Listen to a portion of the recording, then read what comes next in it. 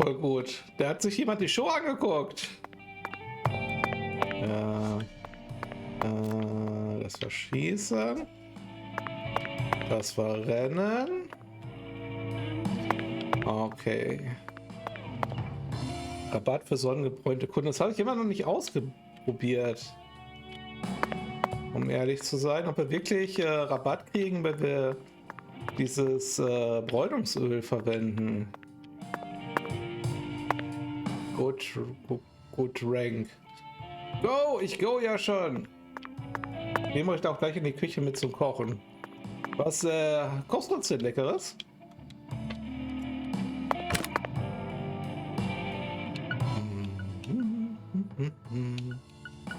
Das können wir noch gebrauchen. Schrot haben wir genug. Warum brauchen wir eigentlich so viel Kaffee?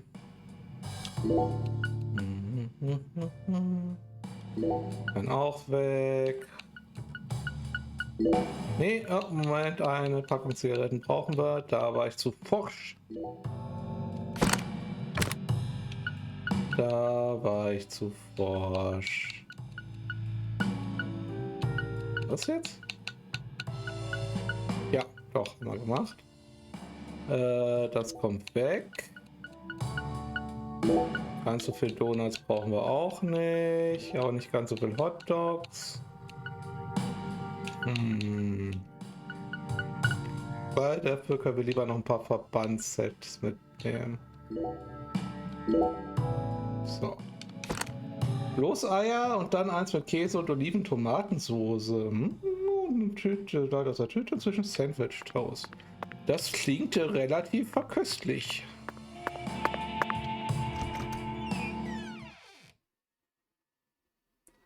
Das ja.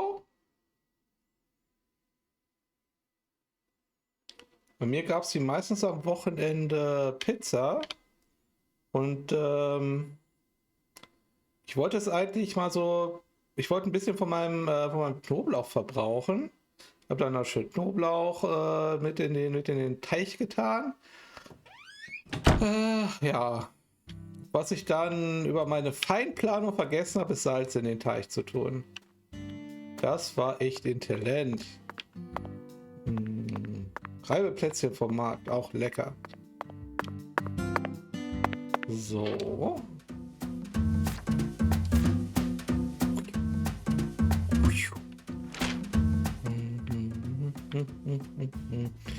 So, wo ist denn die Villa der Clarksons?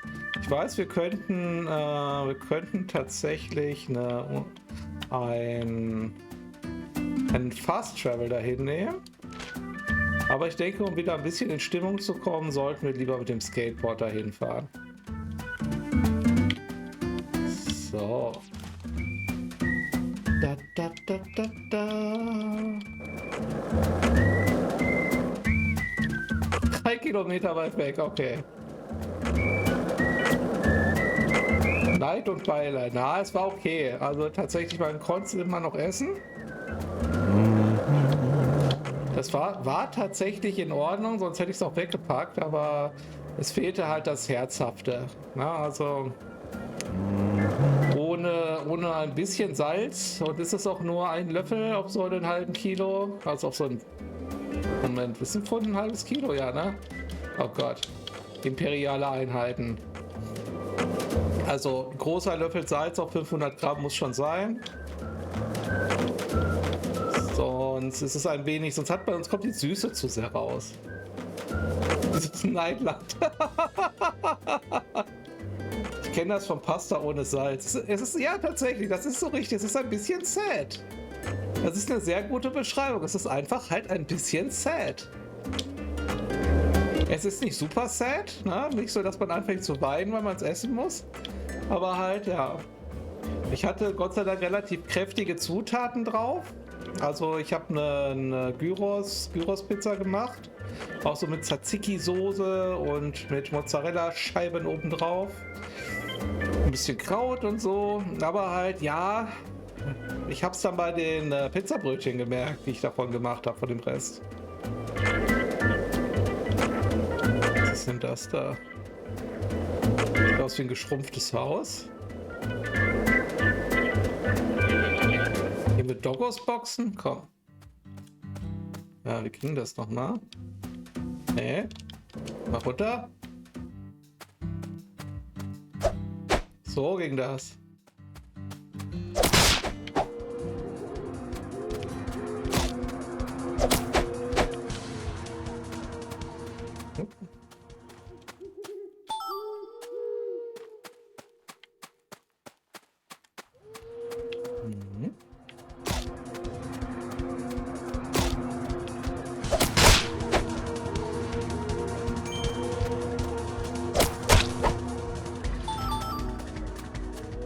Das ist dieses Yankee-Kampfsystem, ne?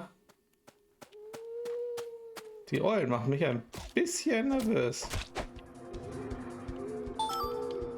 Ab wann kommen denn eigentlich die Geister nachts? Oh, oh, oh, was haben wir da?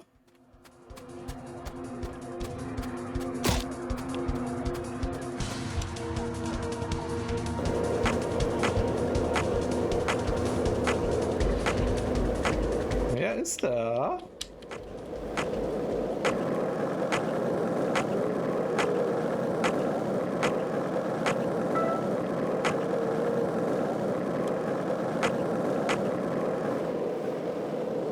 Ist das der Herr von uns zu Clarkson? Der überfährt uns einfach, wenn wir hier bleiben, oder?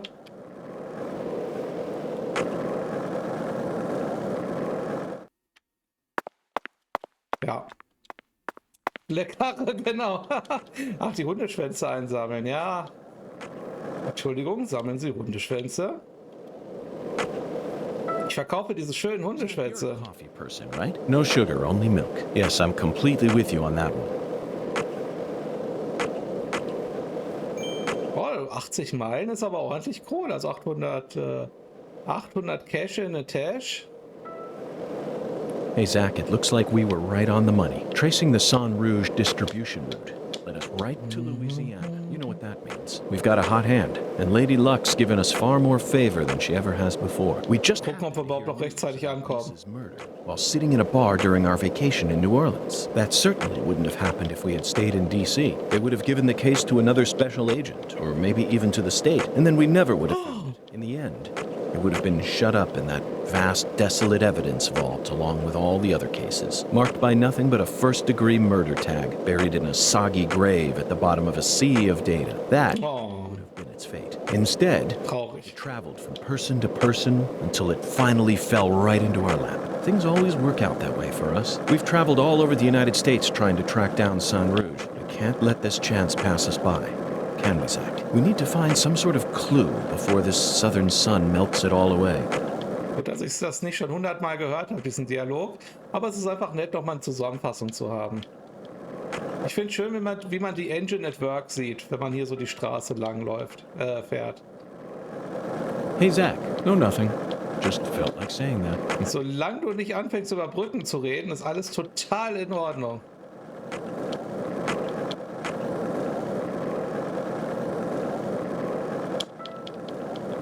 Did you notice it yet? The streets in New Orleans were a mess. All busted up and undergoing maintenance. Ich glaube, wir sind gleich da. Built on a swamp, so the ground. Oh, ich kann es nicht mehr hören. All it takes is some heavy rain to cave it all in. There were also a lot of places where large tree roots Moment. were pushing up parts. So.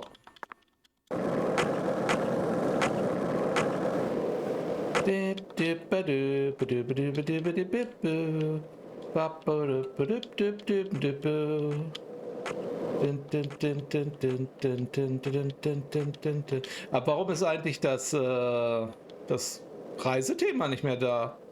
Ist das nachts nicht da? Das fällt mir jetzt gerade erst mal auf. Wo ist denn das Reisethema?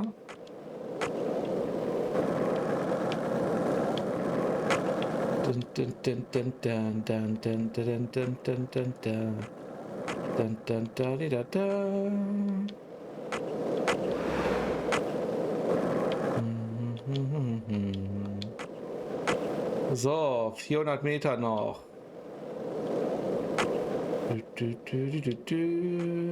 Ich sag mal, mit der Schnellladefunktion und mit den Ladezeiten, da wären wir ja praktisch nicht eher da gewesen. Aber Aber ich sehe schon kommen, wir kommen jetzt im Familienhaus der Clarksons an. Und dann kommen, ja, ach, der ist gerade weg, fahr ihm doch mal hinterher. Dann sage ich mir, Biatch, please. Bin ihm gerade auf der Straße begegnet. So.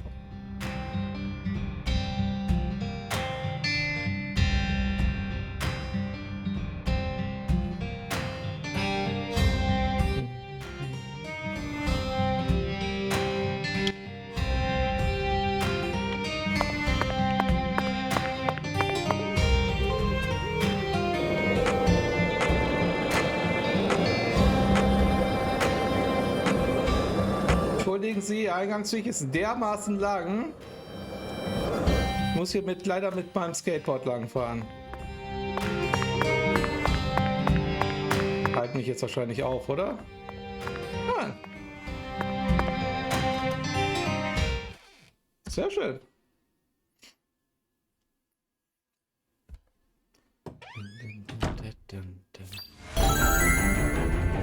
Oh.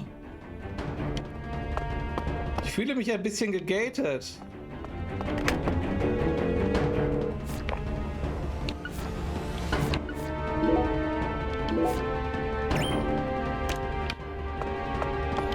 So, brauchen wir noch irgendwas? Wir haben Moon. Holen wir uns noch mehr Moon? Ja, normalerweise ist ja alles da. In den Dungeons, was man braucht. Das kriegen wir hin. Zack, it's a singularity. The oracle was right on the mark. Dramatic music! The mouth to the other world is open, ready to swallow us alive. I think this case is finally starting to come together.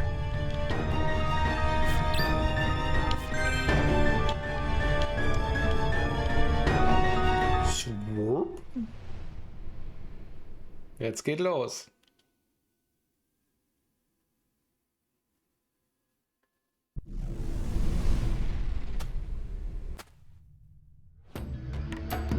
Here we go again, Zack. You're as excited as I am, aren't you? Bisschen schon, ehrlich gesagt, nach dem Gegrinder. You don't have to explain everything. No need for words right now. Not while this eccentric, provocative experience is begging us to come inside.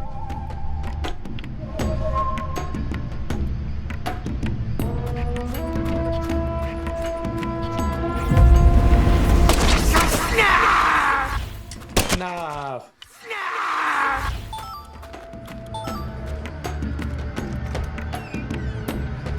Oh, ein Rätsel.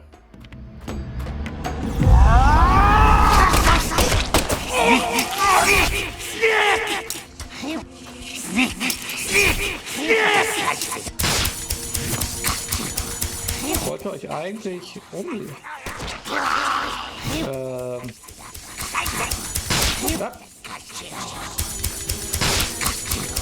So.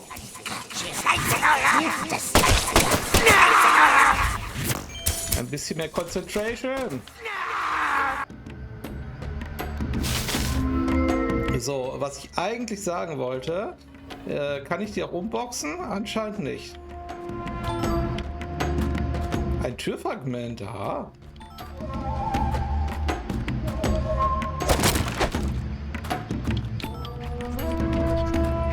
Sollte ich mich mal heilen? Wahrscheinlich sollte ich das tun. Hä? Moment. Concentration. B ist bestätigen. So. Ja, kleines reicht. Okay. Ah. Das reicht doch. So, einmal unsere Hand nachladen. Sehr schön.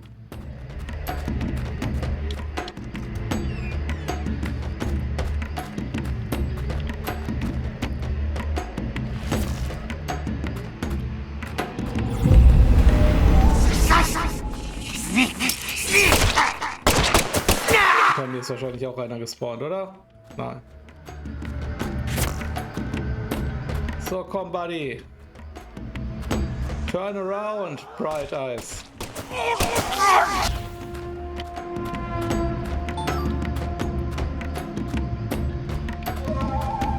Das ist ein lustiges Verschieberätsel. Hallo, ich bin die Verschieberätsel. Ah, ich muss doch wahrscheinlich von der anderen Seite kommen,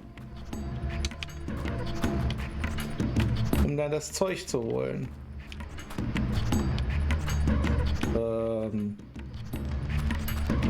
Denke ich mal, oder? Achso, ich kann einfach dran vorbeilaufen. Oder so.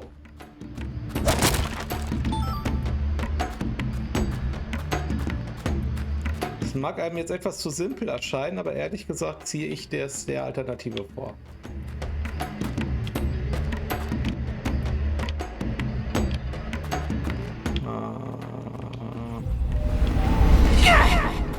Hinter mir? Nein. Snarf!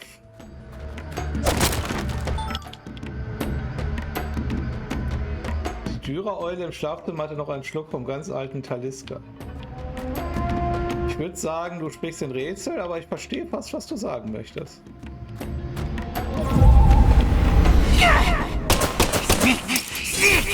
Oh, der kann springen.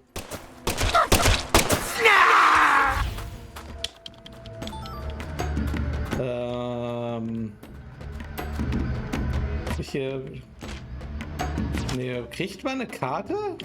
Das habe ich gar nicht mehr im Kopf. Genau, bleibt mal hydrated, Leute. Ich gehe mal mit gutem Beispiel voran. You stay intoxicated. Ich habe gar keinen Alkohol hier. Ich bin sogar mein Lampenöl losgeworden. An eine schlechte Planung, weil ich war letzte Woche mit auf einem Team-Meeting und naja, dort haben wir uns mit anderen Leuten getroffen und dachten uns, ach, wir können doch mal eben hier, also die Ferrero Rocher und das Lampenöl und die restlichen Feiglinge, lassen wir mal doch mal kurz an der Haltestelle von der Tram stehen. Wir sind in 10 Minuten wieder da, bis dahin wird schon nichts passieren, war ja auch schon spät. Und was war? Rocher ist weggefressen, Feiglinge ausgesoffen und das restliche Lampenöl mitgenommen.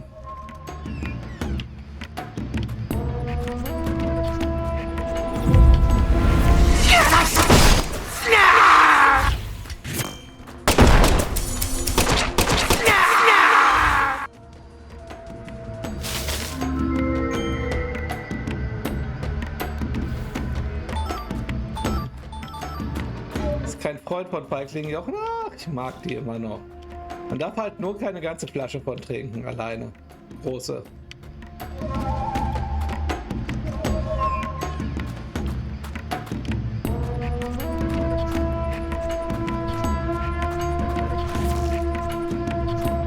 Kann man die irgendwie aktivieren? Nee, ne?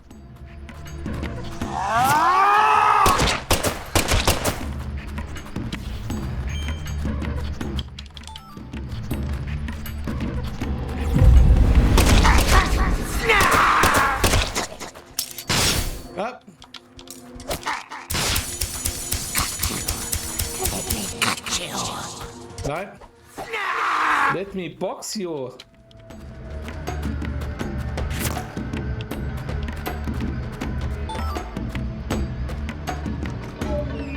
Mit Lampenöl ist übrigens 61%iger Erdbeerlikör gemeint. Kein echtes Lampenöl.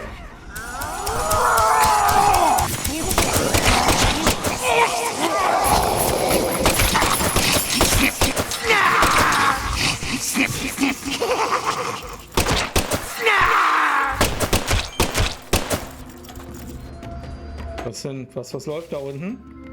Was ist da los?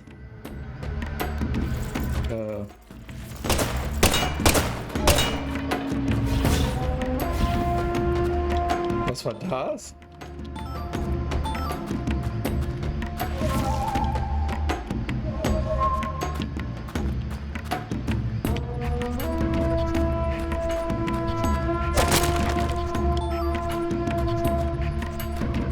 habe schon wieder das Gefühl, dass ich den halben Level nicht abgegrast habe.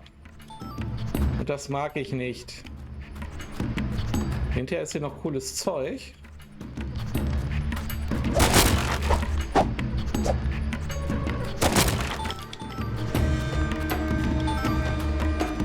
So.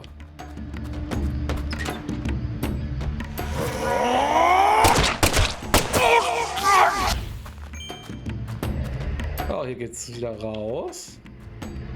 Okay, dann lass uns erstmal den Rest erkunden. Weil wir sind jetzt an einer Menge vorbeigelatscht. Okay, da ist nichts. Ich habe gar nicht so mega viel gegen diese in Boxen aufgebauten Level. Da habe ich mich damals bei Neptun ja schon abgeregt. Ich weiß nicht, ob jemand diese Spiele kennt, die so ein bisschen idle-mäßig die so die Xbox 360 Generation aufgearbeitet hat. Und das war halt auch immer die gleichen Level in halt mit anderen Feinden bestückt und so. Und ich habe mich da halt einfach dran gewöhnt. Es war so ein richtiges Grinding-Spiel.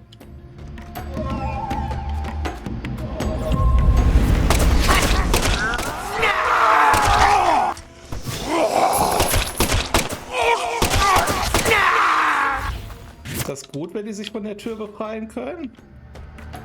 Wahrscheinlich nicht. So, was habe ich denn hier verpasst?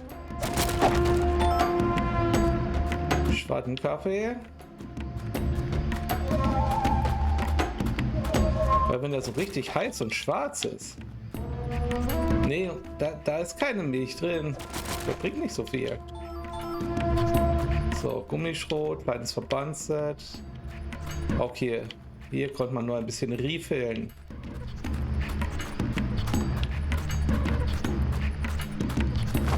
Dann zurück zur Main Quest.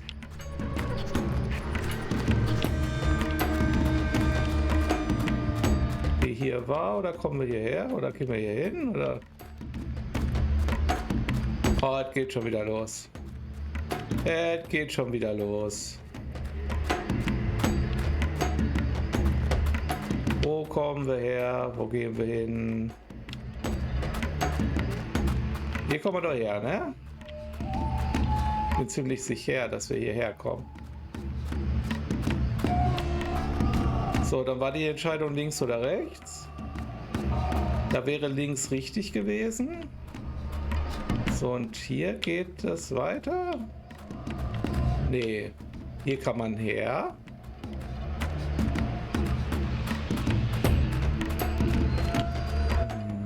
Und hier ging es weiter. Behaupte ich jetzt einfach mal. Wäre ja da der Raum anscheinend resettet.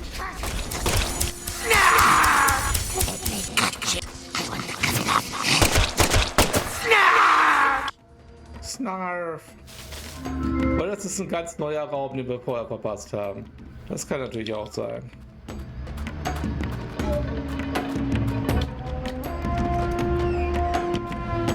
Ich hoffe mal einfach das nicht.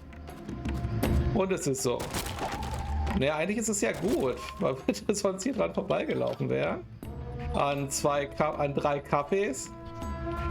Was echt schlimm gewesen wäre, dass wir 3 Kaffees verpasst hätten.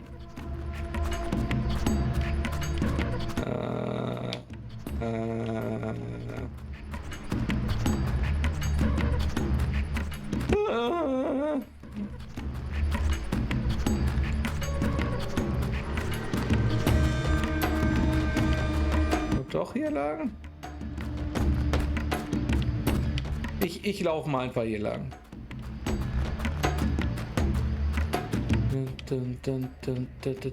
Das wird ja schon was passieren, oder?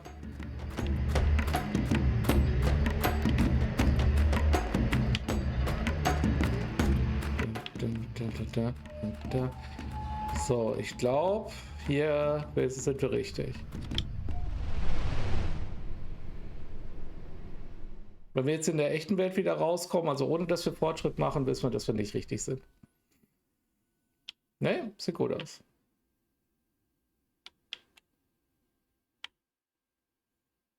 Zach, do you feel it? Something happened here. Weil alles rot The ist? same feeling I got when we entered the place where Licht died. Warte mal, uns ist ja der Dings entgegengekommen.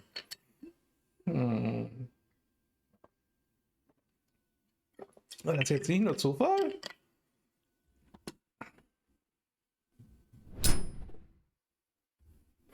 It's Premonition time.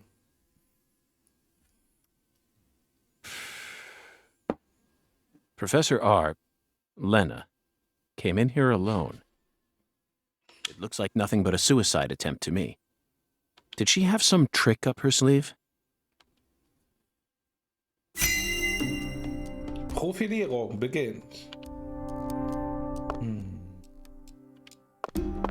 Profilierung beginnt immer damit, dass wir erst nachladen. Und den brauchen wir gar nicht.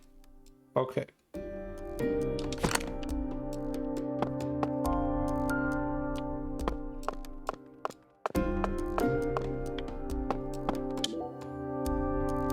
Philip J. Clarkson. Was ist denn das da im Kamin? The horrible father that Professor R spoke of. Of course, he looks perfectly calm. It's hard to believe that it's only my second time seeing him. He's an overwhelming man, Zach. Now you decide to come back, huh? What for? I know you've been hiding from me. Planning God knows what. Too bad it ain't gonna amount to anything. It don't matter what you do. The Clarkson family is already on its last legs. Is it? After only a single century, we're on the verge of losing all that power our ancestors built up for us. Aber warum?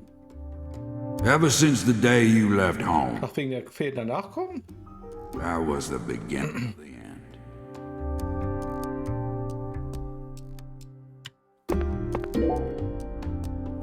That face, Zach.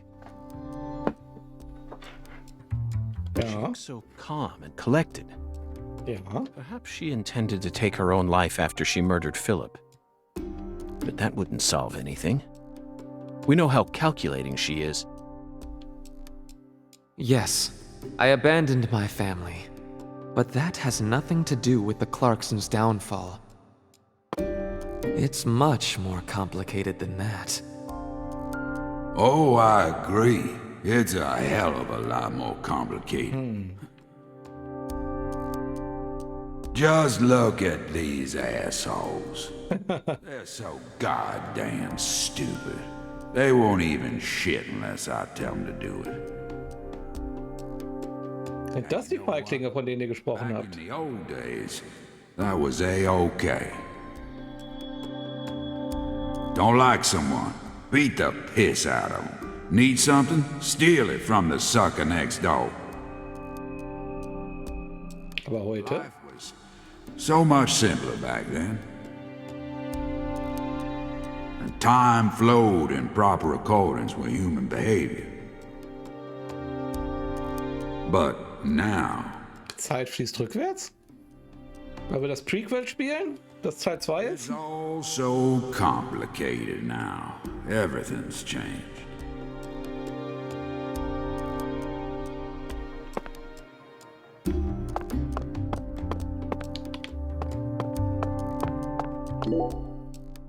They certainly look a little rough around the edges. Perhaps we should just call them the Clarkson Gang. Clarkson They're Gang. holding their weapons like total amateurs, which means they must not have had any formal training. Even if they came rushing in all at once, they'd still be no match for us. Maybe the Clarksons aren't as fearsome as the rumors make them out to be. Or perhaps they've fallen into such a decline that they can't even manage their own allies any longer. Bei den Yakuza wäre es denen auch nicht besser gegangen. Is like a candle in the wind, a sad vestige of what it used to be. But it's not completely dead yet. So what? You came here to snuff it out yourself? Oh, no. I didn't come to snuff anything out. I came to make it burn red once more. What in hell is with you? Did that red powder finally make you lose your mind?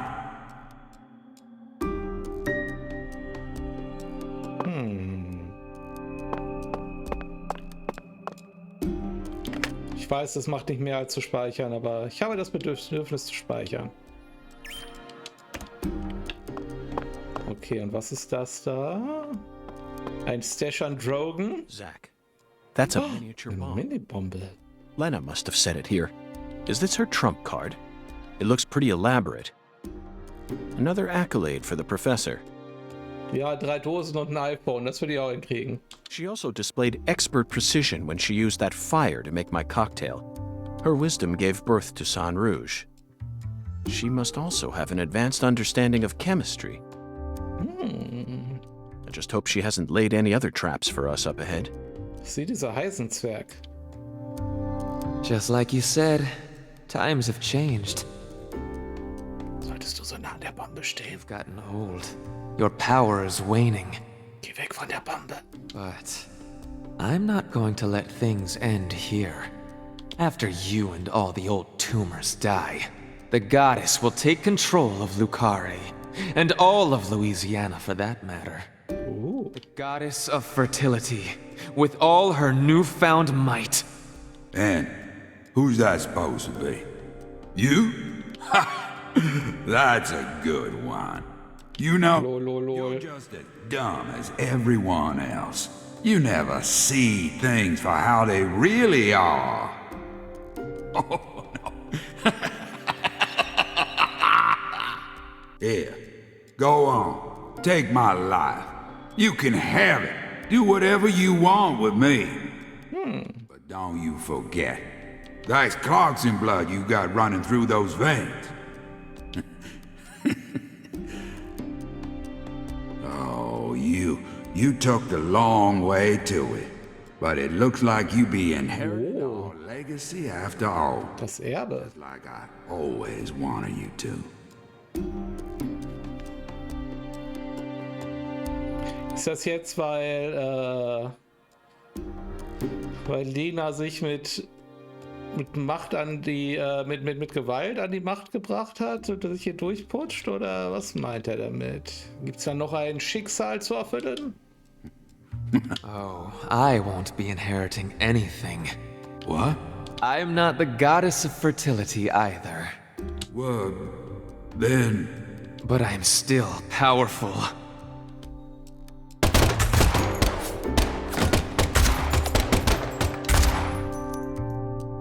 Wie kosteneffektiv? $20! Ich habe $800 für Skateboarden gekriegt.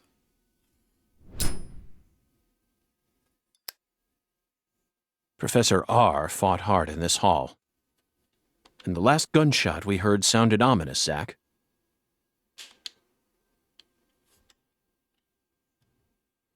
Everything she says seems to hint at some deeper meaning.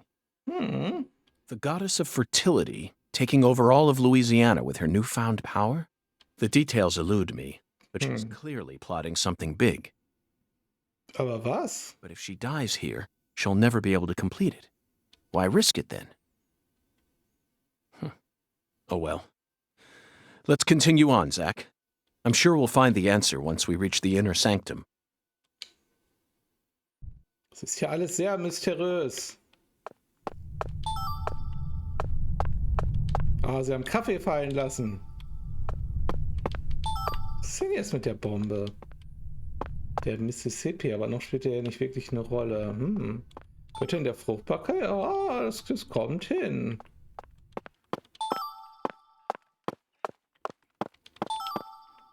Ist ja auch immer noch die Frage, wie sich das mit dem ersten Teil verbindet. Obwohl er natürlich halt in einer komplett anderen Gegend spielte. Das so ganz ignorieren können sie ja die Sache ja nicht. Also sie können halt auch nicht zu viel machen, weil... ups, was habe ich denn jetzt gemacht? Moment, das wollte ich gar nicht. Sie können halt auch nicht zu viel reinbringen, Weil sonst wäre es ja unlogisch, dass Zack und York im zweiten Teil so wenig wissen oder im ersten Teil, wie man es auch nimmt. So, nochmal speichern.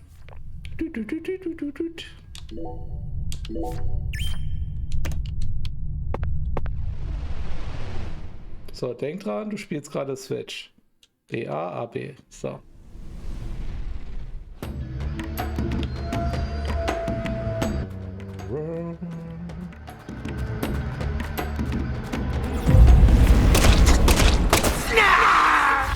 Snarf. Kein Stuff. Starf.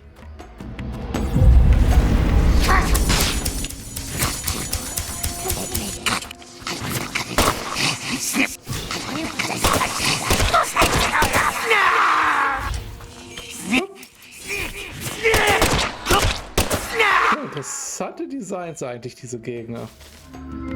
Mit diesen Clownsmasken. Schon nicht schlecht.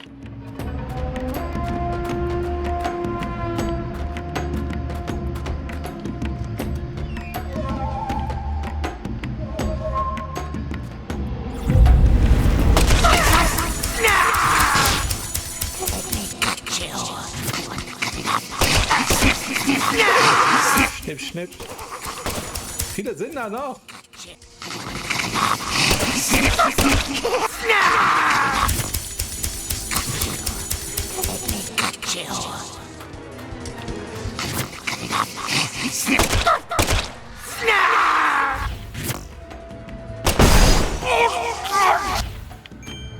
Grag.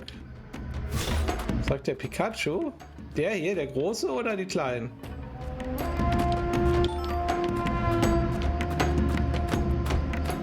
Pika, Pika, Pika, Pika. So, achte gleich mal drauf. Würde mich interessieren, wo du Pikachu hörst.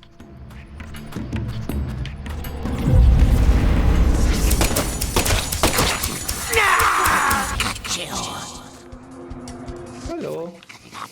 Ich muss uns mal ein bisschen näher angucken. Hopp.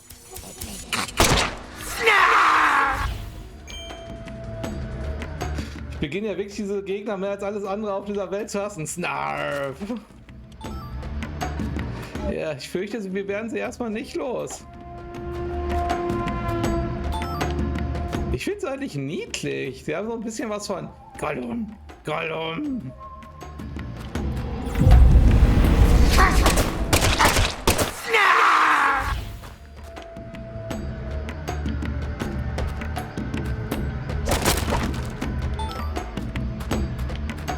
Es wäre vielleicht nett, wenn sie noch einen anderen Todessound hätten. Der sagt Pikachu? Wo denn? Ach, I cut you. Pikachu. Ah, jetzt weiß ich, wo er das hört. Ich glaube, es soll sein I want to cut you oder I cut you. Sowas in der Richtung. Aber meinetwegen auch Pikachu. Why not?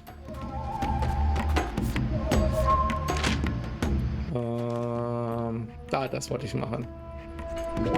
Braucht noch ein bisschen Heilung.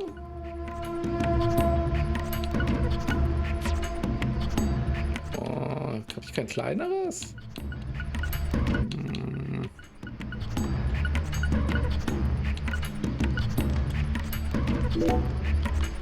Einmal das passende Emote haben. Oh.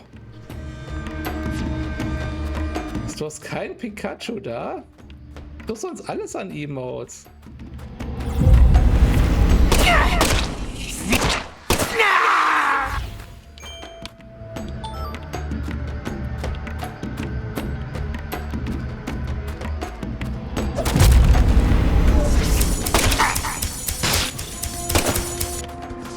Wie zur Hölle hast du uns nicht getroffen?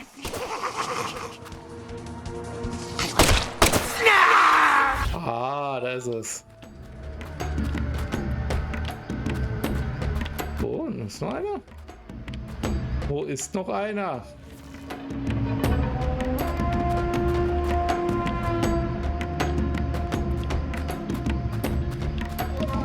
Vielleicht müssen wir doch erst hier vorne lang.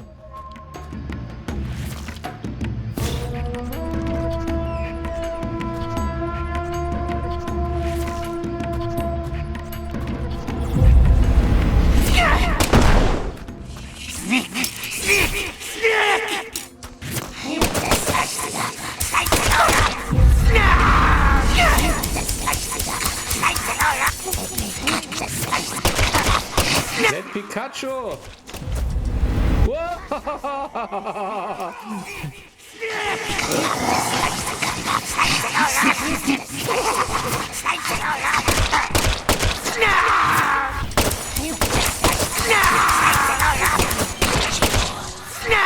So, ich spiele nicht den ersten Tag Videospiele.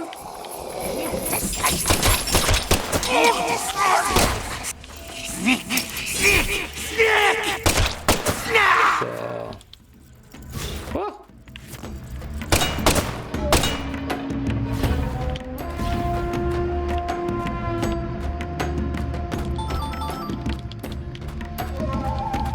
Aber ja, ich habe auch irgendeinen Bonus drauf. Schisser Sisters, genau.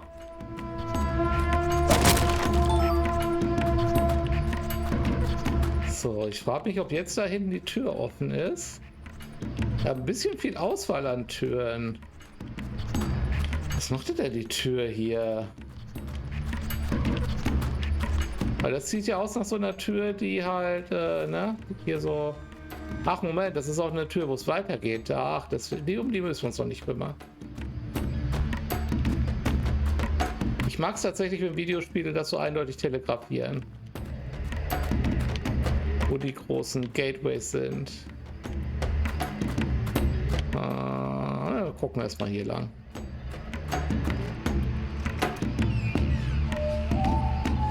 Saat? Ja, du bist das.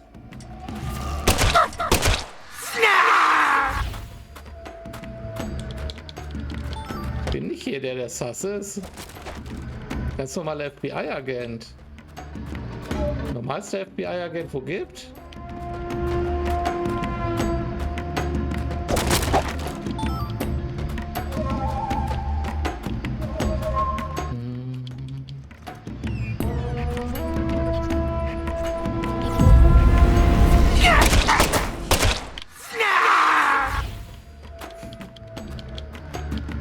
Warum Snap?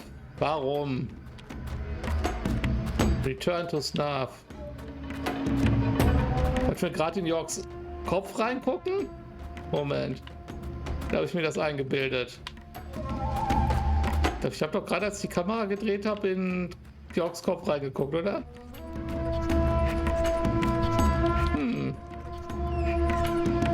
Snap? Sass? Aha, jetzt.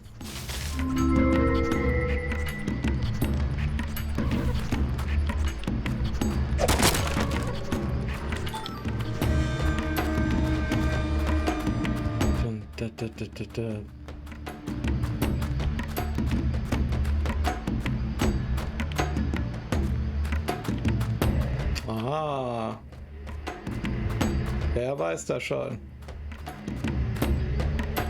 So. Ich sag mal so, wir wissen ja zumindest durch den ersten Teil, dass wir York, also im ersten Teil spielen wir auch York, was ja thematisch der zweite Teil, auch ich komme durcheinander. Ich weiß gar nicht, wer von euch hat denn überhaupt Deadly Premonition 1 gespielt?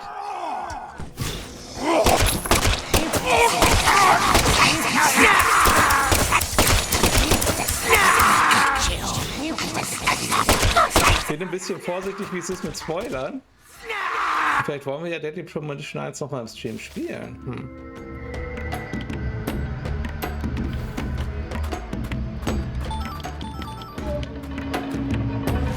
Scherenblatt. Wozu brauche ich das Scherenblatt?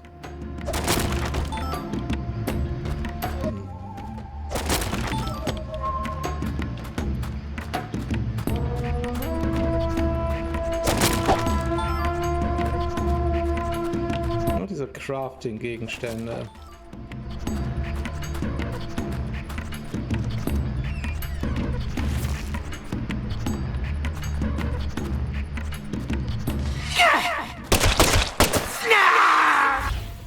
Hast du den Anfang gespielt, okay.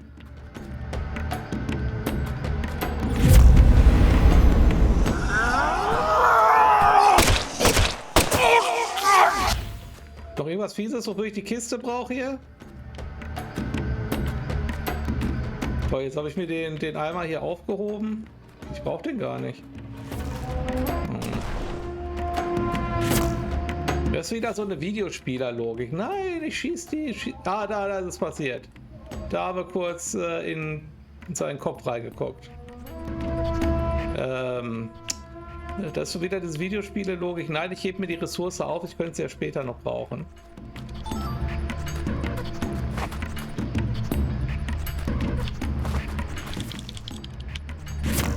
So sieht's aus.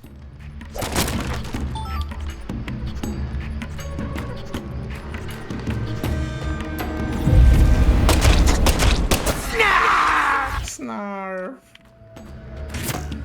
Pikachu? Snarf Pikachu.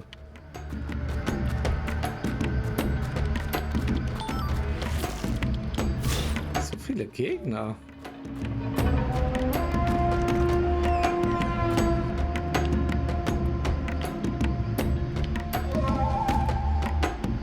Na?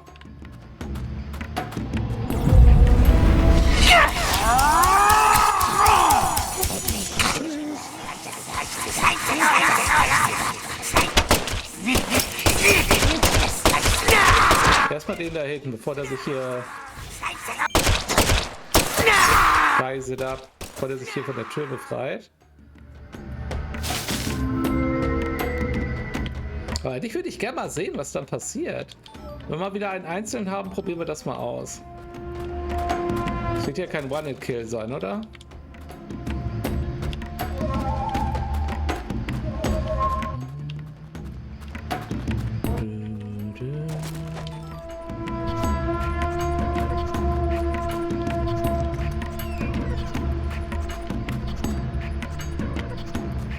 Okay. Wir werden uns ja wohl vom Kampf die Möglichkeit geben, nochmal zu speichern. Sollte es einen Endkampf geben. Hoffe ich.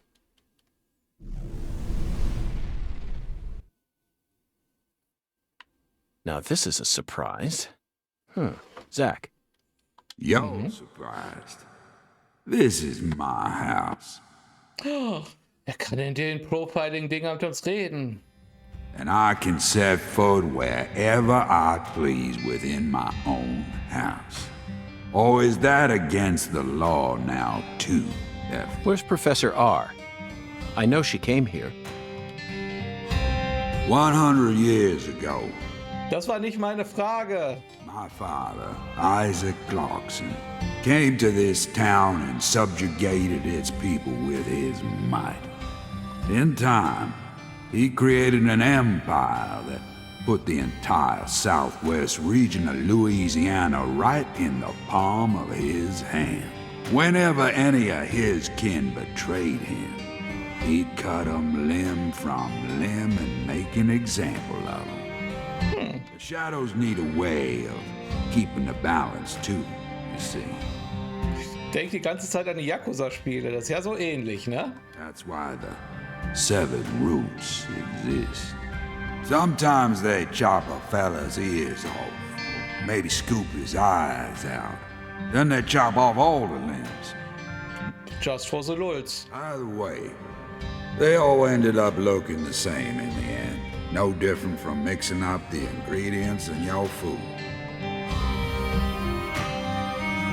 But this is sick.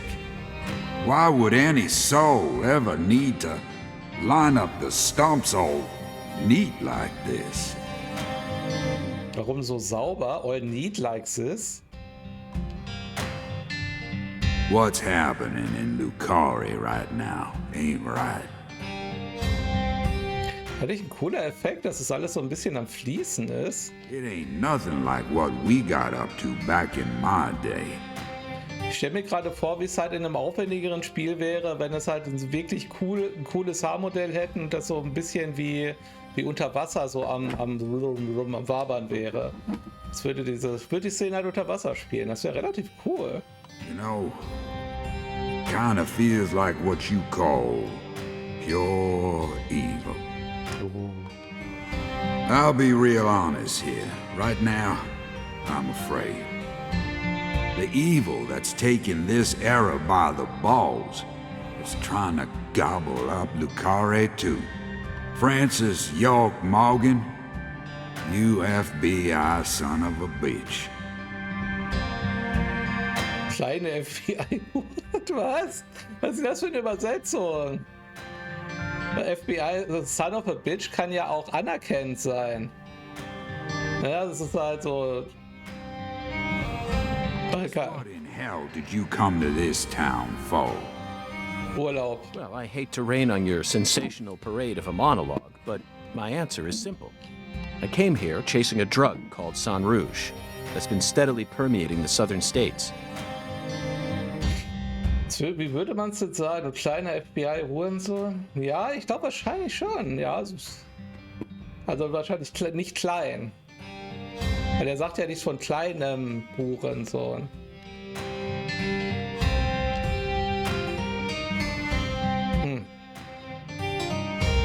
And I plan to arrest all the perpetrators involved in the name of justice.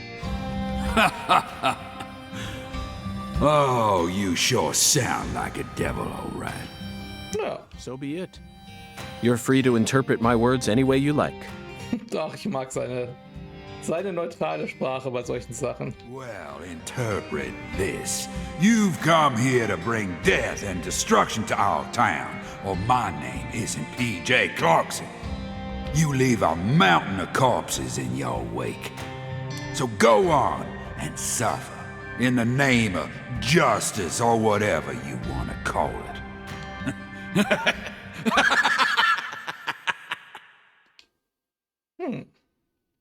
Zach, I'm willing to do whatever it takes to prove that we fight on the side of justice. But why was Philip here in the first place? I thought we were inside her mind. No need to answer, Zach. The only reason this world's so fun is because of all the mysteries it holds. Ich mag das, weil es halt wirklich andeutet, dass er ab und zu mal antwortet auf die Gespräche. Ich mag diese kleinen Austausche mit Zack.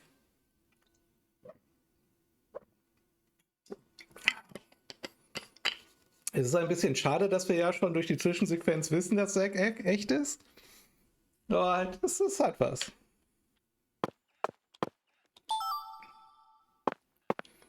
Dose Root Beer. Noch mehr Root Beer. Ein Eau de Clos. Verbandset, okay. Ich hätte hier einen Koffer. Na gut, ich kann auch speichern, ja.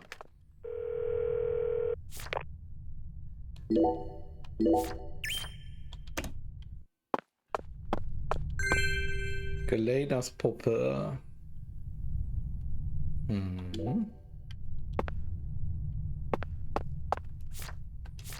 Irgendwas, was wir in unserem Loadout noch ändern müssen, damit es weitergeht? Wird ein bisschen heilen. Ja, Muni. 150 Schuss etwa. Ein kleines Verband-Set, das benutzen wir mal.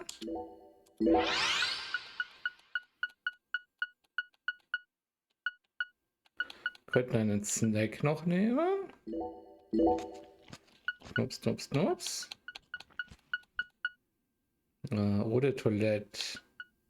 Das ist ganz wichtig, wenn wir hier dem Gegner, dem Mittelboss, keine Ahnung, entgegentreten, dass wir auf keinen Fall dabei stinken. Ja, gucken wir mal, was geht.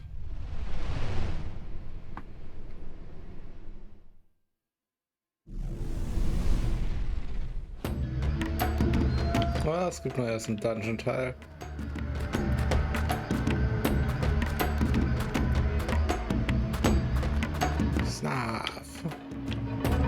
Schlaf.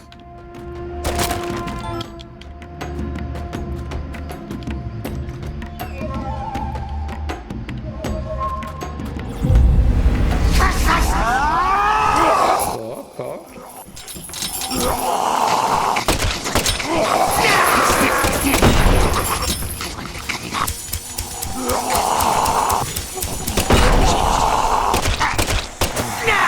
Die explodieren ja.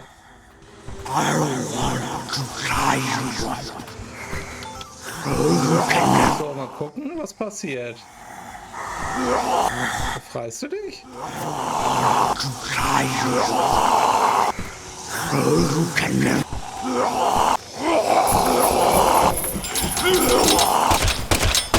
Ach, was da runterfällt, sind diese Viecher. Der befreit sich gar nicht. Diese Viecher fallen da runter. Da kommen die her.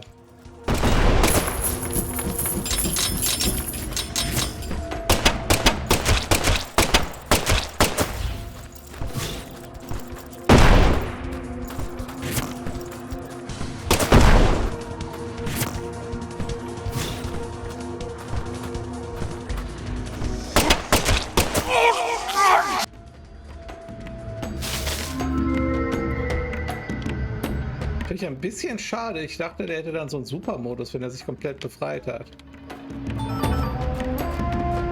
Wir müssen jetzt wieder drauf verlassen, dass wir eine besondere Tür sehen, bevor es wirklich inhaltlich weitergeht. Es ist Subgiant Enemy Crab, ja.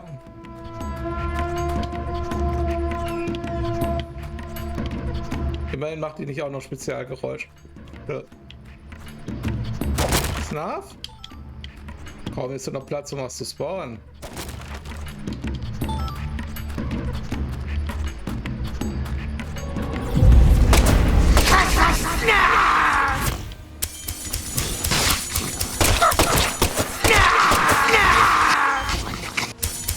Die spawnen einfach alle hinter mir.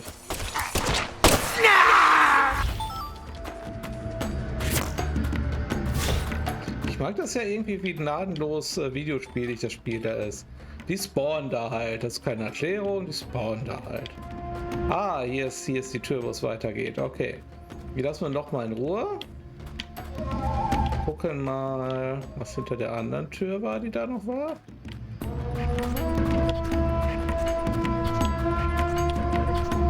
War ja noch eine andere Tür, ne? Oder? Oh, Moment, habe ich mich jetzt verlaufen?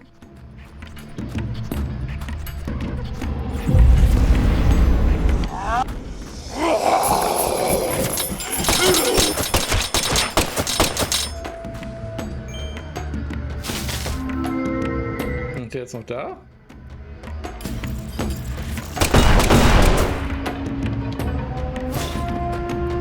Ich finde es gut, dass die sich halt wenigstens gegenseitig in die Luft sprengen.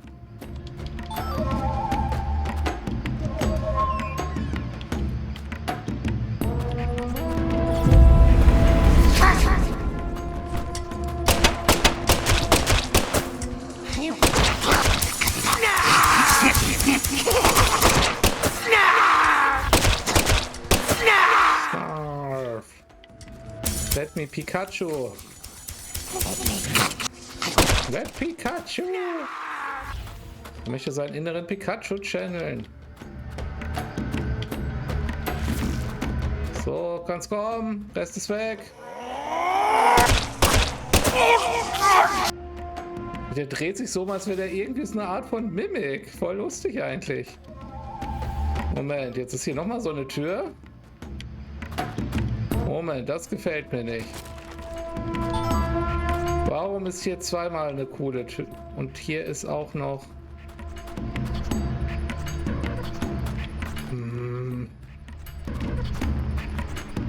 Na gut, wir gehen da jetzt einfach mal rein. Gucken, was passiert.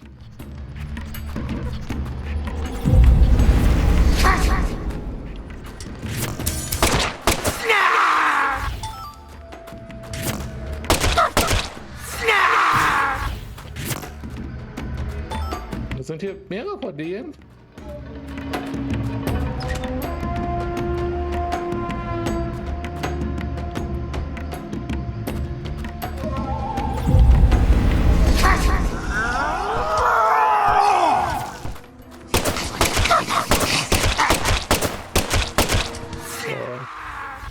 Wichtig erstmal, dass der da hinten stirbt.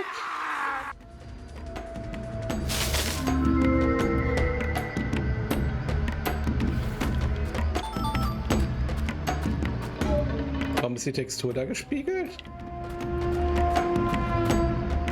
Ah, oh, Moment. So ist die Textur ja richtig, ne? Auf der Rückseite ist sie gespiegelt? Wie passiert denn sowas?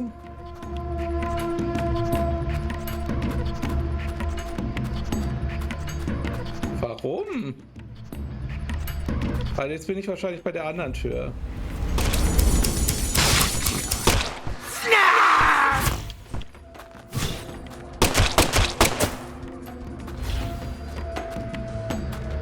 Wahrscheinlich bin ich in einem Deathloop.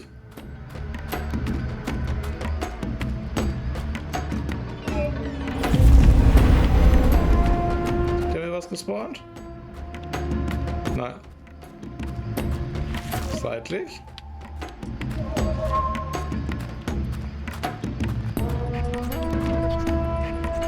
Hä, da ist doch was gespawnt.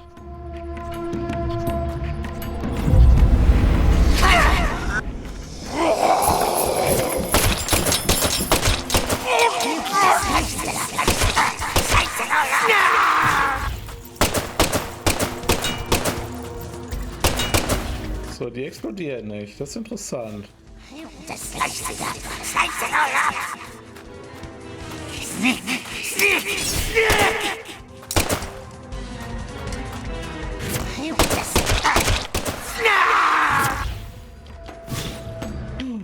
Wo bist wohl noch ein Feind? Und wenn ist ja wohl ein gut versteckter Mimik. Es sieht echt aus, als sollte man Mimik werden, ne?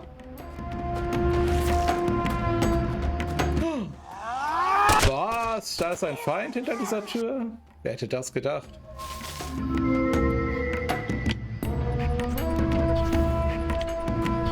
Okay, irgendwo ist jetzt dieses Dings aufgegangen. Packung Gummischrot. Kalter weißer Kaffee. Das große Edition nimmt immer direkt auf die Fresse rein. Ja. Es hat schon irgendwie was. Es ist alles really clunky, aber auch auf eine nette Weise.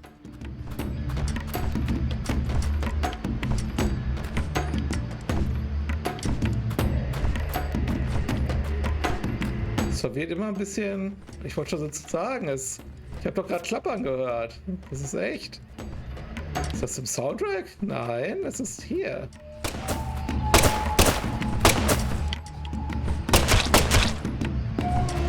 KI hat mich noch nicht bemerkt.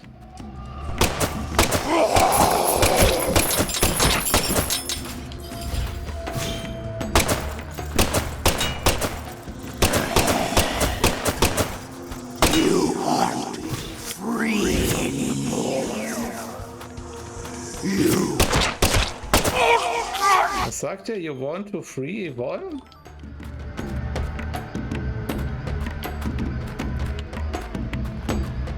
Woher kennt er Yvonne? Meinen wir die gleiche Yvonne? Ich denke nicht.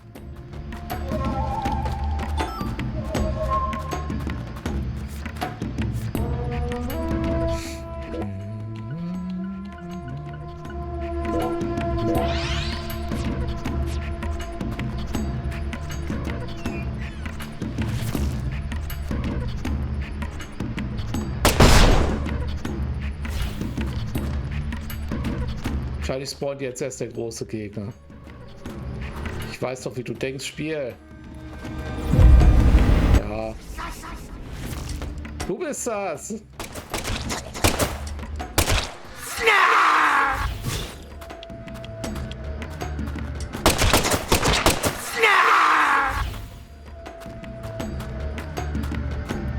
Wollen wir noch mit ja.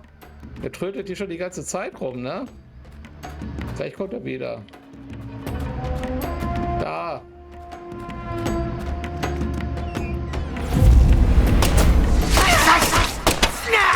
Wir haben die Trompete ja auf dem Kopf.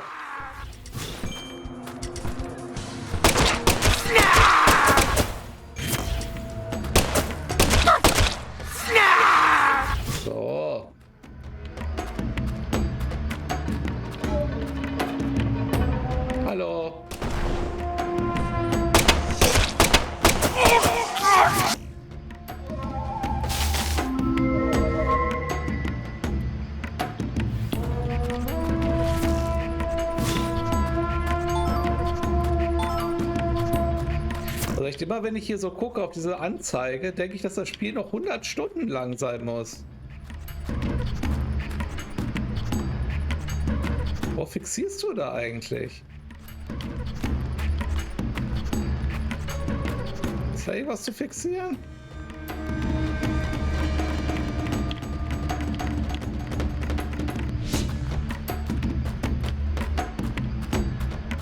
Was ist denn da in der Richtung?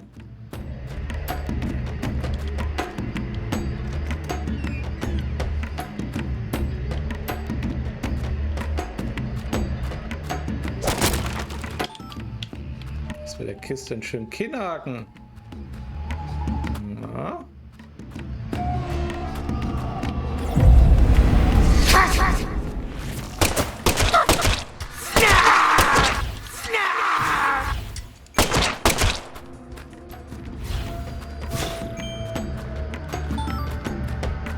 Ich habe einen gelben Clownshut, süß. Kann ich darauf trompeten? Das ist aber nicht nur einer hinter mir, oder? Nein.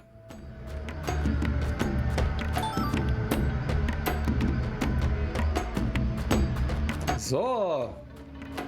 Scheint ja jetzt was zu passieren.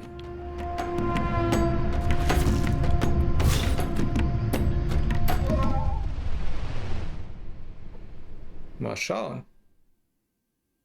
Vielleicht kommt jetzt der mit der Trompete. Ne, wieder eine Cutscene.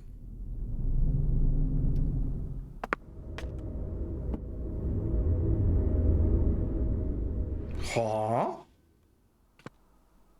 I grew up in this room. As my back broke under all my father's expectations. Your cocktail was delicious. So delicious, in fact, that it carried me off into a dream. Snick.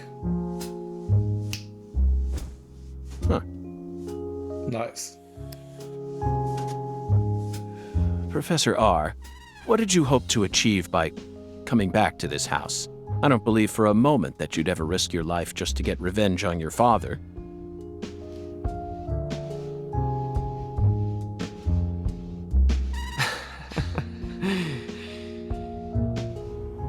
Leonard Clarkson.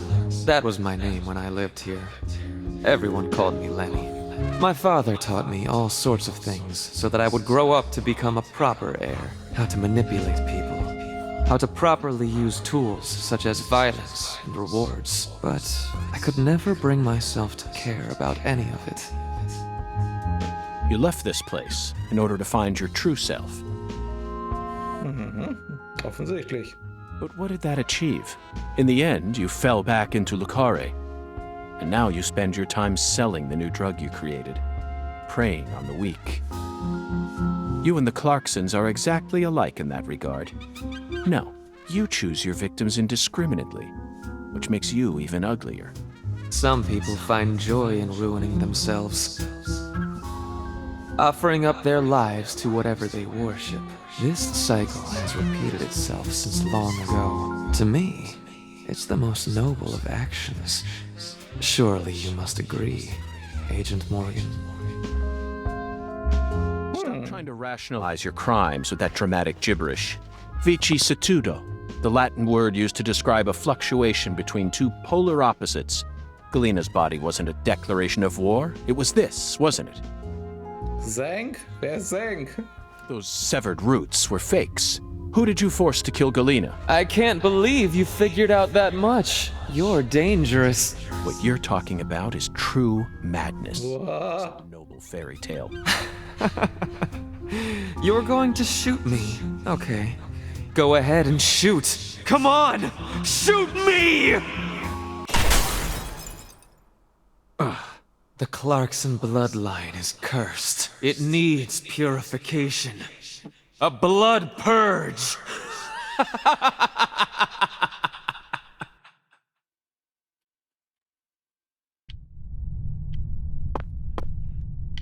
So, ich glaube, jetzt kommt der mit der Trompete. Gummischrot.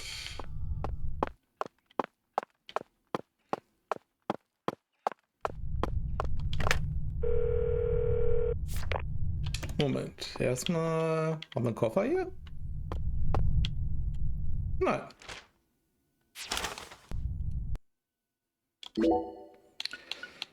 Das sieht aber ganz gut aus, oder? Und dann Kaffee. Gulp.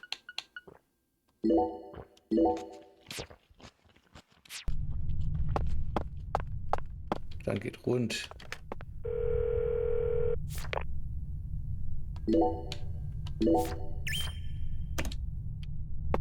So, ab zum Trompetenmann.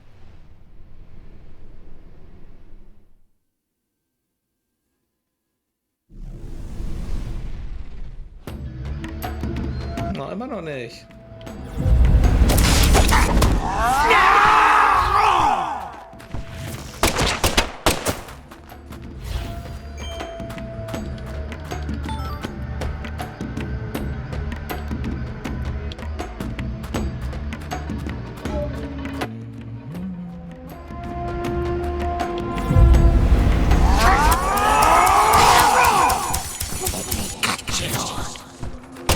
Die beste Idee war, dich hier hinter uns spawnen zu lassen, ne?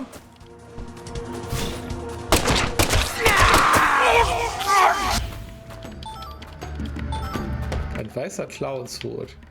Wir haben eine gelben Hut, einen weißen Hut. Wir können bald RGB machen.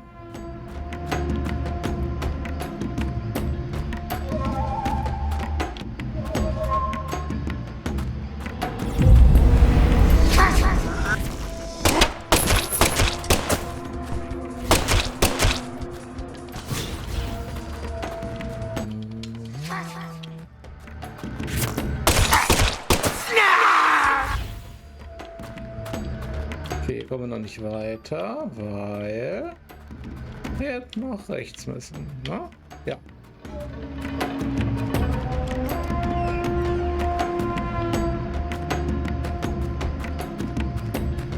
So, spawnt meine Freunde.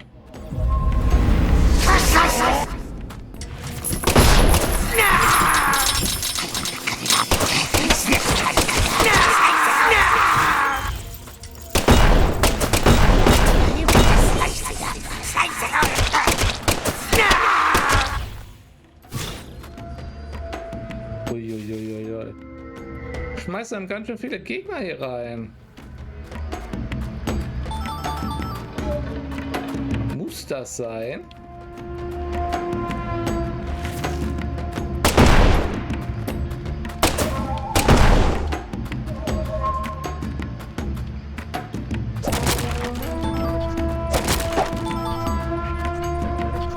Muni? Sonst noch was? Nein. Ich will endlich den mit der Trompete treffen.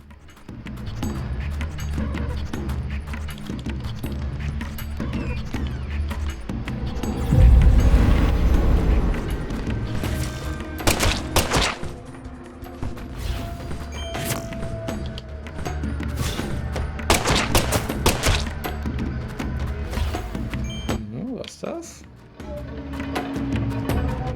Stars. Aber doch nur ein Spawn, während wir schieben.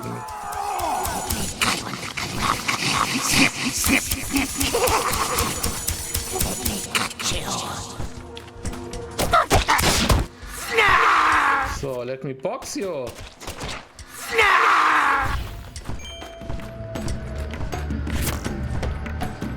Musst du in die laufende Schrankwand, ha? Ach, der... Was zur Hölle?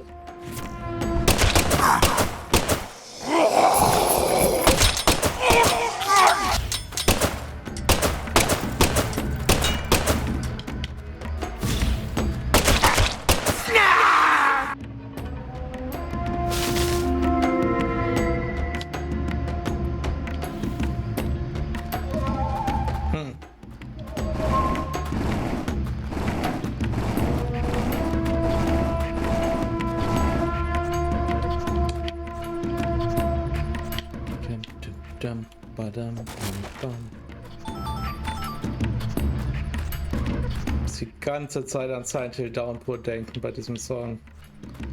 Das war Downpour, oder?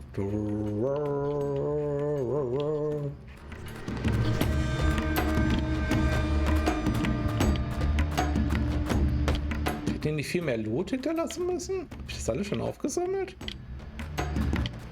Hm.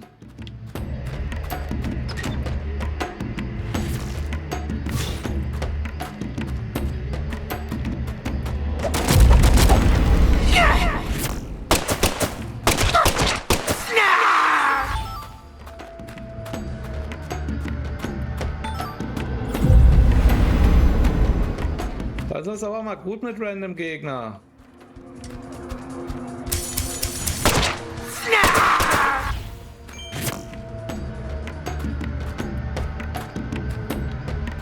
So wie sieht's aus.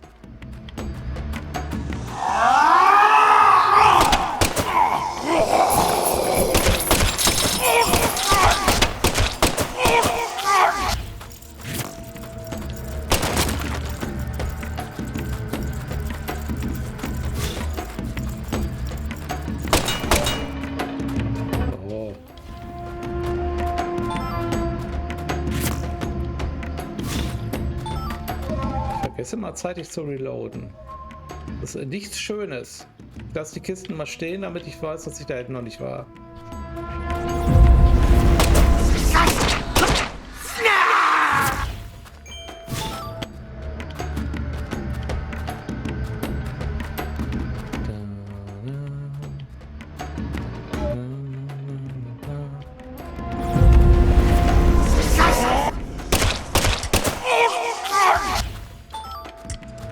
Ich weiß ja nicht, ob ich jetzt Angst haben sollte.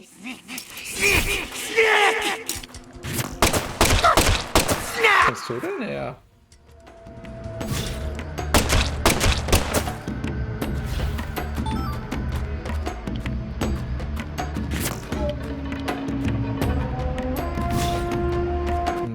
Okay.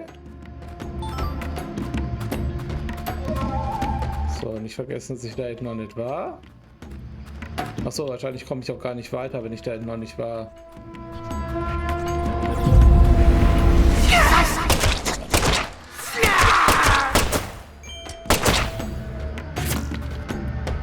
Oh, doch. Aber doch.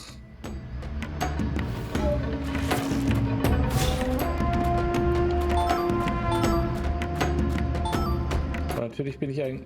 Oh, nee, da ist noch eine Tür. Jetzt wird es natürlich interessant. Ich glaube, ich sollte tatsächlich da hinten einmal weitermachen, weil sonst komme ich nicht bei der Tür weiter.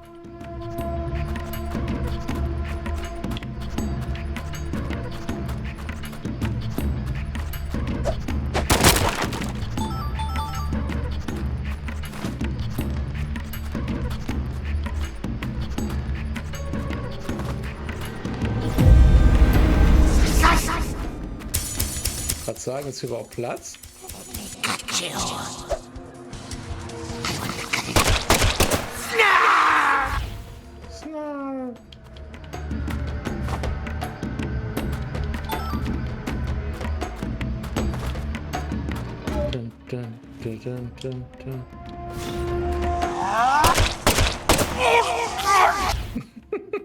Ich mir gerade vorgestellt, wie er mit seinem Kinn auf dem Tisch landet.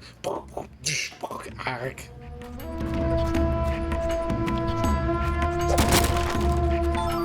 Okay. Wir brauchen nicht mehr zu holen. Es war die rechte Zeit, hier vorbei zu gucken.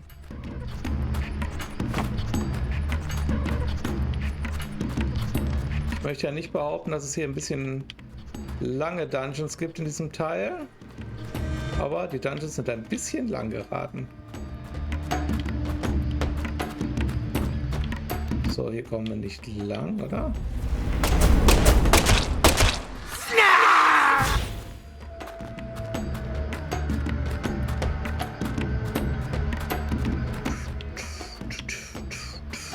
Snarf. So.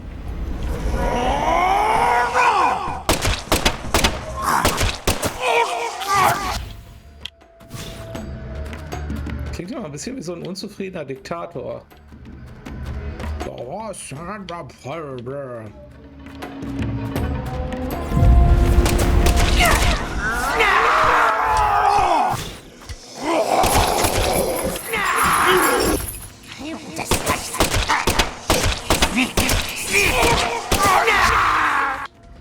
Ja, das ist doch was fallen lassen. Wo ist das? Sind die weggespawnt oder war ich schnell genug?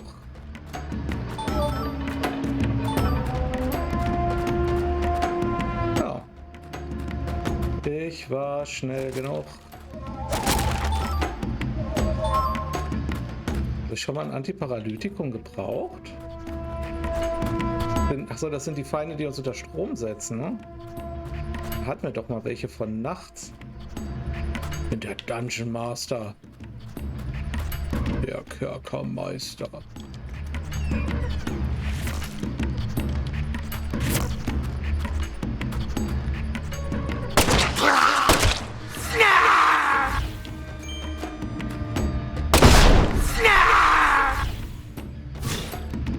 Ich frage mich, warum der Ketten an dieser Tür sind. Komisch.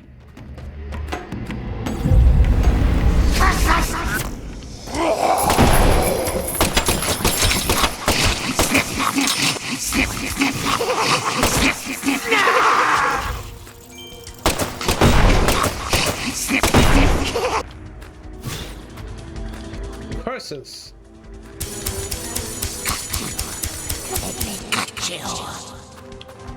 Pikachu. Ein Pikachu, auch wenn wir eigentlich auf der Switch ja wären. Also ganz so fern sind wir schon nicht.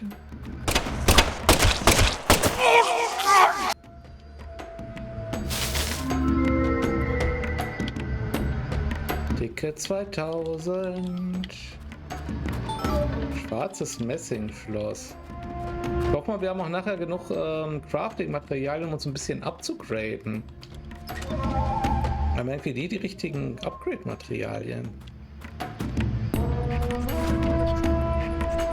Oh, da ist ein Trust-Schloss. So, wenn jetzt hier noch Gelegenheit zum Speichern ist, dann... Oh ja, das ist vom Endgegner. Das ist vom Endgegner.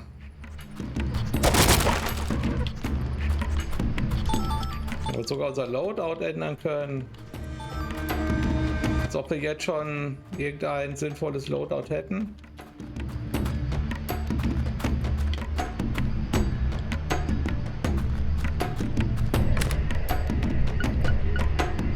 So, wir haben eigentlich eine Menge Munition. So, das Notfallset nehmen wir mal.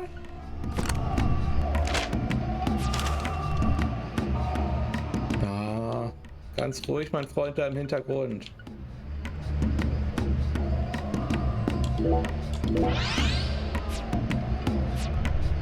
So. Ja. So. Sonst noch irgendwas anderes? Wir brauchen nicht so viel Kaffee hier. Dafür sollten wir lieber irgendwie so ein Antiparalytikum oder sowas mitnehmen. Haben wir sowas hier? Befreit von Krämpfen und Lähmung. Nehmen wir mit. Nehmen wir mit. Nehmen wir mit. So. Werden wir vielleicht nicht brauchen. Aber vielleicht werden wir es brauchen. Können wir irgendwas Sinnvolles mit so einem Loadout ändern?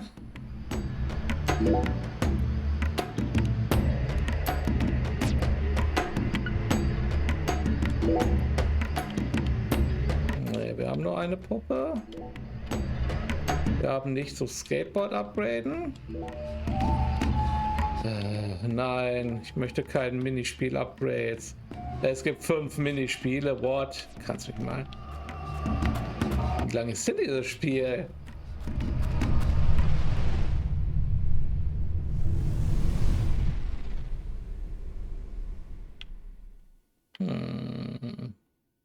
Es ist sicherlich keine Endgegner-Arena.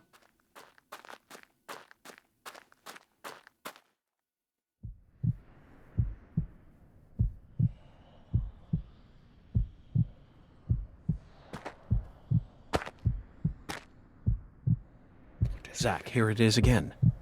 A red tree and a translucent cocoon. I think we've reached the core. The goddess of fertility will descend into Lucare, and then the sweet fruit will be ours. Destruction is the first step to creation.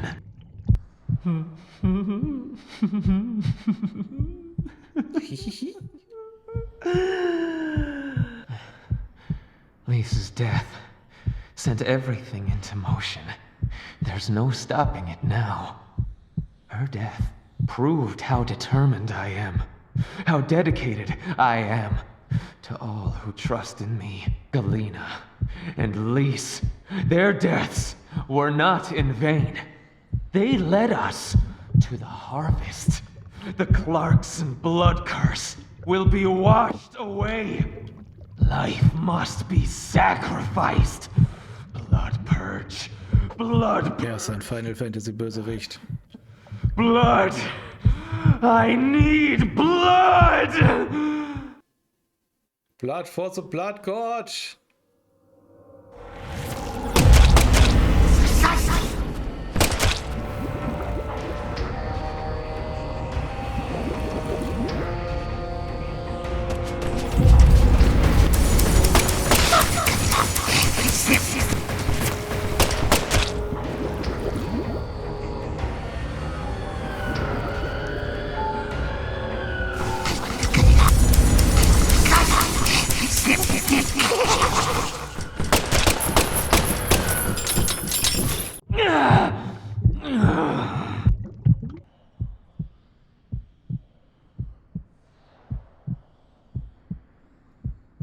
Galena and Lise, they're both dead. I can't turn back now! The Red Soul can't die here! You can't erase it! Blood Purge! The Blood Purge! We will create a new world! A new generation! The blood must be purified!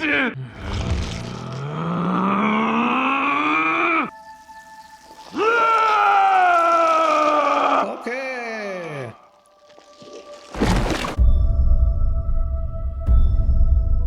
Jetzt JRPG. Dürftiger JRPG-Gegner. Schön. That's Schönes the true Design. self you worked so hard to find. I'm sorry, Lena. I gave you far more credit than I ever should have. The Clarksons have always been the chosen ones, proud souls, divine life-given form. But at some point, that blood became tainted. So I decided to reset it. I need to Hoffentlich sind die Gegner gleich weg. Hoffentlich sind die Gegner gleich weg. Most. After I left home, I met the Red Soul and acquired a guide. And so I created the red powder and became an apostle for the red magic. The red powder transforms the body from within. It creates empowered souls. And mature souls are the greatest offering one can present to the goddess. Lise and Galena didn't lose their minds. They both died with honor. Died with honor. Just how deluded are you? You dismembered them and strung up their bodies in the name of vapid symbolism. Where's the honor in that? So what if they said they wanted to die? Cultists have been saying that for centuries. Silence! I kill you. You will impede us no longer. You're always so smug. Oh, how I hate you. This is the last you'll ever see of my plan. Now die! Das Design ist schon geil.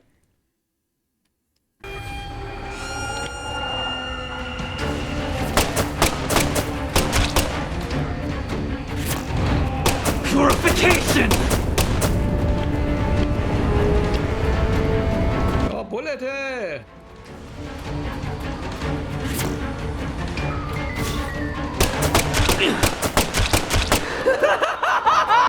Fire and brim!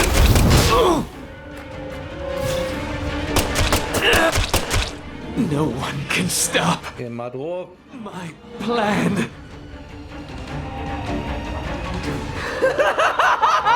Achso. Geht's um Keikaku?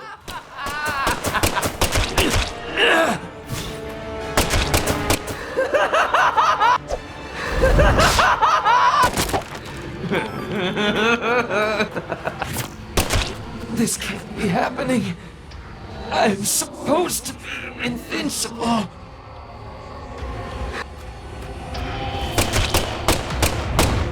Purification!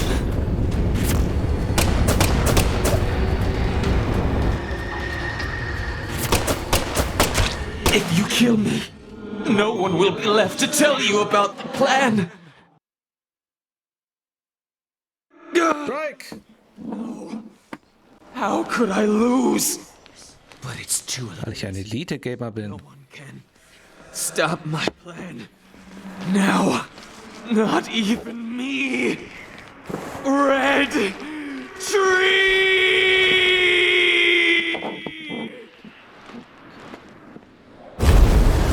Ich kenne nur Red Room.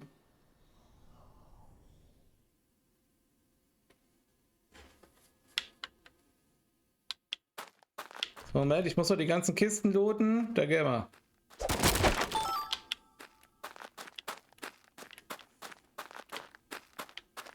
Das war jetzt die Pro-Gamer-Strategie von so viel Schaden-Spam wie geht. Ausweichen ist was für Loser. So, ich möchte mal sicherheitshalber doch noch ein bisschen... Nur falls es eine zweite... Gibt es noch eine zweite Phase? Ich glaube nicht, oder? Trotz... Ich traue der Geschichte nicht. So.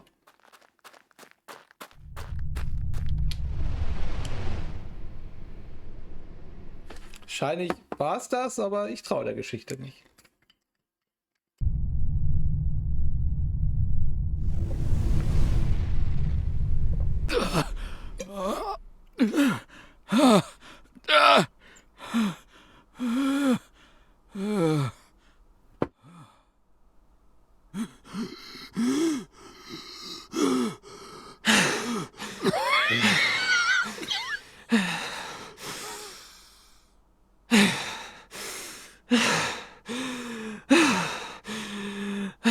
Macht er die Bombe? Lena, let go. I'm going to count to 3. Then you're going to get down on the ground and put your hands behind your head. Got it? See this? If I let go, the bomb in the fire Da ist die Bombe. explode. Es sind 3 Dosen und ein iPhone. Du kannst mich nicht verarschen. Detonating that bomb won't solve anything. You're wrong, Agent Morgan. It'll give me the ending I've always dreamed of. Leonard, you're wrong. Killing me won't bring back our family's prosperity. No! I know I'm right! You never change. Once you make up your mind, that single idea possesses you. It's almost like you're cursing yourself.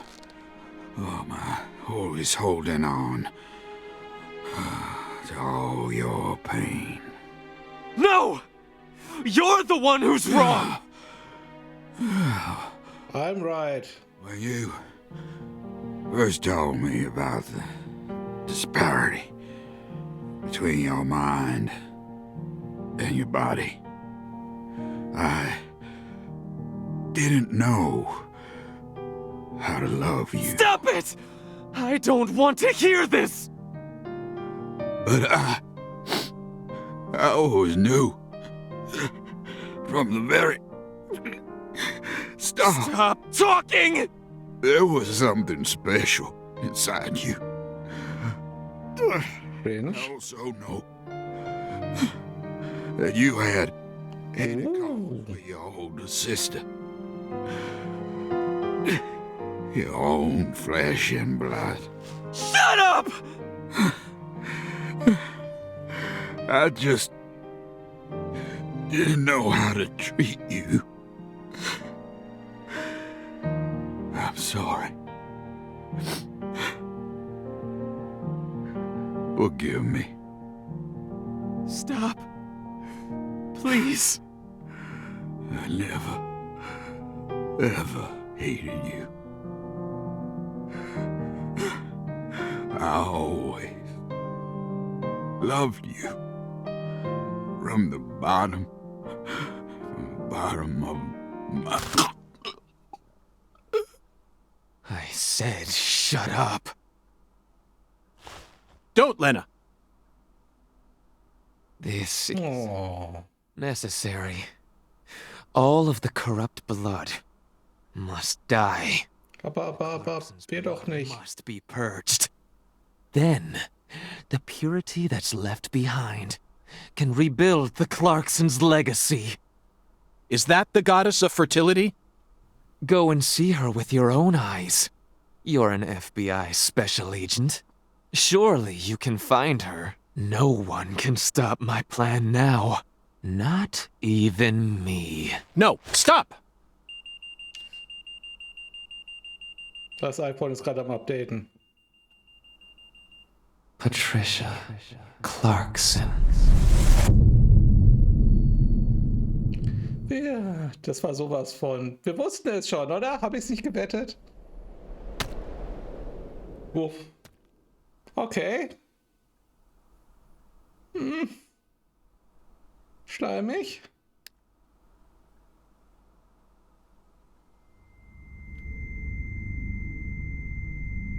What?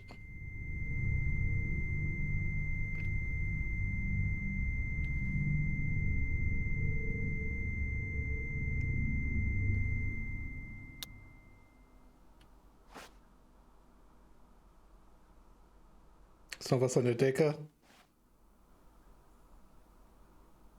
Ah.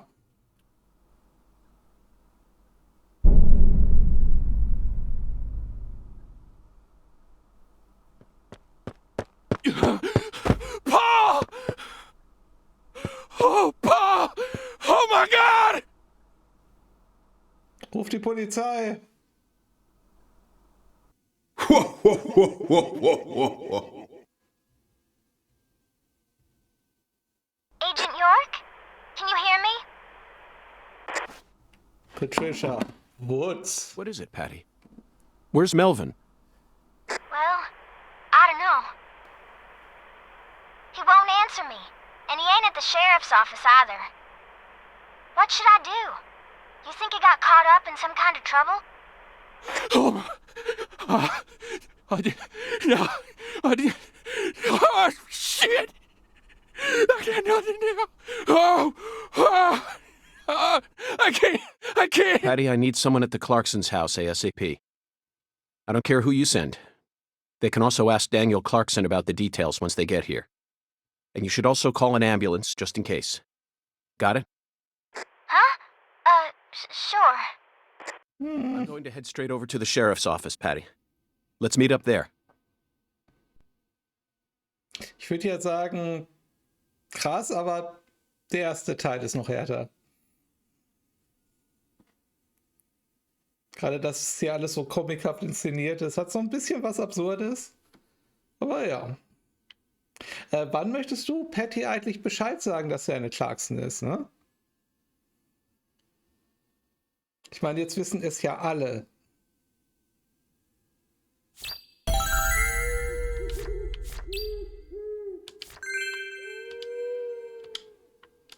Ist es jetzt so spät, dass Geister kommen?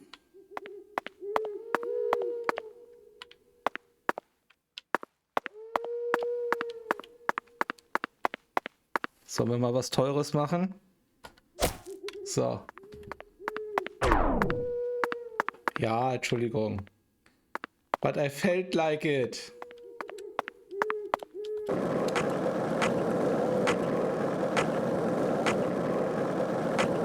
Und ich werde jetzt durch die Geister durchfahren. Ich sehe gar nicht ein, irgendwie Fast Travel zu nehmen. Bin gerade durch einen gefährlichen Dungeon gelaufen. Hab nicht gekämpft. Als ob mich jetzt so ein paar komische Geister noch aufhalten könnten. Ich verwirrt jetzt, dass es doch aussieht, als wären wir schon relativ weit in der Story, oder? Wie empfindet ihr das? Weil wir haben zumindest von diesem ganzen Bonussystem ja noch gar nichts. Oder das Spiel hat dort noch so mega viele Twists und Turns.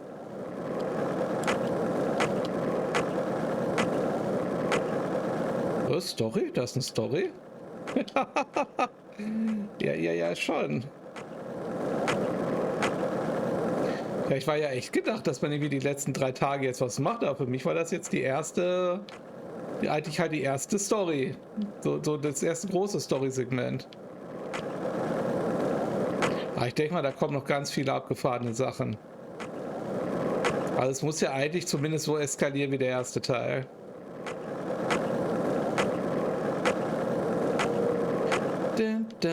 Oh, das ist noch langweiliger, als wenn die Musik da ist. Ich fange an zu bereuen, dass wir das Skateboard genommen haben, aber ich denke mal, wir kommen an dem Fast Travel Ding vorbei. Wo ist denn das nächste Fast Travel Ding? Ravens Haus, da müsste auch das nächste... Moment, Raven gehört doch der Service, oder? Dann ist hier das... Allerspätestens hier das nächste Fast Travel Ding.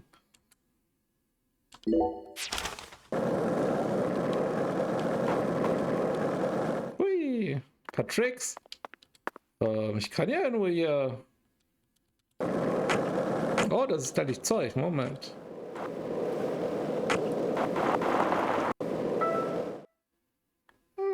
Nein, ich laufe. Da liegen Dinge. Ich möchte keinen Kommentar hören, dass ich bei Yakuza immer alles übersehe.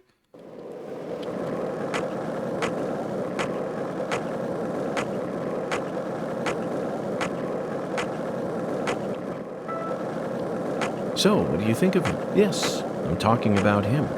Ungar, is the skeletal gentleman friend or foe? Or does he merely exist outside the realms of either? Still too early to tell, but it's clear. Too fast to travel, furious. This case is mysteries. That's what my soul tells. By the way, Zach, Hungan feels very familiar to me. You might even say he reminds me of someone. Da ist Zeug. Da ist eine Wegwartenblüte, was immer das auch sein mag. So, 400 Meter noch bis zum Fast Travel Dings. Nicht mehr weit. So, what do you think of him? Yes, I'm talking about him. Hungar, is the Nein. gentleman friend or foe? Or does Die legen das immer nur dahin, nachdem ich daran vorbeigefahren bin. Still too early to tell, but it's clear. Ah, noch mehr Zeug, total This gut. case is mystery.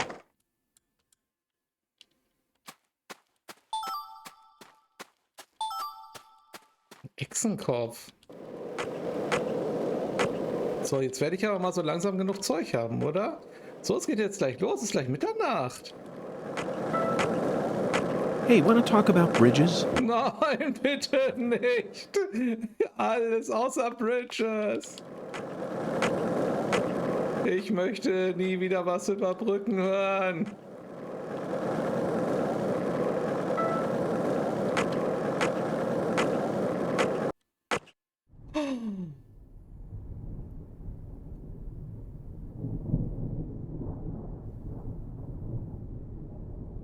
Das ist ein bisschen wie bei Zelda, ne?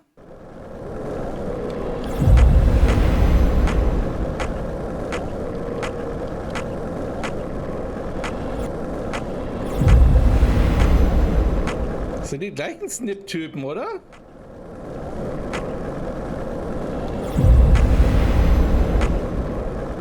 Das sind auch die gleichen Typen, nur ein bisschen anders eingefärbt. Jetzt fühle ich mich ein bisschen veräppelt.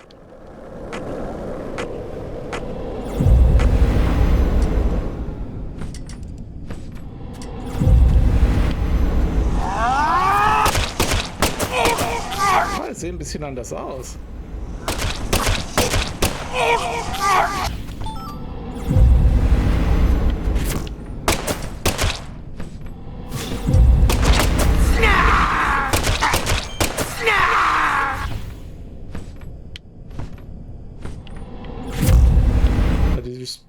Die spawnen hier doch trotzdem. Könnt ihr nicht rein? Doch. Jetzt ist das gut.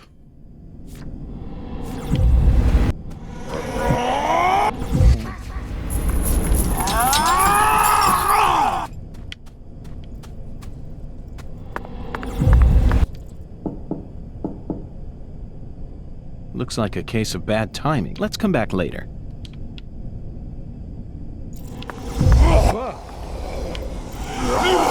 Kommentar? Ach so, du meinst hier so ein wie heißt, ein Schlafsack, ne?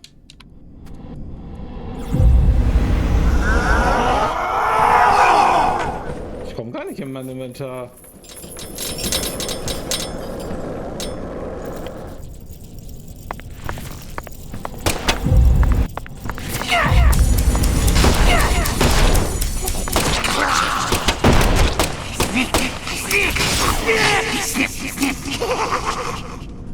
Y.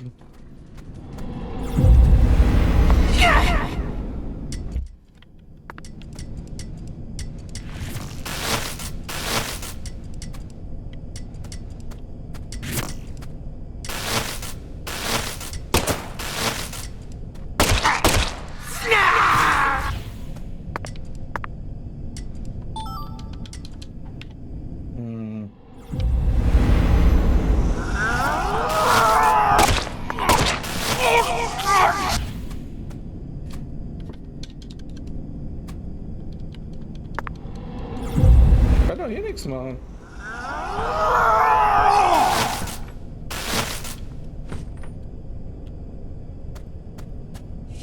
Was soll denn der Mist?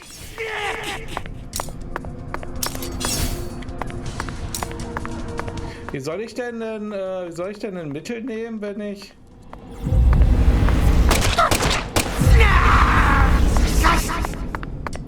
Das ergibt ja jetzt keinen Sinn.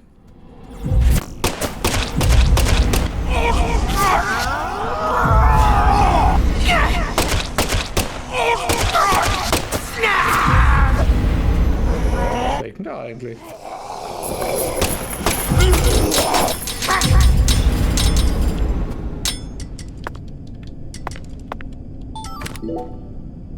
So, ich kann den Koffer benutzen. Aber... Kann nicht in mein Hauptinventar, also ich kann nicht hier in das Y-Menü.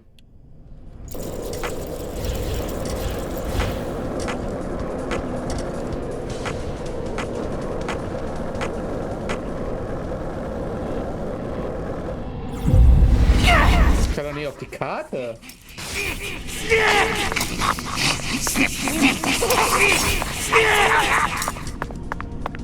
Das ist jetzt aber buggy, oder?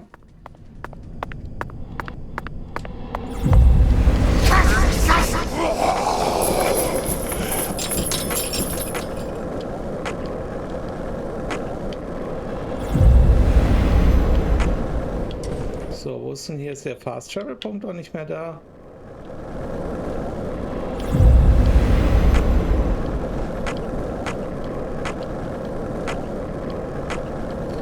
Warum zur Hölle? Ich kann ja praktisch gar nichts mehr machen. Was? Start, Select, Y?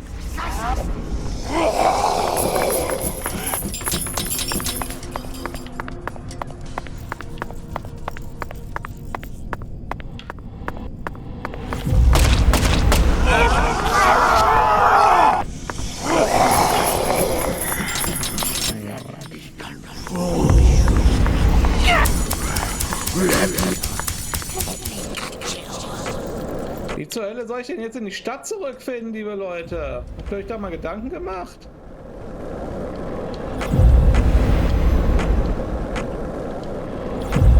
Ich weiß halt nicht, ob ich jetzt nicht irgendwie einen Bug getriggert habe.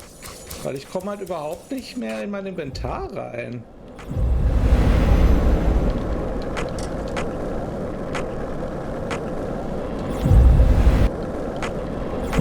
Ich habe nicht die geringste Ahnung, wo ich bin.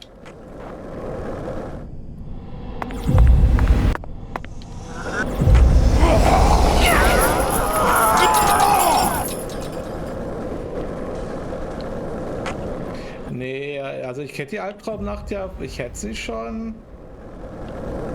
Ja, aber wir hatten, Moment, wir hatten zwischendurch. Wir hatten ja zwischendurch auf jeden Fall eine Karte. Ich hatte das Gefühl, wir hatten, bis irgendwas passiert ist, eine Karte.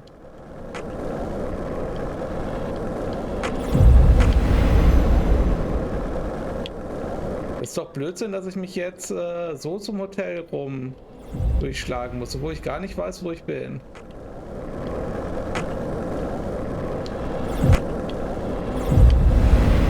Aber wie soll ich so denn irgendwas finden?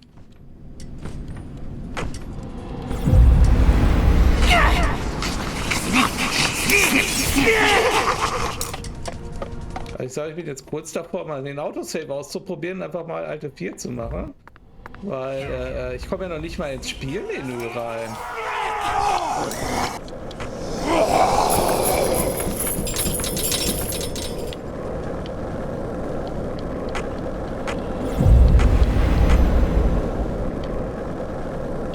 Ich wundert halt auch, dass die Zeit nicht weiterläuft.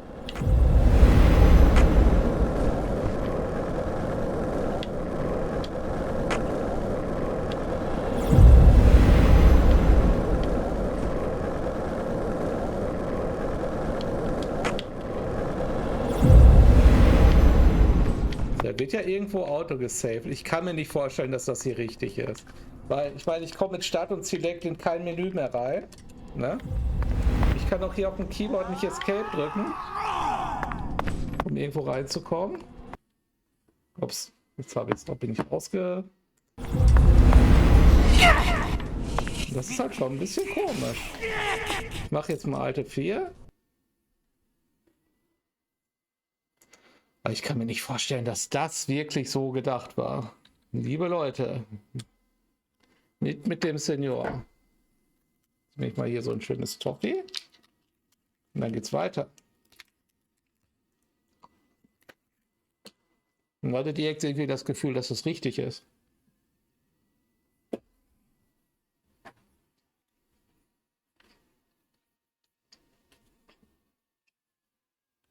Mhm. So, wie wäre es mal mit hier das Spiel zeigen? I know you can it. Ich sehe das Spiel schon längst. Jetzt.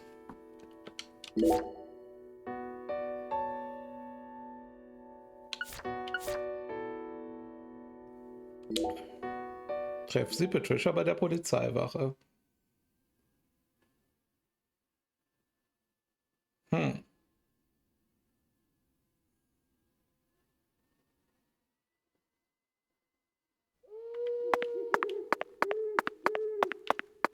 So.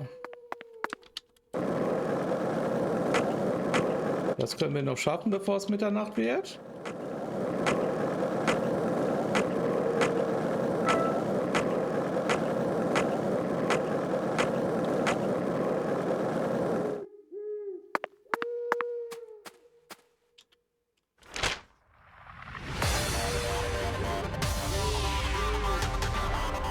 Aber das machen wir nicht mitten in der Nacht.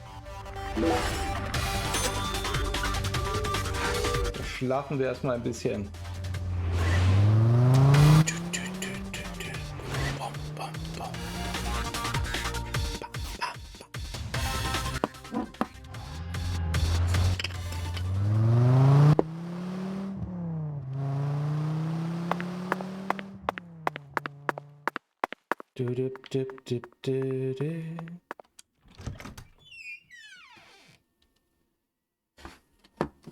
hat das Spiel auch sicherlich nichts gegen, wenn wir erstmal ein Stündchen schlafen.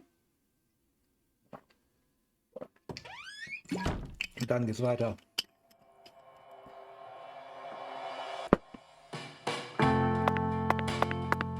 Da, da, da, da, da, da, da, da, da, da.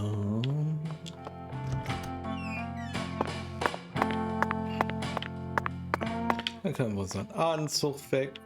Doch, Anzug wechseln.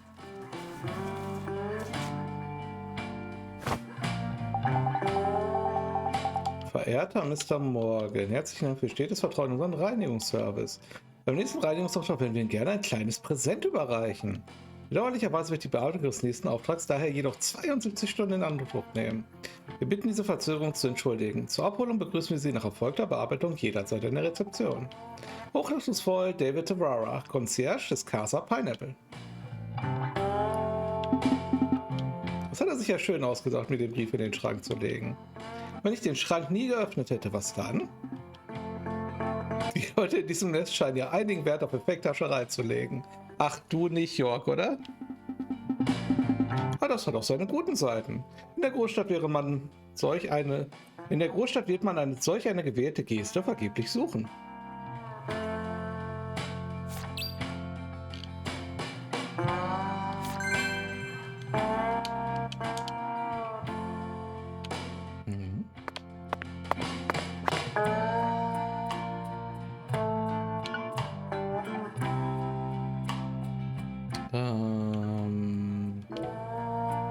Anziehen und in die Reinigung gehen.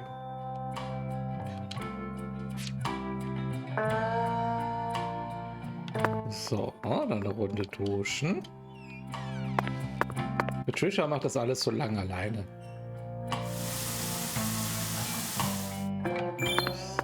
So. Dann schlafen wir mal ein paar Stündchen.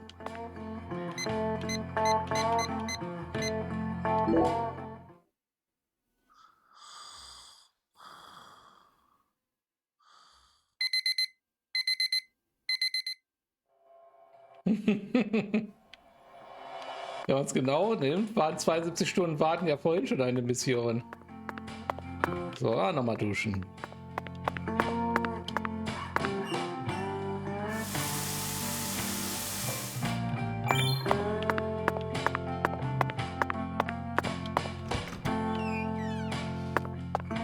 So, dann das leckere Frühstück genießen.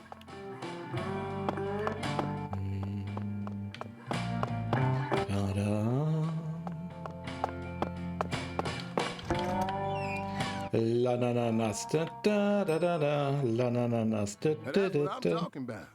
You can't get so make. Eine schöne Meeresfrüchteplatte zum Frühstück.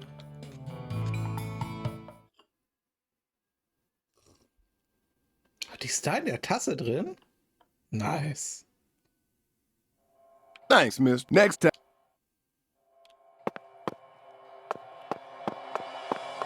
Hungry?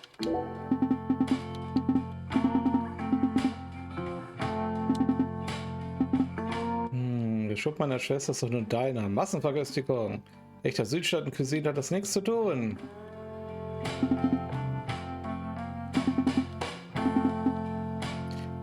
Ach. Es schmeckt ihm einfach zu bäuerlich, die Kaijun-Küche. Oh, eine neue Nebenmission? Das ist richtig ungerecht, was? Suche erstmal das hier und wenn du das hast, sage ich dir, was ich als nächstes brauche.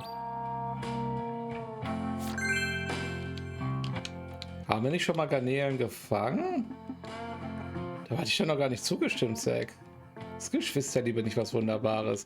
Du hast für meine Schwester Scheiß gemacht, jetzt machst du auch für mich Scheiß. Habe ich nicht schon Garnelen?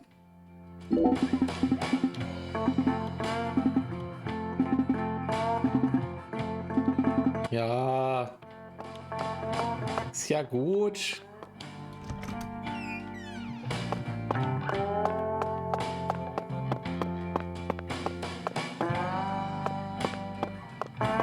Es wäre natürlich super gewesen, wenn man das halt auch in dieser Wartezeit hätte machen können. Aber nein. So. Ich hoffe mal, die Welt hat sich wieder beruhigt. Da können wir nämlich schön zum Polizeirevier gehen. Patricia hoffentlich irgendwann die schöne Nachricht sagen, die wir natürlich noch nie erraten haben in der Vergangenheit.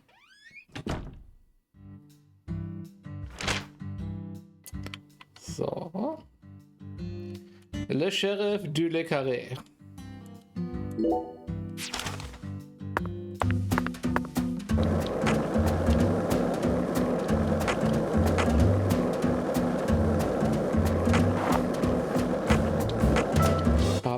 About Lena too, and all the other women we've seen so far Nein. on our travels across the states. Zach, I'm right, aren't I? This is a vast country. Incredibly vast. Da, da, da, di, da, da.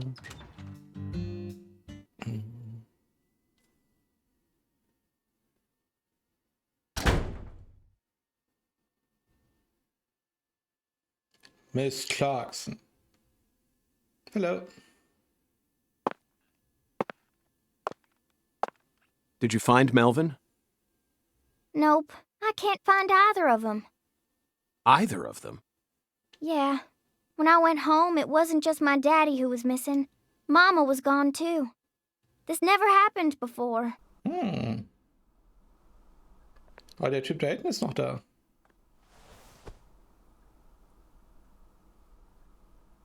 Zach, we need to stop Professor R's plan no matter what it takes. Relax, Patty. You don't need to worry about a thing. I'm sure that Melvin just stumbled across an important clue that's stolen his attention for now.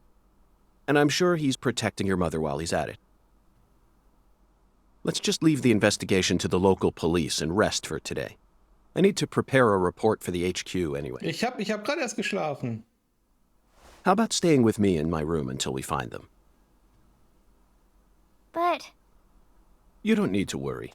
I can't make you any homemade food, but I've got a first-class chef and a first-class concierge at my disposal. Und das sind die gleichen Leute. And a very affable bellboy. It's a lot of fun at that hotel. okay, I guess. Thanks, Agent York. You're a lady, so you take the bed. Zach and I will be fine on the couch. Na gut. Wir kommen da zwar jetzt gerade erst her, aber ich habe ja selber die Dramaturgie kaputt gemacht.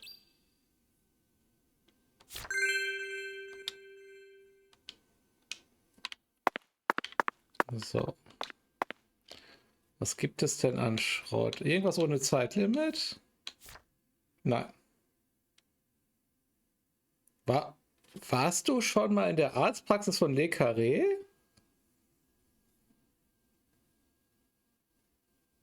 Ja. Wir waren da doch schon mal, oder? Die ist so in der Kirche.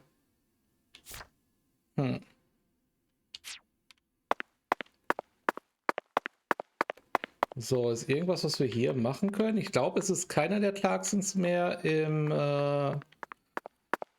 Bau. Ich glaube, sie sind alle platt. Sind überhaupt noch Clarksons da?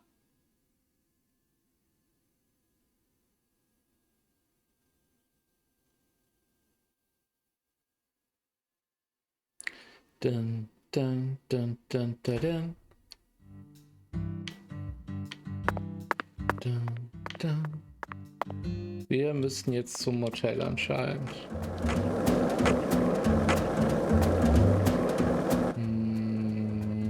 Wir könnten mal gucken, ob wir vorher nicht beim Livre da vorbeigucken können. Weil wir haben ja jetzt jede Menge Upgrade-Material gekriegt. Hoffe ich. Mit ein bisschen Glück können wir das für Mist einsetzen.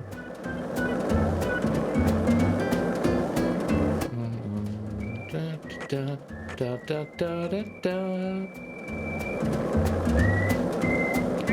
Da, da, da.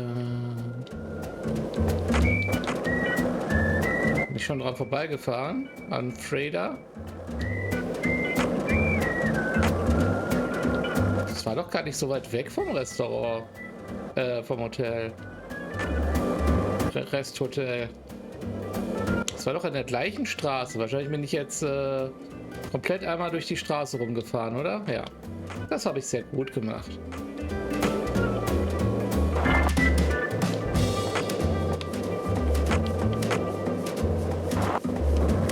Meinst du, ich bin eigentlich gut ausgestattet?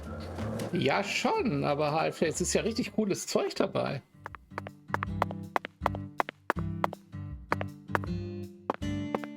Alligator Voodoo Shop. Ich meine, das ist der Alligator Voodoo Shop, da wollen wir immer hin.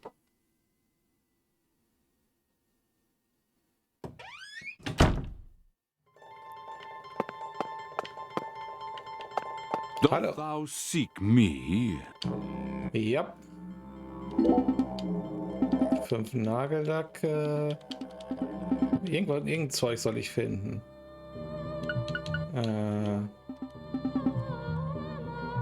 Was? Komm wieder, wenn du Geld hast? Ich hab Geld.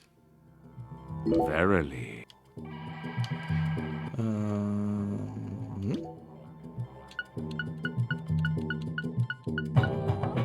Jetzt fehlen Glasperlen.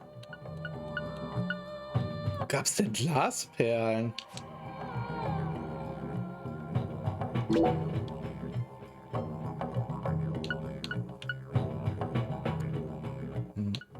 Oh, Magazingröße ist nicht schlecht.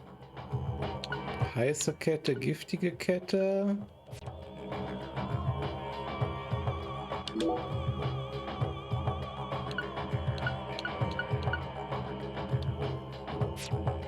I can see it. Thou. Ich glaube, wir lassen es doch erstmal. Domo Arigato, Mr. Arigato. Domo Alligator, Mr. Arigato. Ich habe irgendwie das Gefühl, wir brauchen die Upgrades gar nicht so sehr.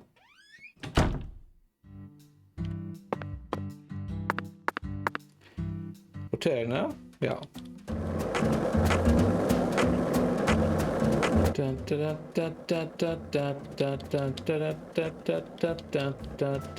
Domo Arigato.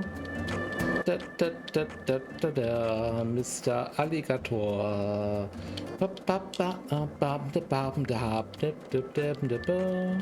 Was möchtest du mir über Brücken sagen? The streets in New Orleans were a mess. All busted up and undergoing maintenance. The city was built on...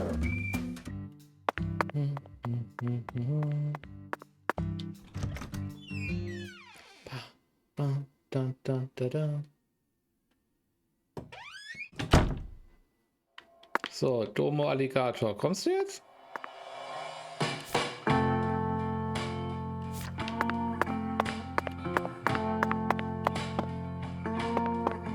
Warum kommst du jetzt nicht mit?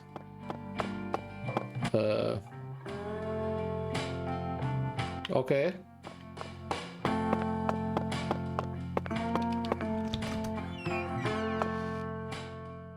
Domo Alligator.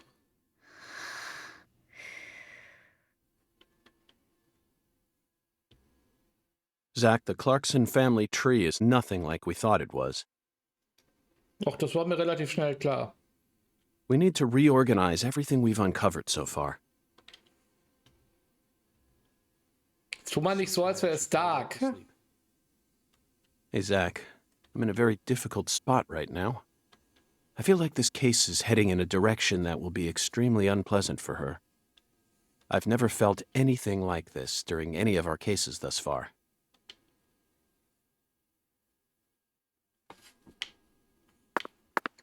So, jetzt rearrangen wir den Family Tree. Sie hört uns wahrscheinlich dabei zu. Und ich meine, es steht da an der Wand. Wenn wir es jetzt erstmal an die Wand schreiben, dann können wir es vorher auch nicht mehr geheim halten. First, let's go back to the beginning. Lise Clarkson's body was found hanging under a bridge over the bayou, in a deserted spot close to where the bayou meets the Mississippi. The one who fired the pistol at Heaven surely had no idea what he would find there. Speaking of which, Zach, Chuck, the man who started this race we're running, What's his occupation?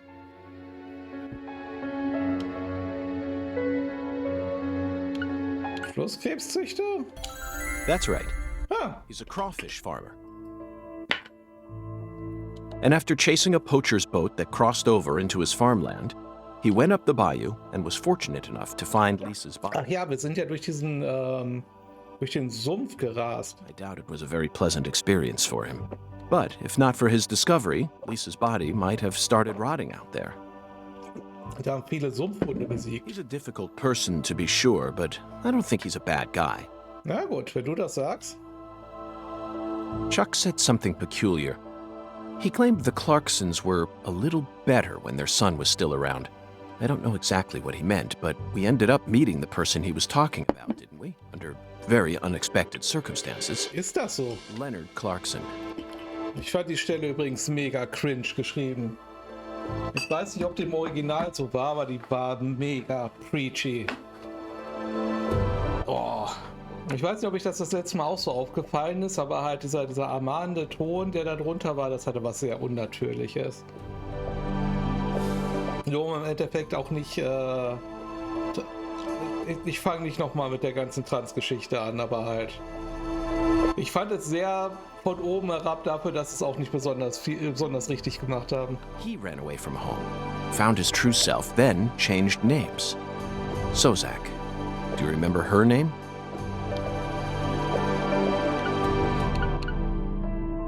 Lena Domen?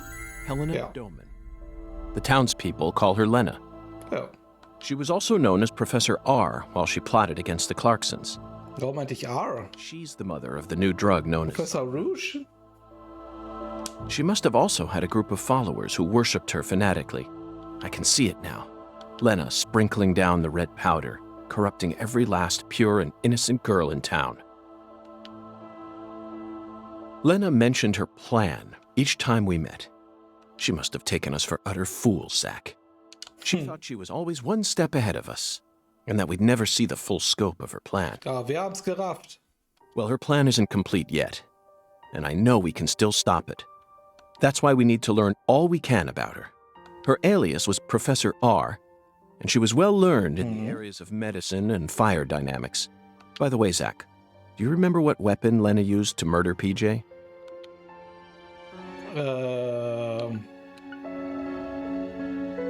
Mit einer Minibombe.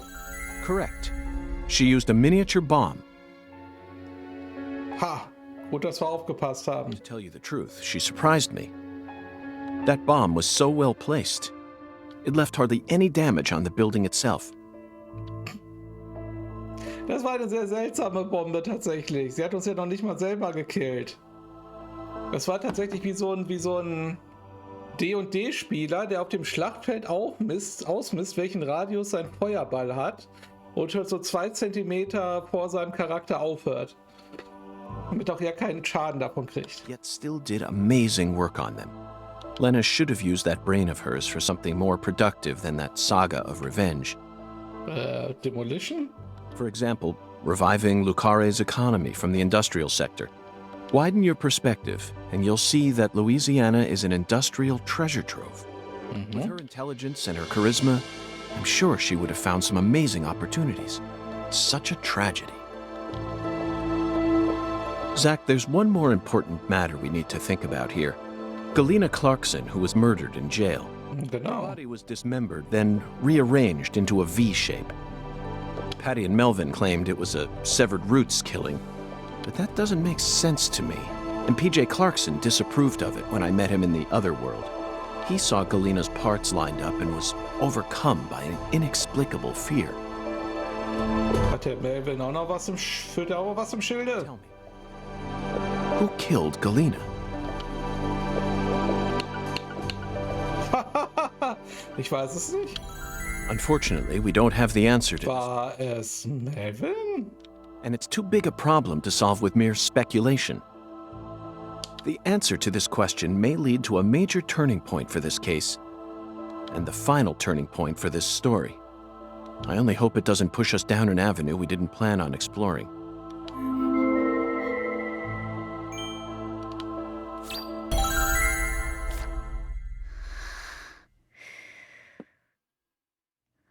Schnarch, schnarch.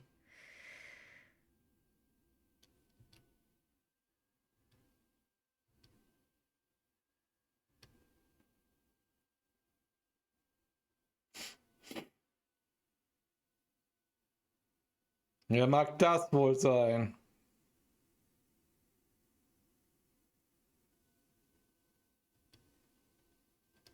Hey, Zach. Do you remember PJ's last words? Lena had intercourse with her older sister. Da, Her da, own da, flesh da. and blood. This means there's still one more person out there who inherited PJ's blood.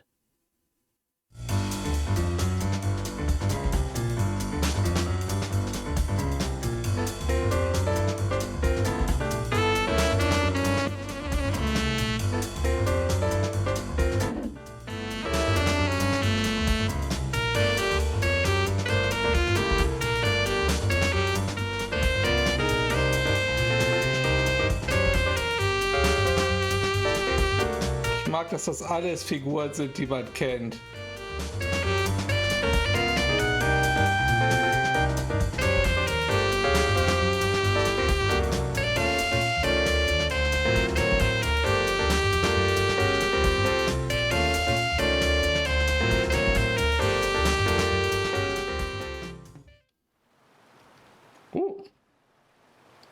What is happening here? Oh, fucking poachers, now I gotcha. Caught you red-handed. Kauf dir mal so einen Nasenhaarschneider. Sind gar nicht teuer.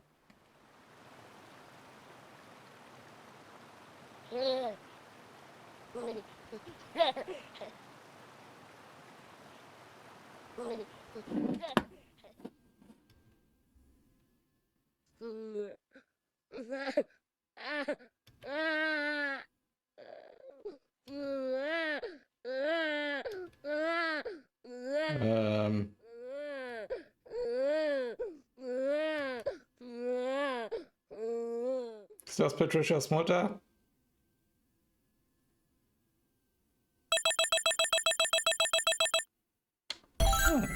Oh, S-Rank für Shitkopf.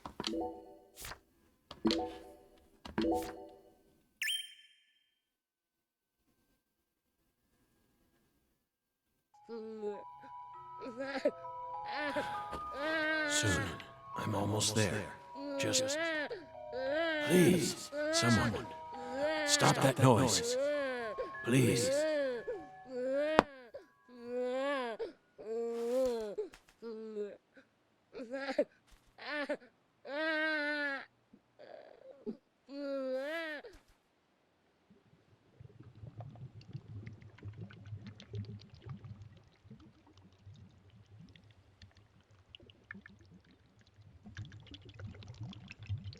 Jumpscare incoming?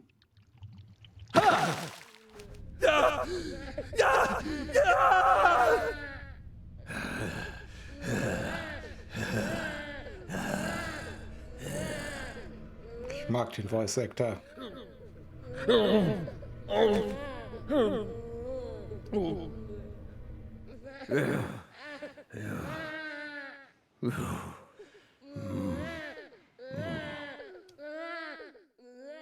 Was ist los mit dir, Zack? Oh. Oh. Oh.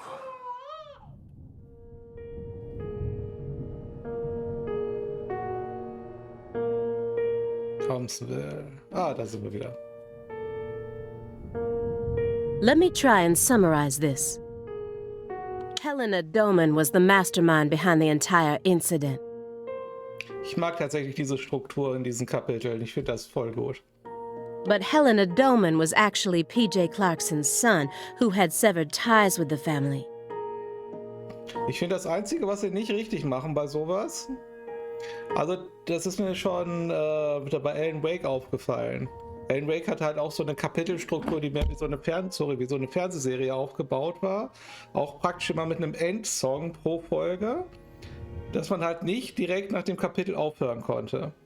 Also praktisch hier konntest du speichern und danach hätte ich halt, damit das rund ist, gerne so ein Menü, wo dann steht, halt nach Kapitel beenden oder sowas. So dass ich dann praktisch dieses Serienfeeling auch habe, wenn ich das Spiel wieder lade und dann dieser Rückblick kommt. Also diese Zusammenfassung kommt. Das fände ich cool. Helena was also known as Professor R, the mother brain behind the drug known as Sang Rouge. Die Frage ist, wer bist du, Elijah Davis? Du musst doch auch irgendwas mit der Story zu tun haben. That's right. She was responsible for everything? Not everything, but most of it. Almost everything went according to her plan. But if you'd already figured out that much, why did you continue to stay in Lucare? Because we had to.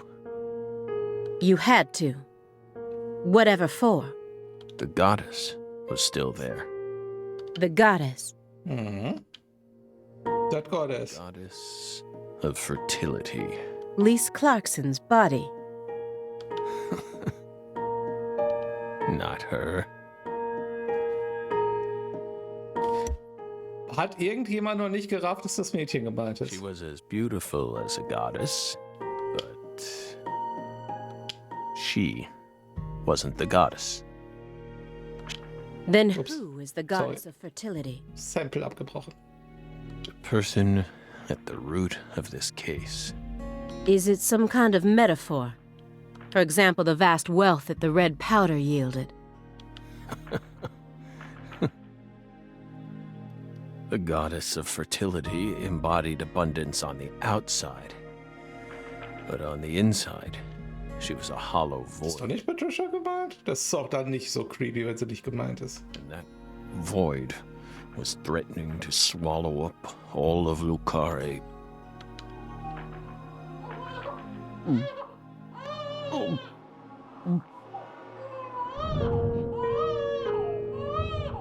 Geht's dir nicht gut? Shut up! Shut up! Shut up! Shut up!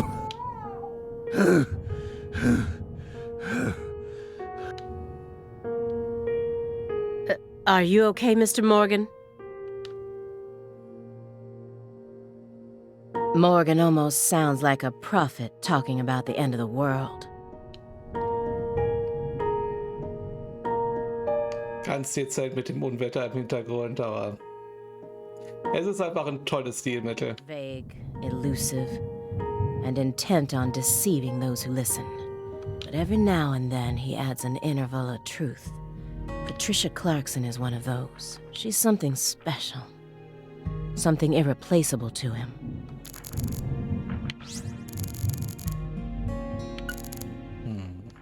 It looks like he burned something other than firewood in here. Did he destroy something when he figured out we were coming? Or maybe it's just a red herring meant to throw us off. I know how he operates. I can't take anything at face value.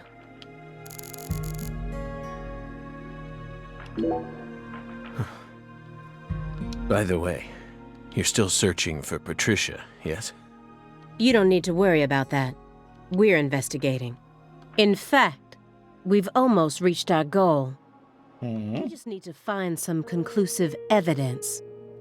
Oh, we sincerely hope that's the case. Hard to believe, though. After all, so far you've just been barking up the wrong tree. Barking up the wrong tree. That's right. You shouldn't be wasting time here. You should be out there, looking for her. Then I'll just ask you straight Ich away. lieb sein Do Apartment. you know where she is? Das Chaos kommt mir so bekannt vor. No, we don't. But we can feel her when we close our eyes and become one with the world. It's very faint, but we can see her. We can see. Are you trying to distract me again? Or do you really expect me to believe you're clairvoyant or something? What do you think we are, X-Men? It's metaphysical offender profiling. Ah, Metaphysical Offender Profile. He actually asked me where Patricia is? Does he have full confidence that we'll never find her? Fine. I can deal with that. I'll just ask him everything I can about the Le Carré case. Okay, da haben wir nix. Low-fat vitamin D milk cartons. Why are they all lined up so neatly? Warum nicht? This square area enclosed by milk cartons. Is it another sanctuary? The more I look around, the more I feel like there's some sort of system to all this. Ich mag ihre Agent Scully-Energie. The sanctuary on this table. The fireplace sanctuary. And the milk carton sanctuary. Obwohl, Moment, das ist ein Viereck, die anderen sind doch Dreiecke, oder? They all lead into the room back there. And there's one more by the window, and yet another by my feet. Are they signs? Or is this all some sort of path? Ach, das sind Pfeile. Aha. Hey, Belle. Aber... Ja, aber es sind... Ein gleichschenkliges Dreieck kann ja überall hin zeigen. Is that a serious question? Of course it is. We're drying them out. We line the milk cartons up to dry them out, so we can turn them into Halloween decorations. Ich hoffe, du hast sie vorher ausgespült. Halloween? It's only January. This is America, land of the free. Got a problem with that? Problem? Ich weiß nicht, ob ich das Meme nachmachen kann.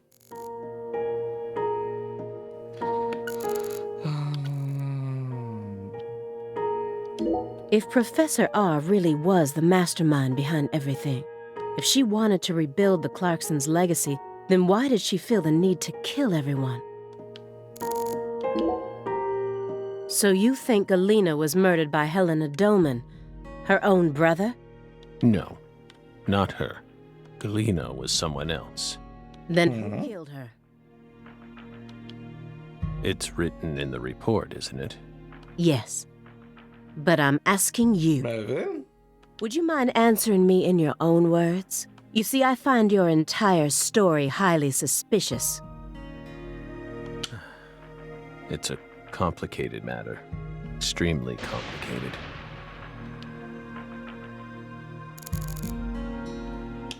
Professor R was a Clarkson, and also the mother of Saint Rouge. By the way, how did the FBI find Lisa's body? After 14 whole years. Gute Frage eigentlich. That's none of your business. Are you saying they just happened to be investigating the Clarksons' cold storage warehouse by pure chance? That there was some undercover terrorism plot afoot there? I said it's none of your business. Well, then we'll just have to guess. It was an anonymous tip. Ooh. A tip related to Saint Rouge. Did we hit the nail on the head, Belle? Wissen wir noch nicht. Mit dem Fräulein. Was kommt mir so komisch vor? Bei Belle ist ja eher so was. Ja, aber trifft meine Hübsche. Belle ist ja, es kommt ja von schön. So Southern Belle und so. Aber halt Fräulein. Komisch. Aber ist meine Hübsche ein bisschen zu viel? Also sie einfach Belle zu nennen? But Selber Bud. that's not what we want to know about. After all, the FBI gets hundreds Hallo, of Klasper. tips every day. Right, my fairy? It was always that way, even back when we were on duty. Here's what we really want to know. Why, out of all those tips, did you select that one? Hat sie auch was damit zu tun? Das ist eine gute Frage. Ob wirklich die Gegenwart was mit dem Fall zu tun hat. Das wäre interessant. Das Brückenstory-Spiel. Hör mir auf. Hör mir auf. Ich habe manchmal Albträume, in denen mir jemand was von Brücken erzählen will. Would you tell us that much, Belle? What urged you to make a beeline straight for this case? That's none of your business. Aha. Don't let him draw you into his game. Stay calm, Aaliyah Davis. Am I winning here or... No, I need to stay positive. I have to solve this case no matter what it takes. I can't lose courage here. Was ist denn mit ihr? The future influences the present just as much as the past. Ja, ich habe da geguckt. You asked me why I spent an entire 2 days observing you before I came to speak with you. Well, here's why. Over those 49 hours, I observed the intervals between your actions. When you were neither doing something nor doing nothing. I intently studied your intervals between action to action. And people reveal everything during the intervals between their actions. Tun sie das? For example, when you eat alone versus eating with someone else. The most prominent differences always appear when someone either begins or finishes eating a meal. And since these are unconscious actions, they can't be consciously hidden.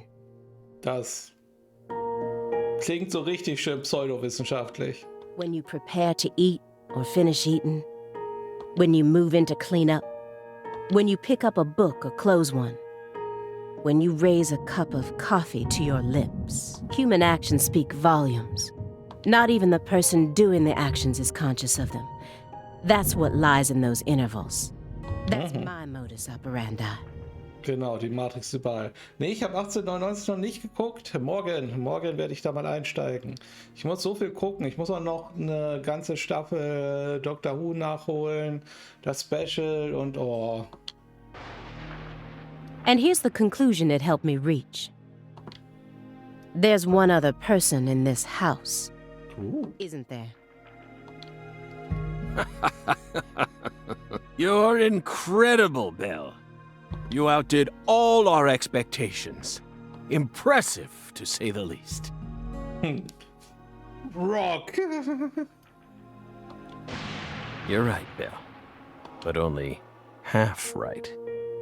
Half? You should still be proud, though. Honestly, we never thought you'd make it this far. You've got real talent.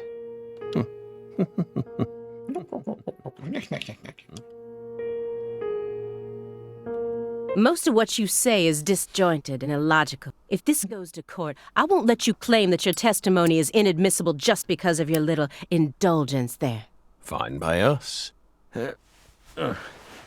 Joint? Ah. You can even put it in writing if you want. We won't run or hide. Will we, my fairy? Where's the paper? I know I had it around here somewhere. Where? Wahrscheinlich liegt's auf dem Boden, mein Freund. Nicht auskotzen. We're fine. Hey, everything okay? What's going on out here? Oh, don't tell me. He's just suffering from nausea. I was Ich hab ihn noch nicht erschossen. You were in there for quite some time. Yeah, sorry. Ever since you got here, I've been all backed up. Mr. Morgan, can you stand? Oh. Is this a sign from a coffee? What could it be? What is it trying to tell me? Das ist sehr unauffällig. Is that a dragonfly?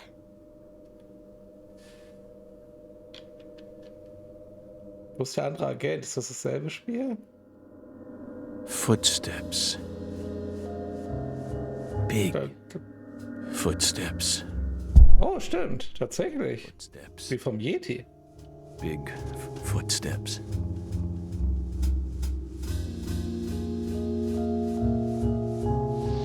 Some odd fella was following her around, stalking her like. That poor girl, Lise, she was a druggie. Welchen anderen Agent meinst du? And she was into the really bad stuff. The red soul has the power to amplify the unique characteristics we all possess, mentally and physically. That's why I created the holy red powder. Ach so, das spielt ja auf 2 Zeitebenen. Genau, das ist jetzt 2019, wo diese Zwischensequenzen spielen. Hey. Und in den anderen spielen wir York. Also das ist Zack. Also der Zack, mit dem er immer spricht. In der Zukunft, der mit ihm in einem Kopf wohnt. Und in der Vergangenheit spielen wir ja immer York. Der ist Skateboard-Gründer. Genau. Das ist praktisch, rein körperlich ist es der Alte davon. Aber nicht so wirklich. Also es ist nicht die gleiche Identität. We're fine. Deswegen ist er auch ein Arsch. Just feeling a little tired. Would you take us to get our medicine? Sure. It's in the bathroom, right?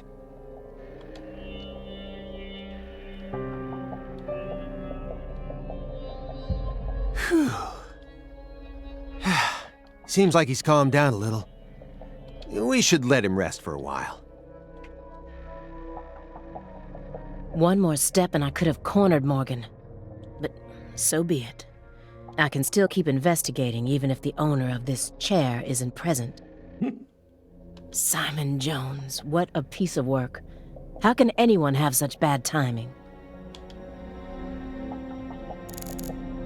Wahrscheinlich hat er auch noch was damit zu tun. Ich dachte immer, das hier ist nur eine Rahmung, aber vielleicht haben die tatsächlich was mit dem Fall zu tun.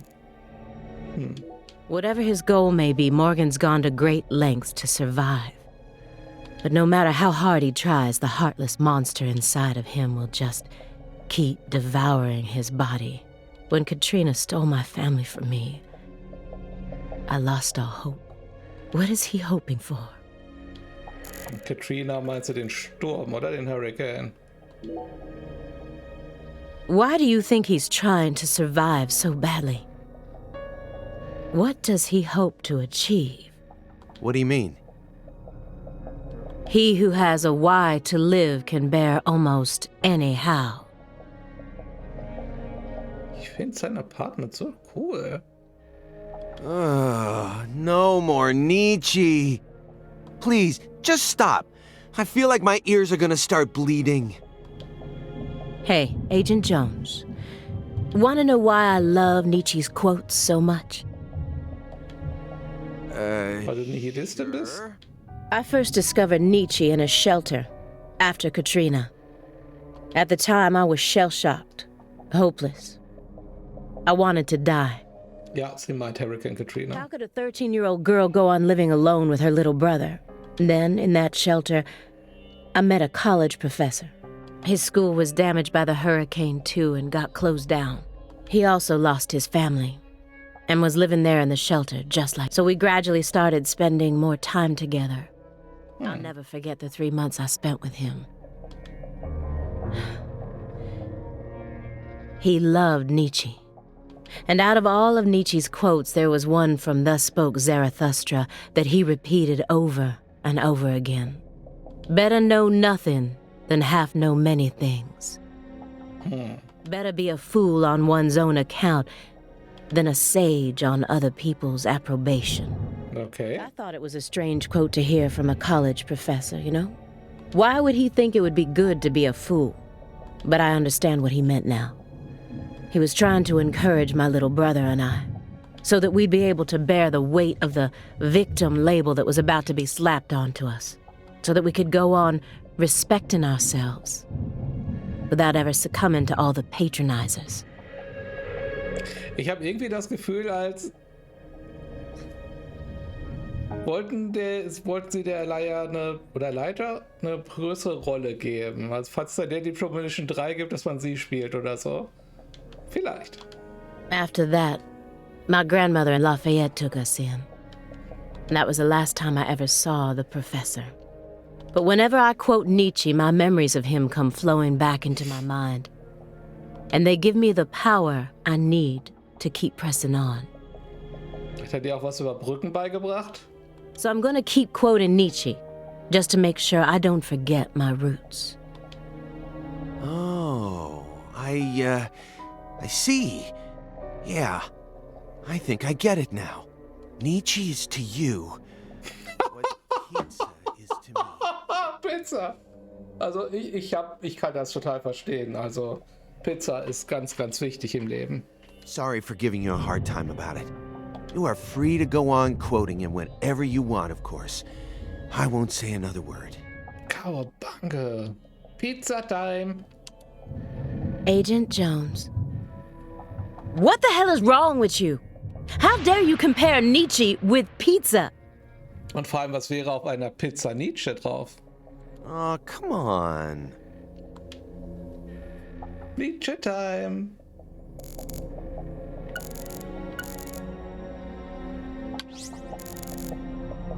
Da ist auch Pizza.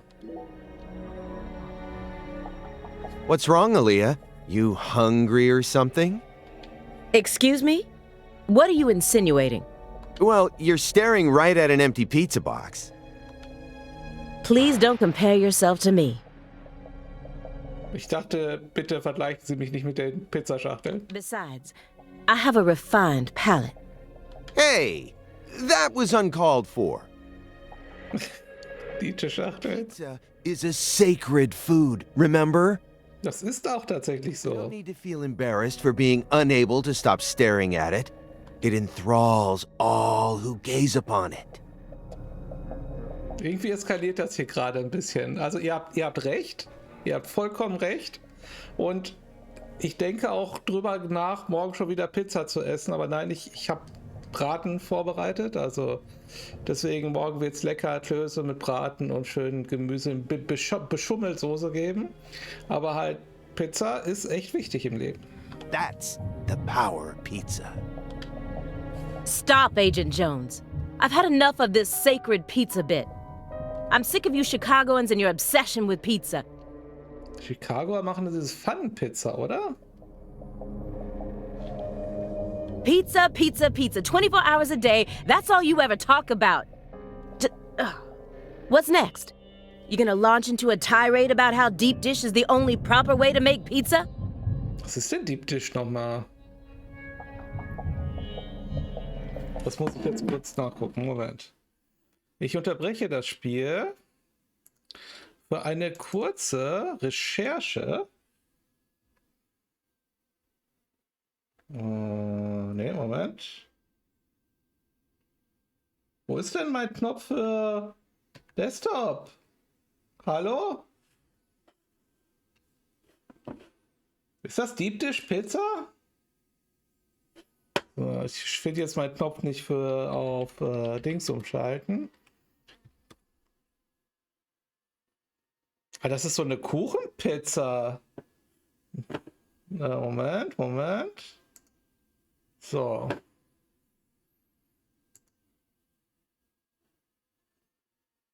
Ah, das ist ja interessant.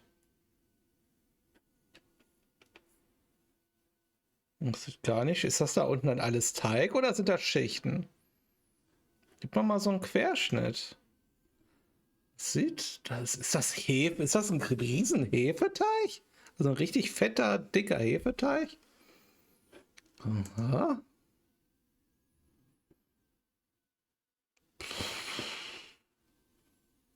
Biscuitartiger Boden. Das scheint auch kein normaler Hefeboden zu sein. Lass uns mal ganz kurz gucken, wie das funktioniert. Okay, ist auf jeden Fall Dry Yeast, das ist Hefe. Sugar, das sieht ganz nach einem ganz normalen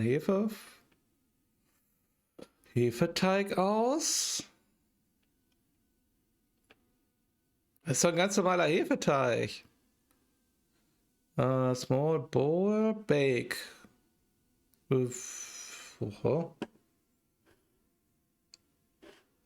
Glaubst du bei der Schwiegermutter als Pizzakuchen? Ja. Interessant. Wir returnen mal to game. Aber ich glaube, das mache ich tatsächlich mal. Ich habe besonders luftig auf. Das stimmt, natürlich so ein Brocken. Ich muss tatsächlich mal gucken, weil wenn das in so einer Form ist... Also ich hab Bedenken, dass der Teig zu fest wird. Ich muss das mal recherchieren. Vielleicht kann ich beim nächsten Deadly Premonition Stream schon mehr dazu sagen. No, no, no, Aaliyah. You just don't get it, do you? As a Chicagoan, I'm proud of the deep dish pizza.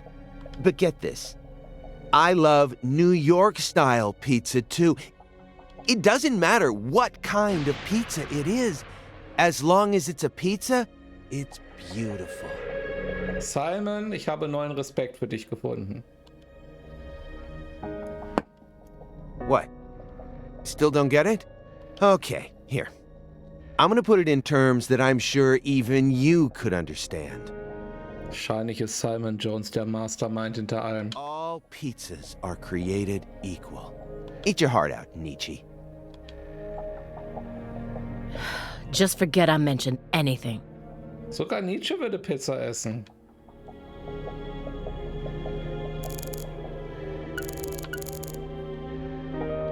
Agent Jones has been acting strange the entire time we've been here. He told me he wasn't very good at dealing with suspects in person, but can anyone be this bad at it? Is he hiding something? Or maybe our suspect found some dirt on him. Either way, I wish he'd stop trying to drag me down with him. Let me get one thing straight. You started this investigation based on an anonymous tip, right? Hast du der anonyme Tipp? What kind of a tip was it? Phone or mail? What does that matter at this point? Du hast ihn gechannelt, das ist irgendwie creepy. This may surprise you, but these kinds of details really eat me up inside. I always get hung up on the most insignificant of details. Ich habe schon wieder jetzt Bock auf Pizza. Ich möchte das mit diesem Ding probieren. Aber ich habe nicht genug Mehl da. Enormes Tipp. Ein riesiges Trinkgeld war es, genau. Especially during the most vital times. For example, you know how people go to bed early the night before they have a big job? That's exactly the time where I start focusing on meaningless nonsense. Ja, und dann bin ich bis 2 Uhr nachts wach. Und da ärgere ich mich, dass ich auf der Arbeit müde bin. When did I last clip my nails? How long is my milk good for? Das frage ich mich selten, weil ich Haarmilch nutze. I just can't help myself. I can't resist the need to know. It's just the way I am. Wer bist du, Simon Jones? It was sent in an envelope. Postmarked December 28th, sent out from Louisiana. What did it have inside? A postcard with a dragonfly on it. A wrapped sample of Sang Rouge. And a note. What did it say? Investigate the Clarksons. FK. FK in the coffee. Das ist jetzt, das ist wirklich was für Leute, die den ersten Teil gespielt haben. That's it? Yes, that's it. Who's FK? Anonymous tip, remember? It's obviously just a fake name. Did you confirm that? Of course I did. Louisiana has a population of 4.5 million. The FBI database has a list of 6,682 individuals whose initials are FK. Und zufällig jemand, der mit Greenway zu tun hat? 1 out of every 6 individuals is a child under the age of 14, born after 2005. The remaining 5,500 people include those whose initials changed after they married, or incarcerated individuals. After subtracting those, I was left with 3,800. That's when I stopped searching for FK, and I decided to change up my approach. It isn't important where the tip came from. All that matters is solving the case. Außer es ist ein Verdächtiger. I got this far by taking the most efficient route possible. Are you satisfied now? Yeah. Thanks. I feel a lot better now. Yep, it all checks out. Eigentlich wirft das nur mehr Fragen auf, Leute. So, haben wir noch irgendwelche Tipps? Nein. I didn't think he'd gotten this bad. I can't let him die on me yet. I need to get more clues out of him before his time runs out. Shouldn't you look after him? I gave him his meds and let him rest. Let him rest where? In the bathtub. It happened to have a blanket and a pillow in it. Okay. What? But why? Wahrscheinlich, weil er gerne im Liegen duscht. Was für eine blöde Frage. I don't know. Maybe he sleeps in the tub. I feel like I saw that once in some vampire movie. I don't know what you're talking about. More importantly, how long has he been like that? It's stage 4 cancer. He's had it for a while now. No. I'm talking about his face. It looks as white as a sheet. You can even see all his veins. I've never heard of any cancer side effect like that. Ich dachte, das wäre jetzt so ein dramatischer Effekt. Der sieht wirklich so aus? Who knows? But now that you mention it, he started going really crazy around the beginning of December. In what way? He changed pizza places. This better not be another joke. Moment. Das ist... Also tatsächlich hat er recht. Also das sollte auch eine FBI-Agentin merken, wenn Leute ihre Muster ändern. Weil, also klar, Pizza mache ich selber, aber zum Beispiel wäre es schon sehr verdächtig, wenn ich auf einmal regelmäßig woanders meinen Döner holen würde. Mal davon abgesehen, dass der Südstadtdöner sehr lecker ist und halt auch wirklich nah ist. Aber halt, wenn ich jetzt sagen würde, nee, den mag ich nicht mehr, ich nehme jetzt den anderen Dönermann, dann ist das wichtig. It's not, really. It's not. Before December, he always used to order delivery from a Chicago-style joint all the way up near Medford. But one day, he took one look at one of their trademarked red boxes and took... Red, huh? You better believe it. He started screaming gibberish at the pizza boy and chased him away. Next thing I know, I see him toss the pizza box out his window. Do you think that's when his fear of red began surfacing more prominently? Beats me. I mean, there isn't a better Chicago-style pizza place that delivers around this area. Ich frage mich, ob es den Laden wirklich gibt. Also, weil der ist jetzt hier so vage beschrieben. Ich glaube, den gibt's How wirklich. could someone give up on that just because they don't like the box? I don't get it. Were you serious for even a fraction of that story? The letter that was delivered to me bore the Clarkson symbol. A postcard decorated with a dragonfly. The mark of the Clarkson family. A single sheet of paper ordering me to investigate the Clarksons. And... Neue Hinweise. Blitz am Himmel. a soft spot? Ugh. He doesn't even understand the first thing about me. Ready to spill the beans, Aaliyah? Mhm.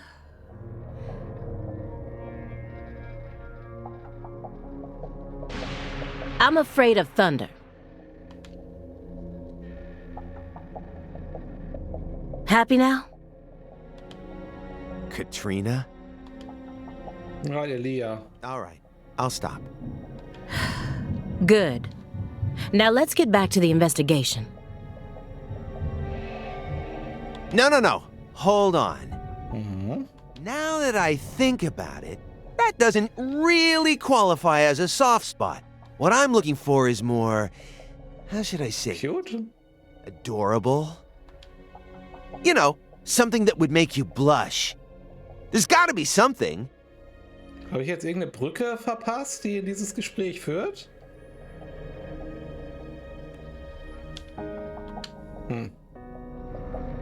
Please, I'm begging. I love koalas. Koalas sind niedlich, aber So doof. cute. I can't resist them. Die sind aber auch echt dämliche Viecher. All I need to do is look at a picture of one and fuzzy wuzzies swim all over me. I mean, the way they look, the way they're shaped, the color of their fur. I mean, even down to how they only eat eucalyptus. I just love everything about them.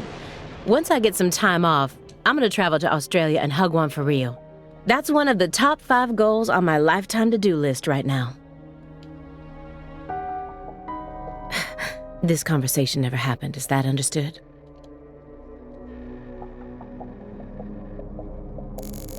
So langsam will ich wieder was über Brücken hören. Du hättest doch nicht alle Gespräche über Brücken wegdrücken sollen, genau. So many records. Übrigens, Panda-Bären sind fast Koalas, oder? I guess it doesn't matter what kind of person Nee, you are. wahrscheinlich nicht. Everyone loves some kind of music. That's one of the reasons why music is so powerful. Who collects vinyl in an age like this when you can stream just about anything? Sammler? True. Morgan's got refined taste. Ja, doch Musikkassetten, ja. You really think so? Now, even I thought they were cool back when the vinyl revival first started. So Vinyl Revival, But klingt now- schön. Every suburban mall has its own vinyl shop right next to the novelty store. At this point, it's become a solid component of modern snobism, which only makes them that much more uncool. People who know nothing about real music are buying them up just so they can decorate their walls with cute album art. How do you ever have time to enjoy anything when you're always so busy putting people down? Hier habe ich das Gefühl, ich bin mit den beiden gerade ein Bier trinken. Excuse me? You're like IBS. You keep flaring up at the worst times and there's no end in sight. Was ein Vergleich. Ihr arbeitet aber schon noch zusammen, oder? And when you're alone with Morgan, it's just an all-out war zone. We're in the middle of a very important investigation right now. Don't you think we ought to take it seriously? To me, it just looks like you're putting yourself under a lot of stress for no good reason. Why can't you, show a little humanity once in a while? Does one need humanity in order to track down criminals? Ich glaube schon. Yes, one does. Well, I don't.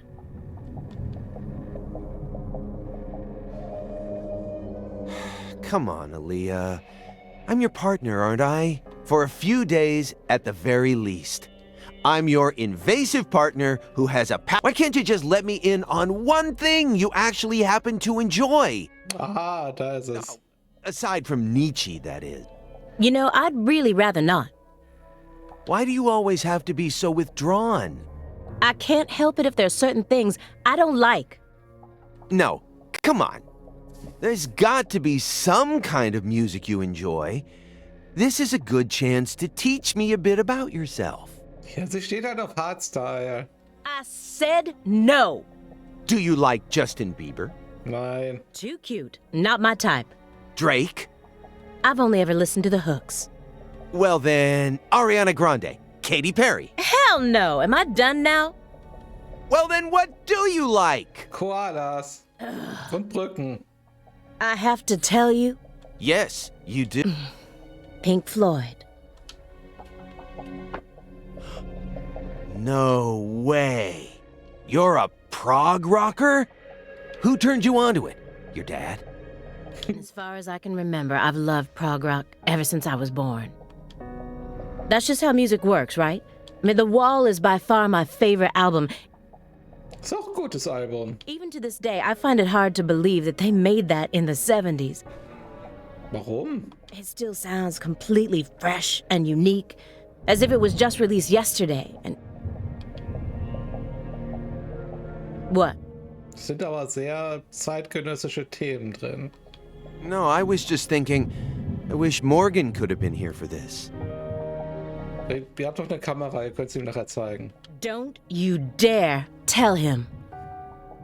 Ich lass mich nicht in die Nietzsche-Nische schenken, genau. Nietzsche.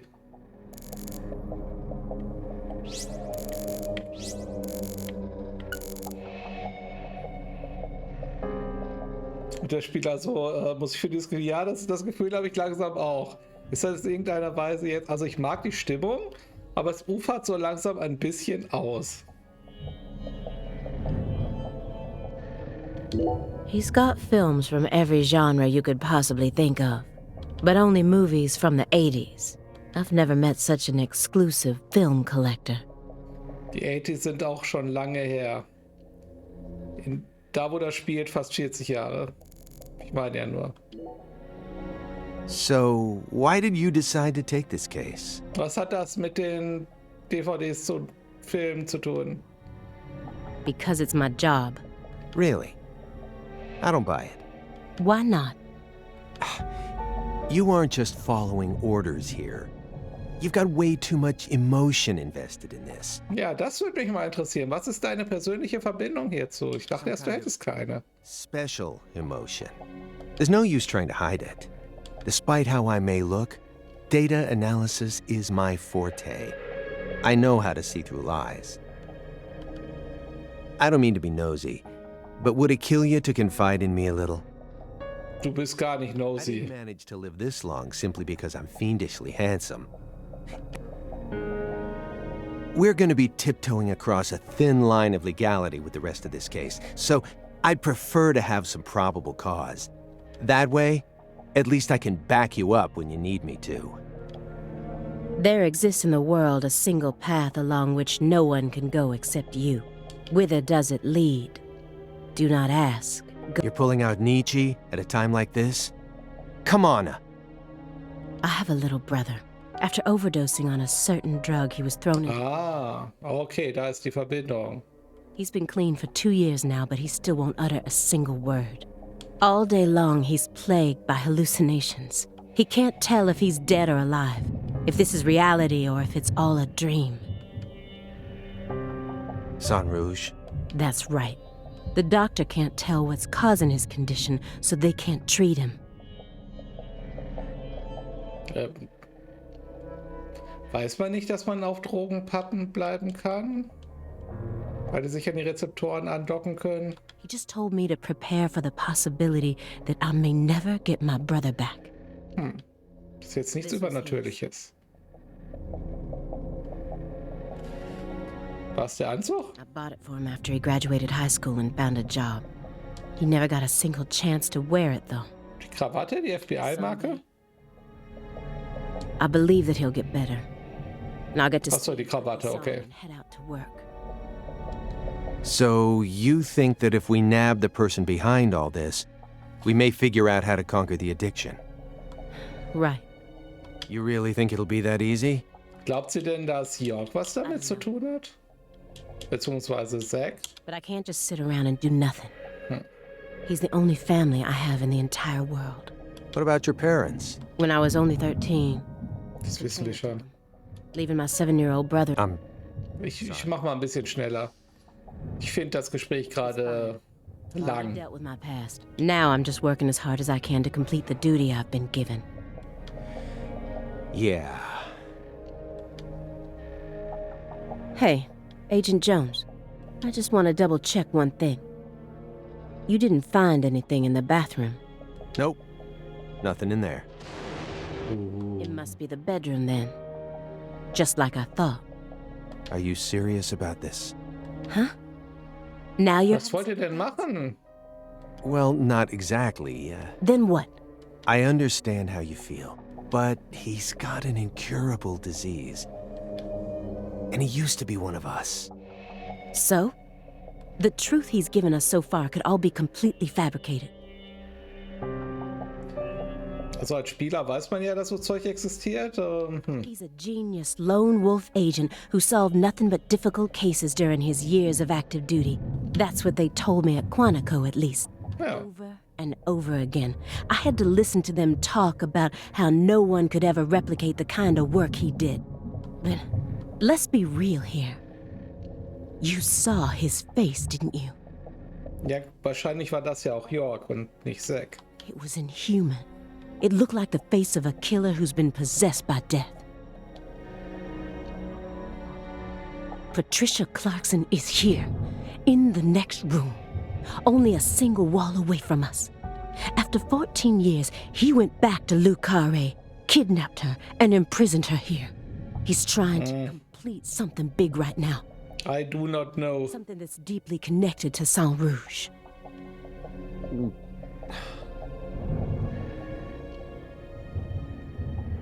Ah, die Story geht weiter. Hoffe ich.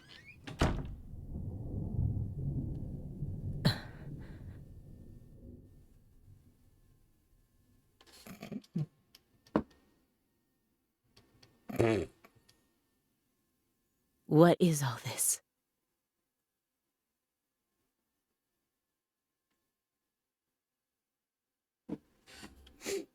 Ein niedlicher Raum, ich mag ihn.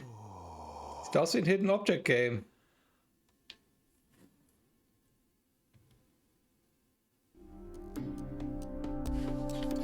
Du kannst ihn mal wieder steuern. Oh. Aber nur in eine Richtung. Selbst wenn ich zurückdrücke, geht sie nach vorne. Oh, da sehe ich aber was mit Teil 1 zu tun hat. Ich hoffe mal, ihr werdet jetzt nicht gleich gespoilert. Ich denke mal nicht. Pictures of people from Lucare. Weil das da auf der anderen Seite ist Greenvale. And this wall is dedicated to Greenvale. All the deceased have been crossed out. Nicht so viel gucke, sonst seht ihr, wer stirbt. Sheriff Melvin Woods.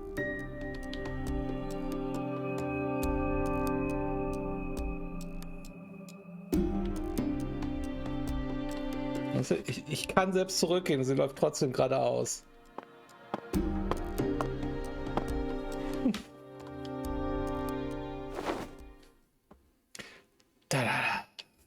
Lise Clarkson? Where's Patricia?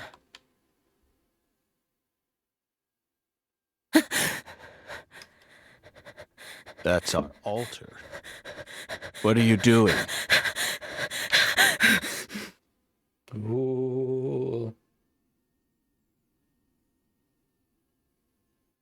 Ich hätte gerade ein bisschen erwartet, dass wir praktisch durch die Tür geht und wir dann wieder in der Vergangenheit sind. So, da ist er, Dinosaurus, klassbar. 2005, der Brückenexperte. Lucare, Louisiana.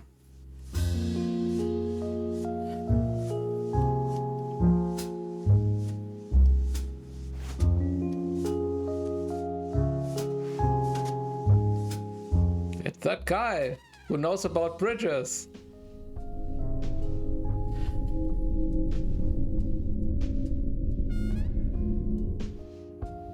York! Agent York! York! Agent York! York! Agent York! York! Hey! Agent York! Agent York? Hey! Hey, Agent York.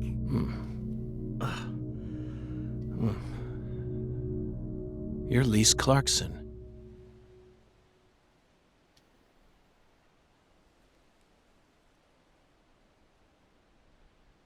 What's wrong? You're acting weird. Denk dran, nicht die Drogen nehmen, nur ermitteln. Sorry, Patty, I'm fine now.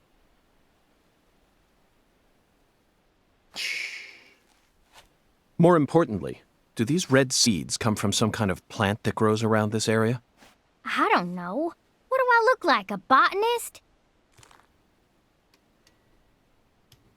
This isn't your average backwoods town. The Clarksons' ego and control has been piercing the town's heart like a massive dinosaur bone. But over What? this past Was ist das für ein Bild? time has been busy eroding the beast's power from within. And now, the very thing that once fortified this town is polluting it with putrid gas and rotten marrow.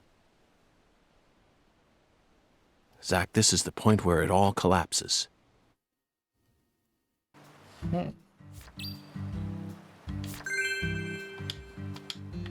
Ah, wir können mal wieder was tun. Hi, hi, hi. Du, weißt du irgendwas über Brücken, Patty? Did you notice anything strange before your daddy went missing? Did he seem different from usual? Or say things that didn't make sense? Nope. He was the same as always. We talked a lot.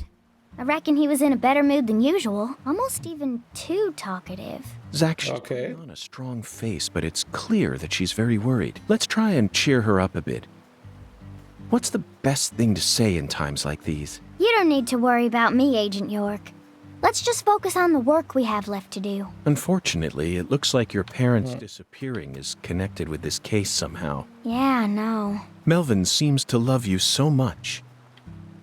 It's hard for me to believe he would just disappear and leave you all alone. Something must be afoot here. I wish I could tell you I'm sure they're okay, even without any evidence. But I hate lies, Patty. I can't guarantee that they're safe. That's my honest opinion. I'm trying to prepare myself for it, but I want to hope that they're okay. Of course. Zach and I feel the same way, but if you happen to think of anything that might help, please let me know. Even the tiniest piece of information could end up coming in handy. Yeah, I understand.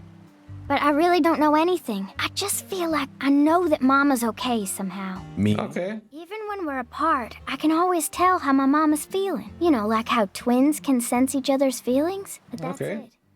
I can't tell where she is or what she's doing. Besides, I'm just a kid. Can't really trust what I'm saying, can you? Zach, it seems like she and her mother possess some kind of secret bond, but we shouldn't try to force it out of her. Yes, you're exactly right. Let's just keep our eyes on her for now. Genau, lass uns ein bisschen Steine hüpfen spielen. Ja.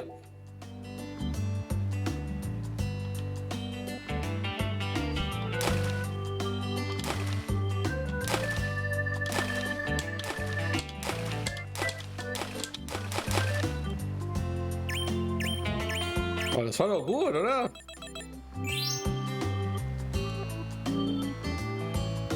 Nochmal? Ja, komm, einen noch. Der sieht gut aus.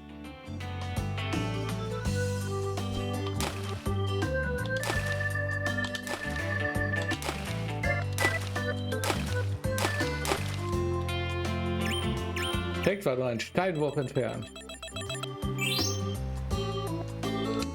So. Jetzt hatten wir jetzt etwas Entspannung. Jetzt gucken wir uns den Tatort an. Tada.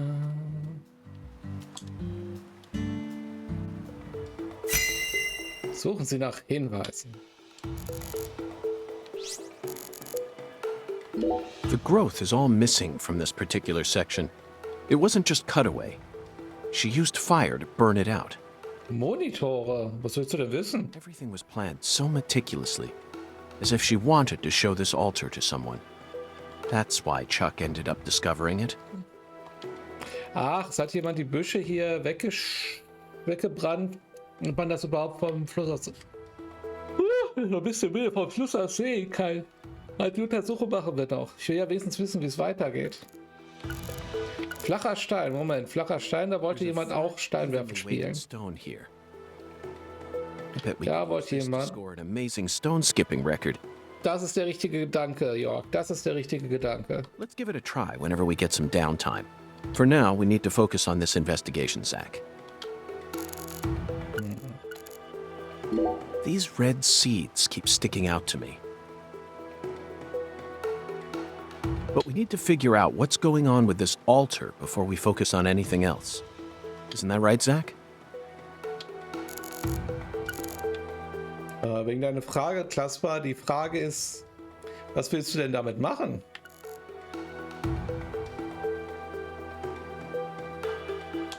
Zach, this is an ominous sign. Among all the different footprints here are a set made from engineer boots. Ist Engineer Boots ein Markenname? Das ist einfach Arbeitsstiefel. Also was ich dir jetzt sagen kann, ich habe halt zweimal 1440p Monitore, relativ günstige. Aber es ist halt, ich zock halt nicht in 1000 Milliarden Hertz, deswegen... Yes, I know. Ja. He probably only made them when he came to inspect the scene. I'm sure that Patty and I left our own set of prints here too.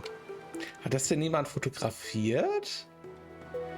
Warum sind wir denn hier und latschen nochmal da rum? Das wird doch irgendjemand vorher abfotografiert haben. Haben die hier nicht irgend so einen Dexter, der sich das anguckt? But how do you explain the set that's inside the yellow tape?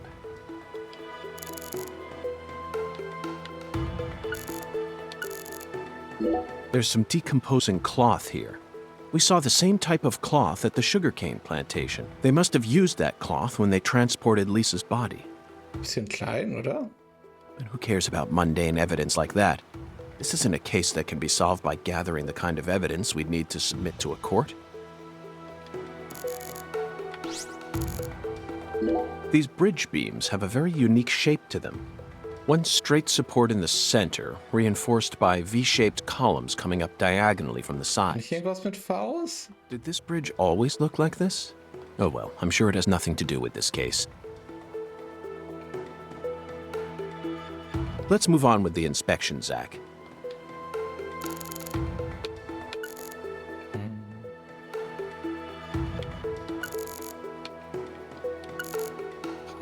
This altar is covered in burn marks. But there's hardly any residue left.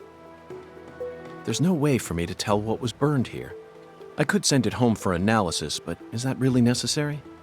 Kann nicht schaden. It'll just end up giving Abrahams more busy work. Ach komm, Jörg. Fernsehschauen, zocken, Fernsehersatz. Ich bin ja kein Freund davon, Konsolen am Monitor anzuschließen. Also ich verstehe es, rein platzmäßig, weil man ja eher ein Anzeigegerät kauft, aber halt wegen Couch sitzen, am Büro, Schreibtisch sitzen und sowas.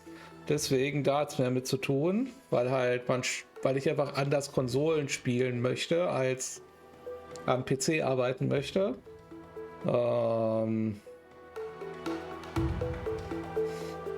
Also es sieht jetzt nicht so aus, als hättest du besonders hohe Anforderungen. Weil wenn du halt Strategiespiele zockst und halt Konsolen werden halt auch hauptsächlich in 60 Hertz wahrscheinlich ausgeben. Also es klingt so, als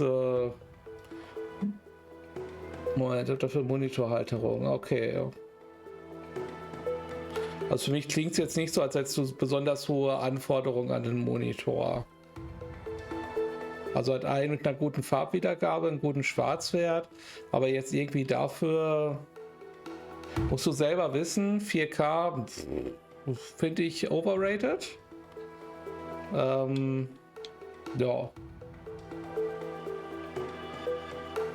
Und hohe Herzzahl, das brauchst du ja hauptsächlich, also hohe Herzzahl ist halt was, wenn du halt irgendwie Shooter spielen willst oder so. Genau, was Jochen sagt. Im Endeffekt, ich habe auch alles, ich frage meistens auch Jochen, lass es dir besser von ihm erklären. More importantly, Zach, someone who knew how to manipulate fire was behind all this. In other words, these roots prove that Lena was here. And that's enough for me. Also nur weil jemand mit Feuer gespielt hat, war Lena jetzt da. Oder Lena. Also Helena. After Lise Clarkson was murdered, her body was put back together here. Just like how Galena's body was dismembered, then rearranged within the holding cell.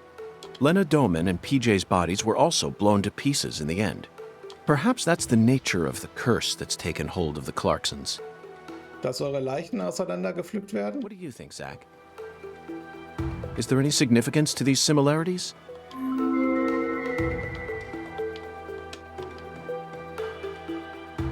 $60. Mensch, gibt ja gar nichts.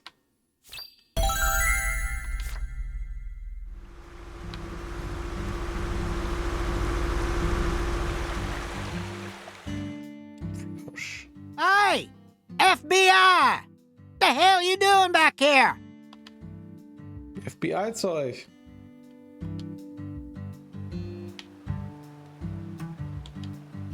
So, what other movies have you seen? Ah, die sind schon wieder im Plaudermodus. What? That question again? So. You already solved the case, yeah? So ungefähr. Get your ass out of town! Smoke. Why do you think I solved the case? Shoot! Exactly how stupid are you, FBI? This is Luke Carre, remember? Every feller in town already knows that Professor Orr's the one behind all this shit. Hey, Chuck. Can you see the altar from there? I'd see the whole damn thing. Along with your stupid ass standing there, trying Ich to mag act ihn. all smart and shit. Wir sind all Told smart me and that shit. The poacher's boat you were chasing disappeared around this area, correct? Yeah, that's what I said, all right. What, you forget already? Warum macht der mal... If you're just gonna waste our tax dollars out here, least you could do is catch them goddamn poachers. Fucking FBI, go and make yourself useful for once in your damn life. Chuck, we don't chase down fishing boats. Unless it's a terrorist boat that plans to overthrow our government, that is. Ist es eins? Then stop acting all leery, like I ain't being truthful or whatever. I'm busy too, you know. So long, FBI. Bye, FBI.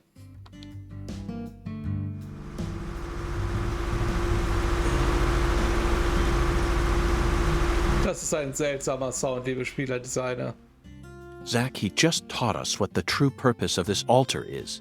It was built here so that the ritual could be watched from a boat in the bayou. Ah. What do you mean? They could have just walked out here. There's no reason why they had to watch it from a boat. Außer sie sind nicht mobil. The goddess of fertility, Patty.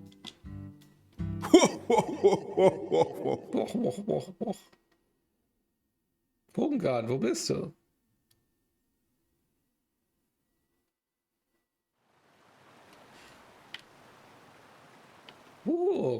Ein Hungarn. Möchtest du mit mir Steineflitschen spielen?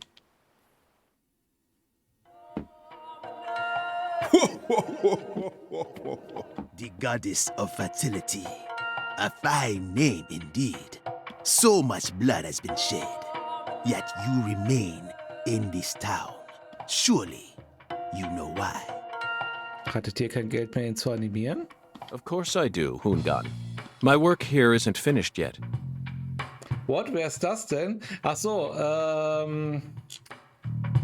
gut, wenn du es nicht vom ersten Stream aus gesehen hast, der erscheint uns ab und zu, um uns Hinweise zum Fall zu geben. Der gibt uns meistens irgendwelche Rätsel, die uns helfen, in der richtigen Richtung zu gucken. Aber wer er genau ist, wissen wir nicht. You know, I could really use one of your oracles right now.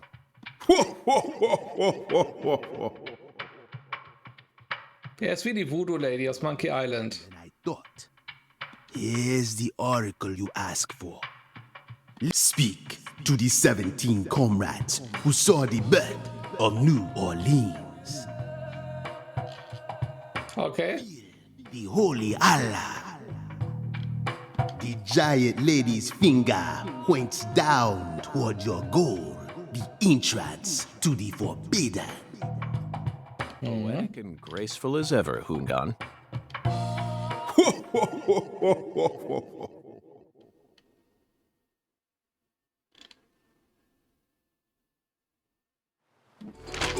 Hungan's oracles are leading us toward the core of this case. That's the one thing I'm sure of. But don't misunderstand, Zach. I'm not blindly following him. Der hat doch noch irgendwas im Schilde. I follow my intuition. Metaphysical offender profiling. That's all there is. Ich habe keine Ahnung, was der von mir will. Comrades must refer to some area that has 17 of the same thing in it. We may need to use history to figure this one out. After all, we need to find someone or something that saw the birth of New Orleans. And we can't, that's not it, Zach. The 17 comrades, remember, they were here to see the birth of New Orleans. Birth of New Can't Orleans? just round up every last old person in town. That's not it, Zach. The 17, remember, they were... We can't just round up every last old person in town. Somewhere, there are 17 comrades who've survived for a... That's not it, Zach. The 7... Remember, they... Ich habe keine Ahnung. Memorial? That's it, Zach. Warum?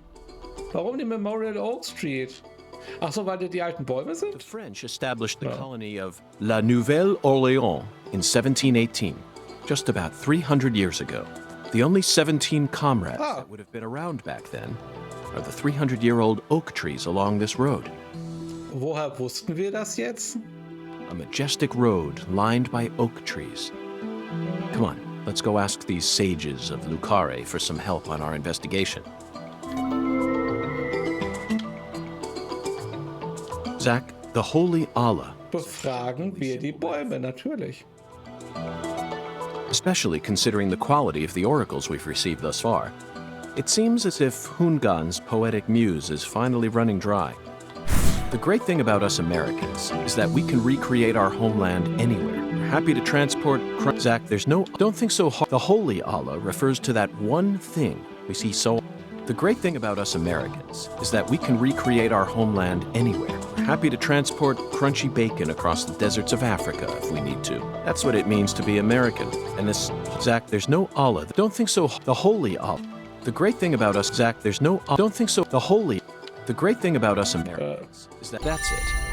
I never doubted you, Zach. Warum? Die Karaffe, ach so, die Karaffe des... Ich finde das alles sehr weit hergeholt, Leute. Echt jetzt. The holy Allah refers to a water tower. Ist das so? Was hat das mit dem Importieren zu tun? Specifically that water tower with its Clarkson family crest. Aber was hat das denn jetzt mit dem Hinweis zu tun? Kann mir das irgendjemand erklären? Also ja, die Karaffe des Himmels raff ich. Wasser kommt vom Himmel in einen Wasserturm. Aber was hat das denn jetzt mit dem Rekreieren von der Heimat zu tun? It must be hiding some sort of clue.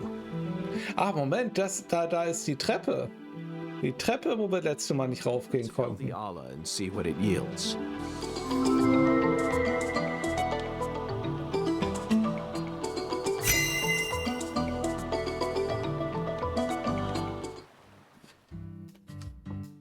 Komm in der Karre. Zach, what do you think the giant lady's finger is? I'm at a loss. I never thought one of Hungan's childish riddles would force me to think so hard. But, oh well. I'm sure that as we deal with the rest of the oracle, it'll reveal itself to us.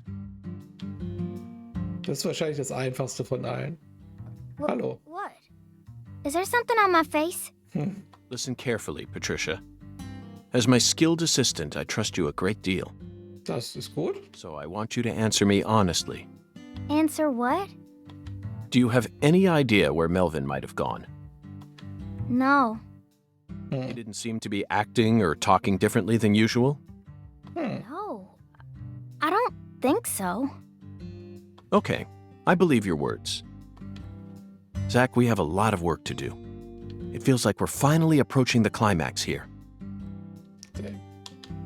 Wir haben noch nichts von den Nebenaufgaben gemacht.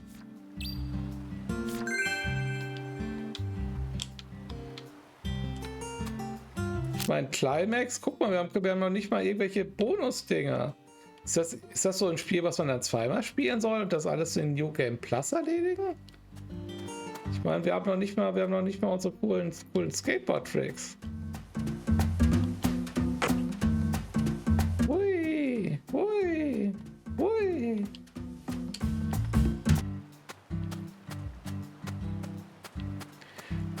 Uff. Ich möchte noch auf den Turm. Also lass uns noch, weil da konnten wir das letzte Mal nicht machen. Wir werden noch auf den Turm klettern. Und dann machen wir Feierabend für heute. Ich will noch wissen, was auf dem Turm ist.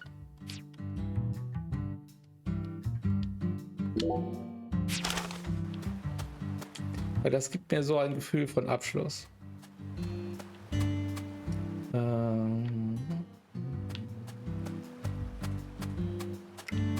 Full HD ist zu wenig fürs Arbeiten, dann müssen wir dann aber 4K. Ich habe auch tatsächlich überlegt, als ich mir meine neuen Monitore geholt habe, wechselst du auf 4K? Ganz ehrlich, erstmal, ne, Brillenträger. Gut, wenn ich direkt davor sitze, kann ich sicherlich 4K erkennen.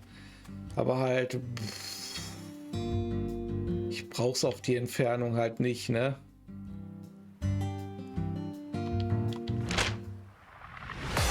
Halt ein guter 4K-Monitor ist halt schon mal teurer als ein guter 2K-Monitor.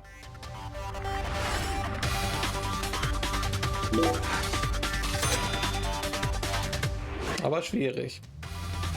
Ich bin halt Freund von einem vernünftigen Schwarzwert, weil ich halt auch Bildbearbeitung mache und das reicht mir. Der Rest muss irgendwie kommen. Und ja, Full HD ist zu wenig inzwischen. So, der Wasserturm Nummer 14.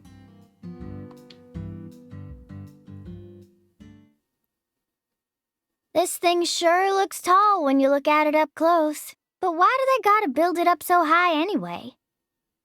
The height gives them the necessary pressure to pump the water out.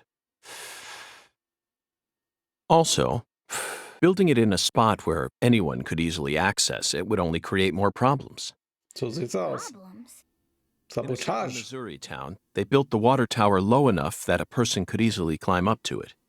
Dann That's gleich. exactly where a mass murderer decided to hide the bodies of all his victims. The water tower was so low to the ground that he could even climb up to it while carrying a dead body on his back.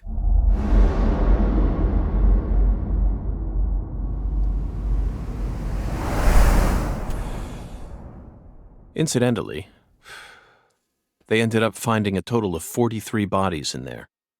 But the part that truly Flog grad shocked die Asche wieder Zach zurück? wasn't the number of bodies, Patty. Oder ist sie weggepustet? It was the fact that over the 6 months from the first murder to when the case was solved, that whole time, the townspeople had been drinking the water. Das war mein erster Gedanke. Agent York, look! I think we can climb up from there. Let's go. But Patty, I was just getting to the good part. Nein. Abgelehnt. Denied.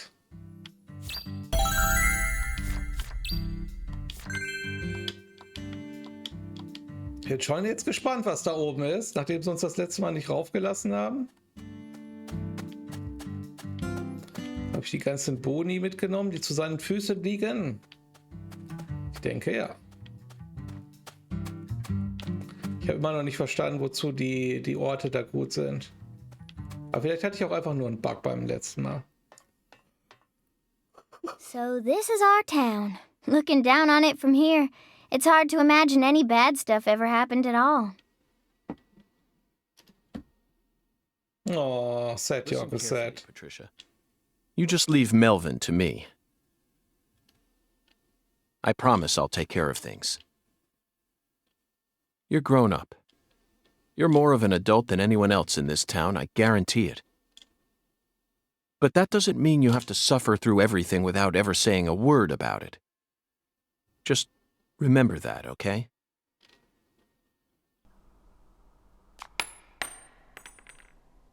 Oh. Wow. War das ein Eichhörnchen? Zach, it looks like the holy Allah hasn't been sucking up water properly. No wonder the shower in our hotel room felt so weak. Patty, who manages this water tower? This is Lucare. You should know the answer to that by now. Irgendein Clarkson? The Clarksons. Judging from their current situation, I don't think they'll be able to give us a timely response. Yeah. Do you know where the water comes from? Probably Isaac Lake? That settles it. Let's fill the holy Allah and solve this problem ourselves. I knew you were gonna say that, Agent York. Hat das was mit dem Fall zu tun oder möchtest du einfach nur vernünftig duschen können, York?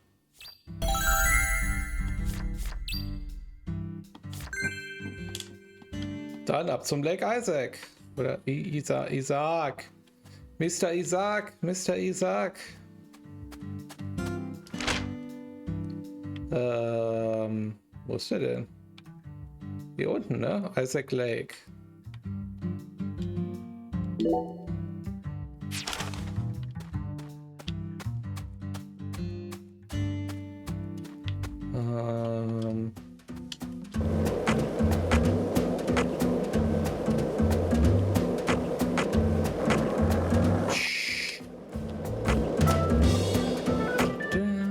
Nein, wir werden uns nicht über Brücken unterhalten, das kannst du voll vergessen.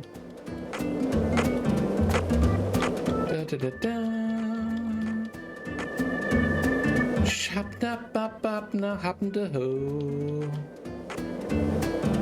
Brücken interessieren mich nicht so sehr. Nur beim Skaten sag ich yeah. Wo komme ich überhaupt hierher? Den Weg zu finden, das ist schwer. Guck dich mal um und stell dich nicht immer so dumm. Hier geht's doch super leicht herum. Da, ba, da. Wo geht's hier rein? Das Spiel ist so gemein. Das kann doch alles nicht so schwer sein. Das sieht gut aus. HDMI. Oh. Ihr tauscht da wieder Abkürzungen aus. Und im Endeffekt haben die meisten Leute ihre PS5 an irgendeinen Fernseher angeschlossen, der in irgendeinem Filmmodus arbeitet, der die Grafik total kaputt macht, die Framerate total kaputt macht. Ja.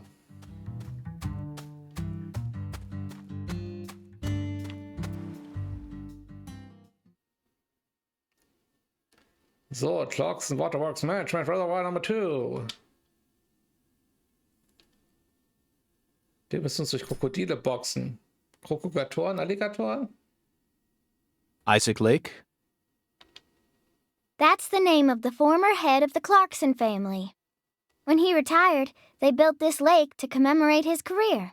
Und haben ihn dort begraben. That's why it's called Isaac Lake.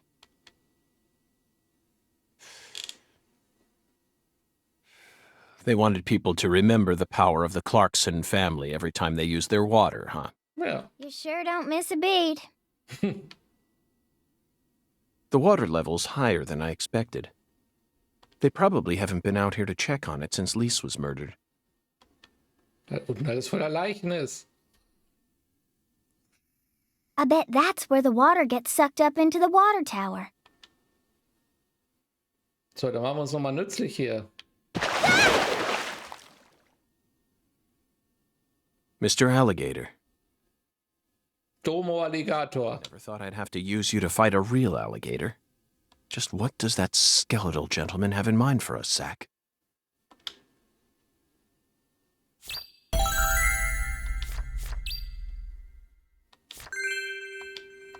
Verjagen sie die Alligatoren.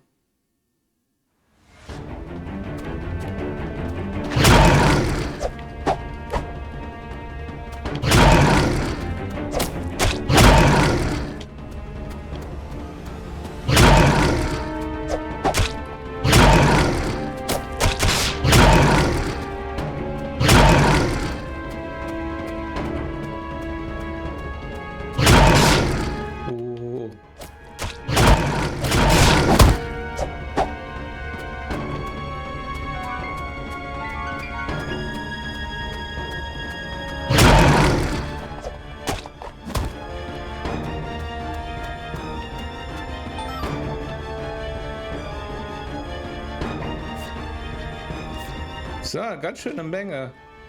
Muss ich die alle... Ah, ich kann die nicht alle umboxen. Nee. Ich werde mich mal kurz heilen und dann nehme ich doch mal einen Mr. Alligator. Das ist verbannt, das ist ein bisschen Verschwendung. Mit 2 Fäusten gegen 2 Alligatoren. Ja, ist doch klar. Links für den linken Alligator, rechts für den rechten Alligator. Ich weiß gar nicht, wo hier das Problem ist.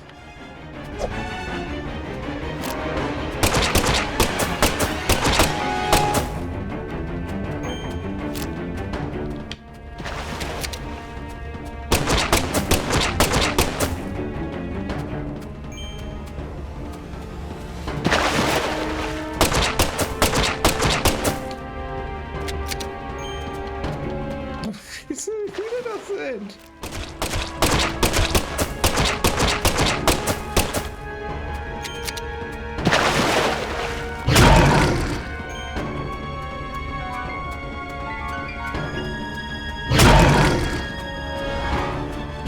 Zu respawnen, oder?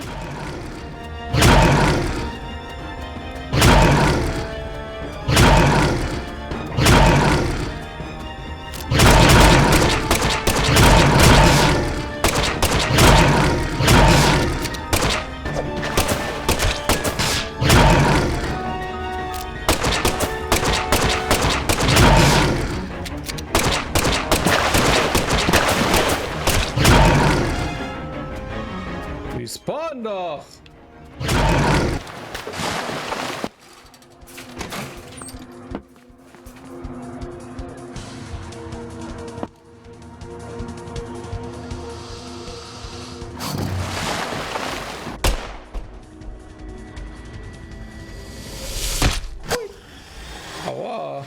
Open the door, Patty.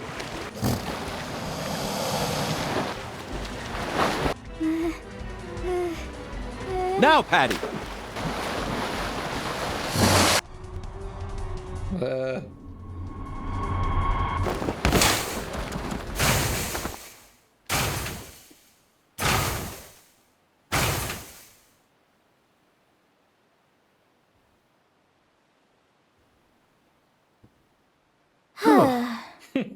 Süß.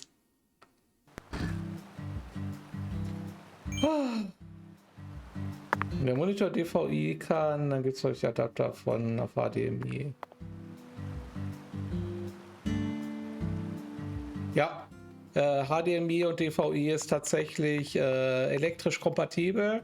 Es ist halt nur ein anderer Stecker, das kannst du problemlos ohne jede Wandlung adaptieren. Da gibt es auch sehr billig Adapter für. Also ich kümmere mich auf der Arbeit auch um solche Office-Sachen und ich habe eine ganze Sammlung an DisplayPort, DVI, HDMI-Adapter da. Is this how alligators work? Ja, natürlich.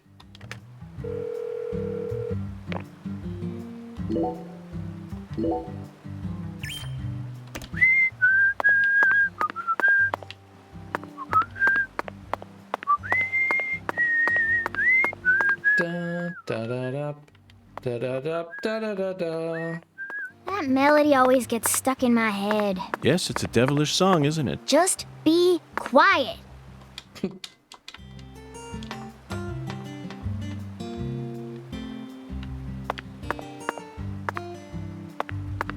So, dann machen wir mal hier. Machen wir lecker hier. Das ist jetzt Lake York von heute an.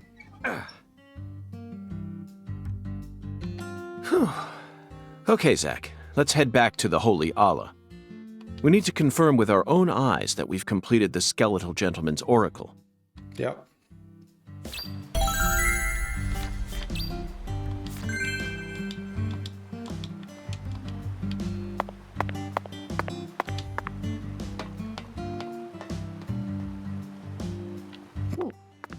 So, warten jetzt die Alligatoren auf uns?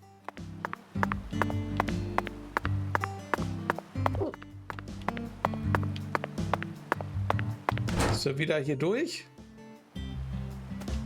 Seid ihr lieb?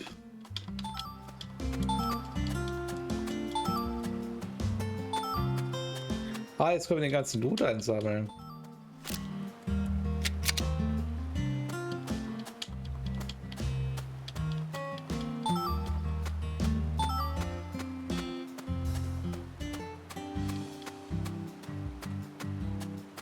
Outlassbar, so ein DVI auf HDMI-Kabel oder ein Adapter kriegst du für 5 bis 10 Euro. Dann, das ist, glaube ich, eine bessere Investition.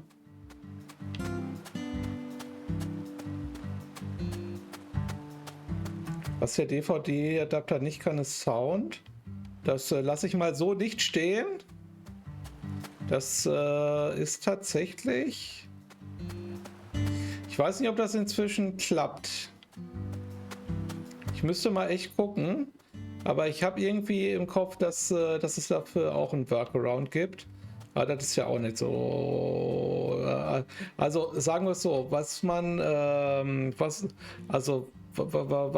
problematisch ist. Ich weiß nicht, ob DVI nicht inzwischen auch Sound kann. Früher hatte man das mal getrennt, um diesen HDMI-Kopierschutz auszuschalten. Aber ich weiß nicht, ob das noch notwendig ist. Aber das musst du mal einfach ausprobieren.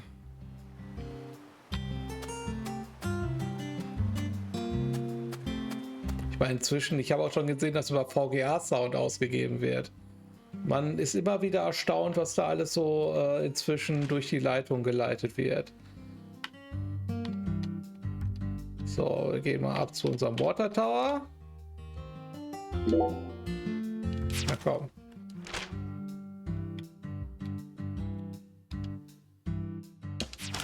So.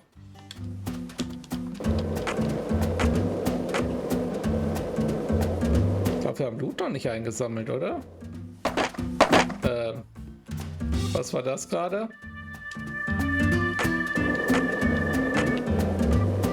sind denn das für Markierungen da auf der Karte?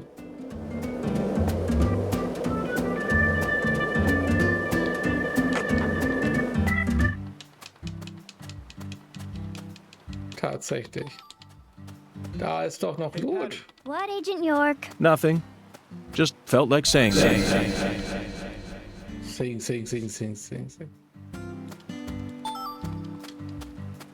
Indikatorenschwanz.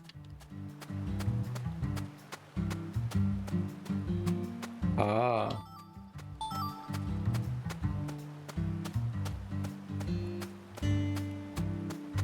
Genau, google mal zur Sicherheit, ob das nicht doch inzwischen geht. So. Ich versuche ja immer auf der Arbeit die Möglichkeit einzuschränken, dass die Leute Sound abspielen können.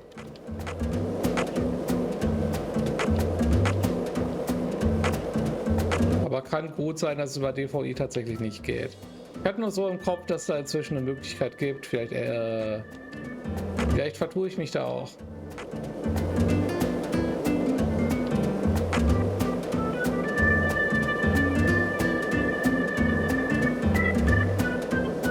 Aber tatsächlich DisplayPort kann das ja. Also DisplayPort kann Sound auf jeden Fall ja.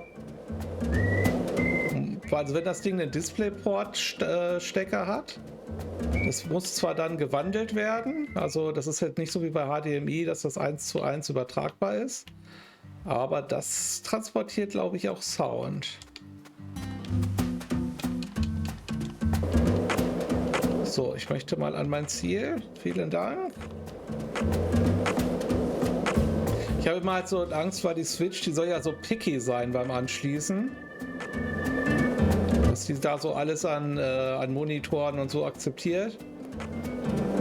Ja, wahrscheinlich funktioniert sie nachher mit einem Adapter besser als mit einem richtigen Monitor.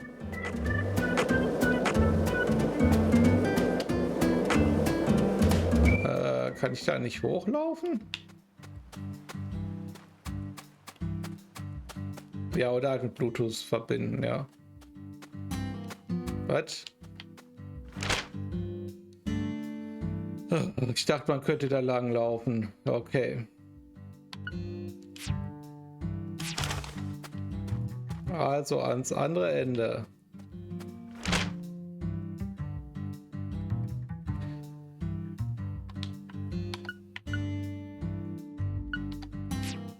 Ja, also worauf du bei DisplayPort-Adaptern achten musst, ist halt, dass die immer für eine Richtung gemacht sind.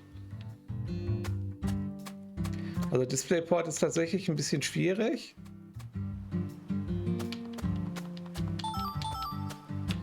Aber wenn man sie in der Richtung verwendet, wie sie gedacht sind, dann klappt's.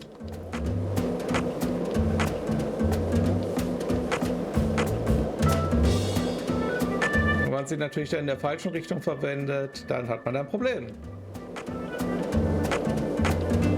Also hier ist auf jeden Fall eine Top-Stelle, um Alligatorzeug zu farmen. Das müssen wir uns auf jeden Fall mal, merken.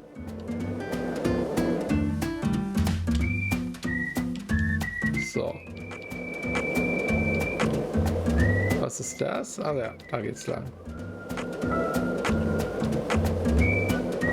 We've been in this town for longer than we originally planned, haven't we? Oh no, I'm not complaining. I'm used to living out of a hotel, and I love southern food. There are some inconveniences, though. There's no movie theater in this town, nor is there a video rental store, and the TV in the hotel room doesn't get any of the on-demand movie channels. We'll just have to get lucky and encounter a movie being shown on TV. The movie environment in Lucaria is no different from that of the 70s, Zach. No, they don't have a movie theater.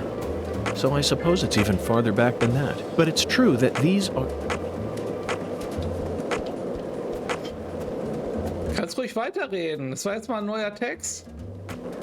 Nur weil da ein paar böse Hoodies sind. Lässt du dich davon echt? Lena Doman, aka Professor R. How could such an intelligent person like her suffer such a tragic downfall? Does the South really corrupt people like Patty said? This sunlight certainly seems capable of breaking someone down. So, da sind wir. Es ist alles nicht unkompliziert mit den Adaptern. Es ist aber nicht notwendig, sich halt extra einen neuen Monitor zu kaufen.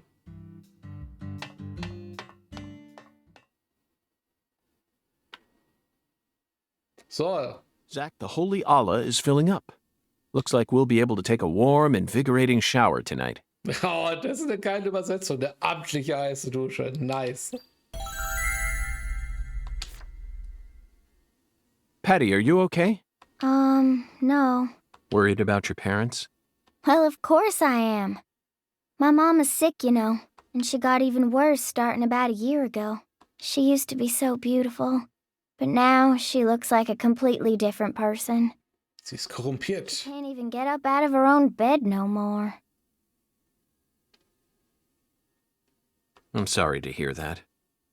I already hurt you once in the past, and now it looks like I've gone and done it again. No, I know Mama's illness ain't your fault, Agent York. It's more about Daddy. Yeah. He what? Nothing. Just forget it. Hey! Y'all get down from there right now! I said get down here, goddammit! Du kümmerst dich ja hier um nix. The heir to the Clarkson legacy has come for us, Zach. And he doesn't sound very composed. Sprechen Sie mit dem völlig betrunkenen Danny. Kannst du dich mal kurz betrinken?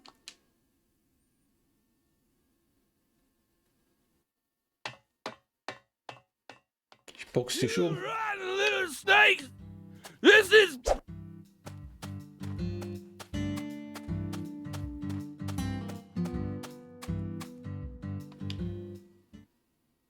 Ich lauf doch jetzt nicht da hinten rüber zu meiner Switch.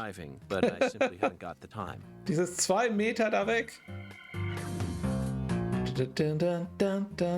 Oh, silly Melody, er ist harmlos. What? Was hat er gesagt? Ever since you got here, my whole family...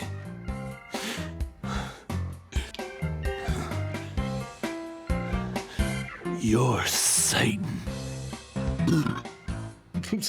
Wir sind Satan Burks? You came... Satan Burks.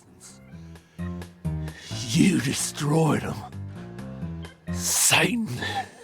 Satan? Not quite, Daniel.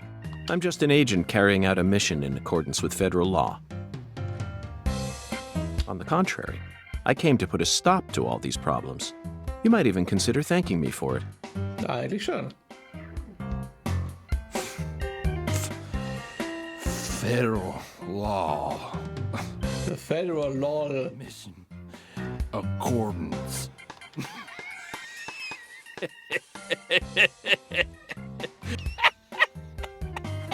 Roffelkopter ist gelandet. Bastard wants me to thank him.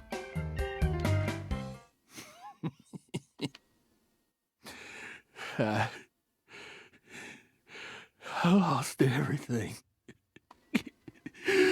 At least my old baby girl. Sahen sich tatsächlich ziemlich ähnlich. I don't know. I don't know what. Ist sie gar nicht seine Tochter, die sich so ähnlich sehen? Ja, wahrscheinlich schon. You reap what you sow. God damn it. Whether you like it or not, you're the new heir to the Clarkson legacy. You could rebuild their empire, or resign it to the ravages of time. Do whatever you like, but you'll no longer be able to borrow a certain someone's power and march around like you own this town. You need to accept that and prepare to survive. Ja, da hat er mal recht. Okay, Zach. Our investigation just led us to fill up a holy Allah. What do you think we'll end up doing next? Perhaps we're embarking on a new saintly line of work here. Oh nein, nicht But bitte I nicht. suppose we have the skeletal gentleman to thank for that. Ich möchte nicht mehr, dass der Herr hungert. Next, we need to speak with the 17 comrades. We were blessed with this oracle, so we have a duty to follow it out to the end. Wahrscheinlich sollten wir das gar nicht tun. But what am am I supposed to do now? Come on, Satan. It's your fault. You're the one who came here and... Vielleicht hat er ja auch recht, wir sind hier der Böse. Damn it. Okay. Okay, gut, dann würde ich sagen, dann machen wir hier mal Schluss für heute. Es ist ja auch schon ein bisschen spät. Ich habe gerade überlegt, ob ich die zweite Teilaufgabe auch noch mache. Weil ich bin nicht gerade wieder warm gelaufen, nachdem ich die Alligatoren weggebuchst habe. Buchs. Aber nee. Ja, es war genug Spaß für heute. Jetzt sagen wir mal hier speichern, wenn ich es finde. Da auch nicht. Speichern. Hui.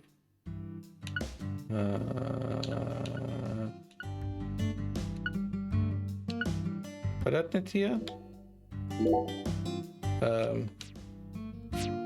Das speichert automatisch. Muss ich mich aus der Autosave verlassen? Ah, da ist Speicher. Da ist ein Speicherpunkt gewesen. Moment. Wir müssen zum Speicherpunkt reisen. So. Speichern. Francis York speichern. Saving Private York. Hui. So, jetzt können wir raus.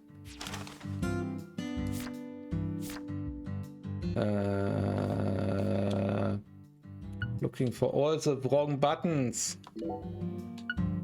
Ja, so.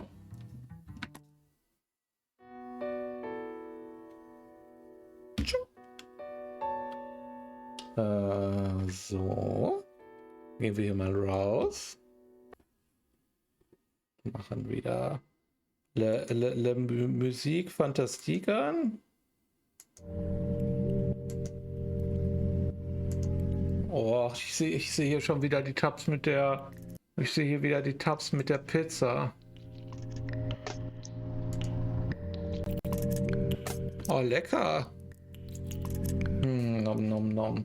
Was will Discord denn von mir? Geh mal weg da, Discord. Ich will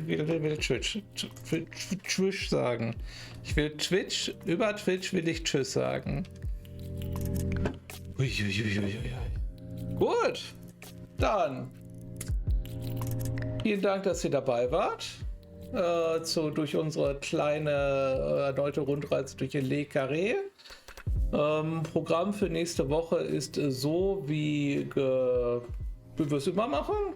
Also sollte ich nicht irgendwie wieder bis 3 Millionen Uhr im Office sein, machen wir am Montag dann Dings zu Ende, wie heißt? Plague Tale Innogrants, und dann schauen wir mal, dass wir nächste Woche mit der Premonition 2 weitermachen. Blessing in these nuts. Schlaft gut. Tschüss. Bis nächste Woche.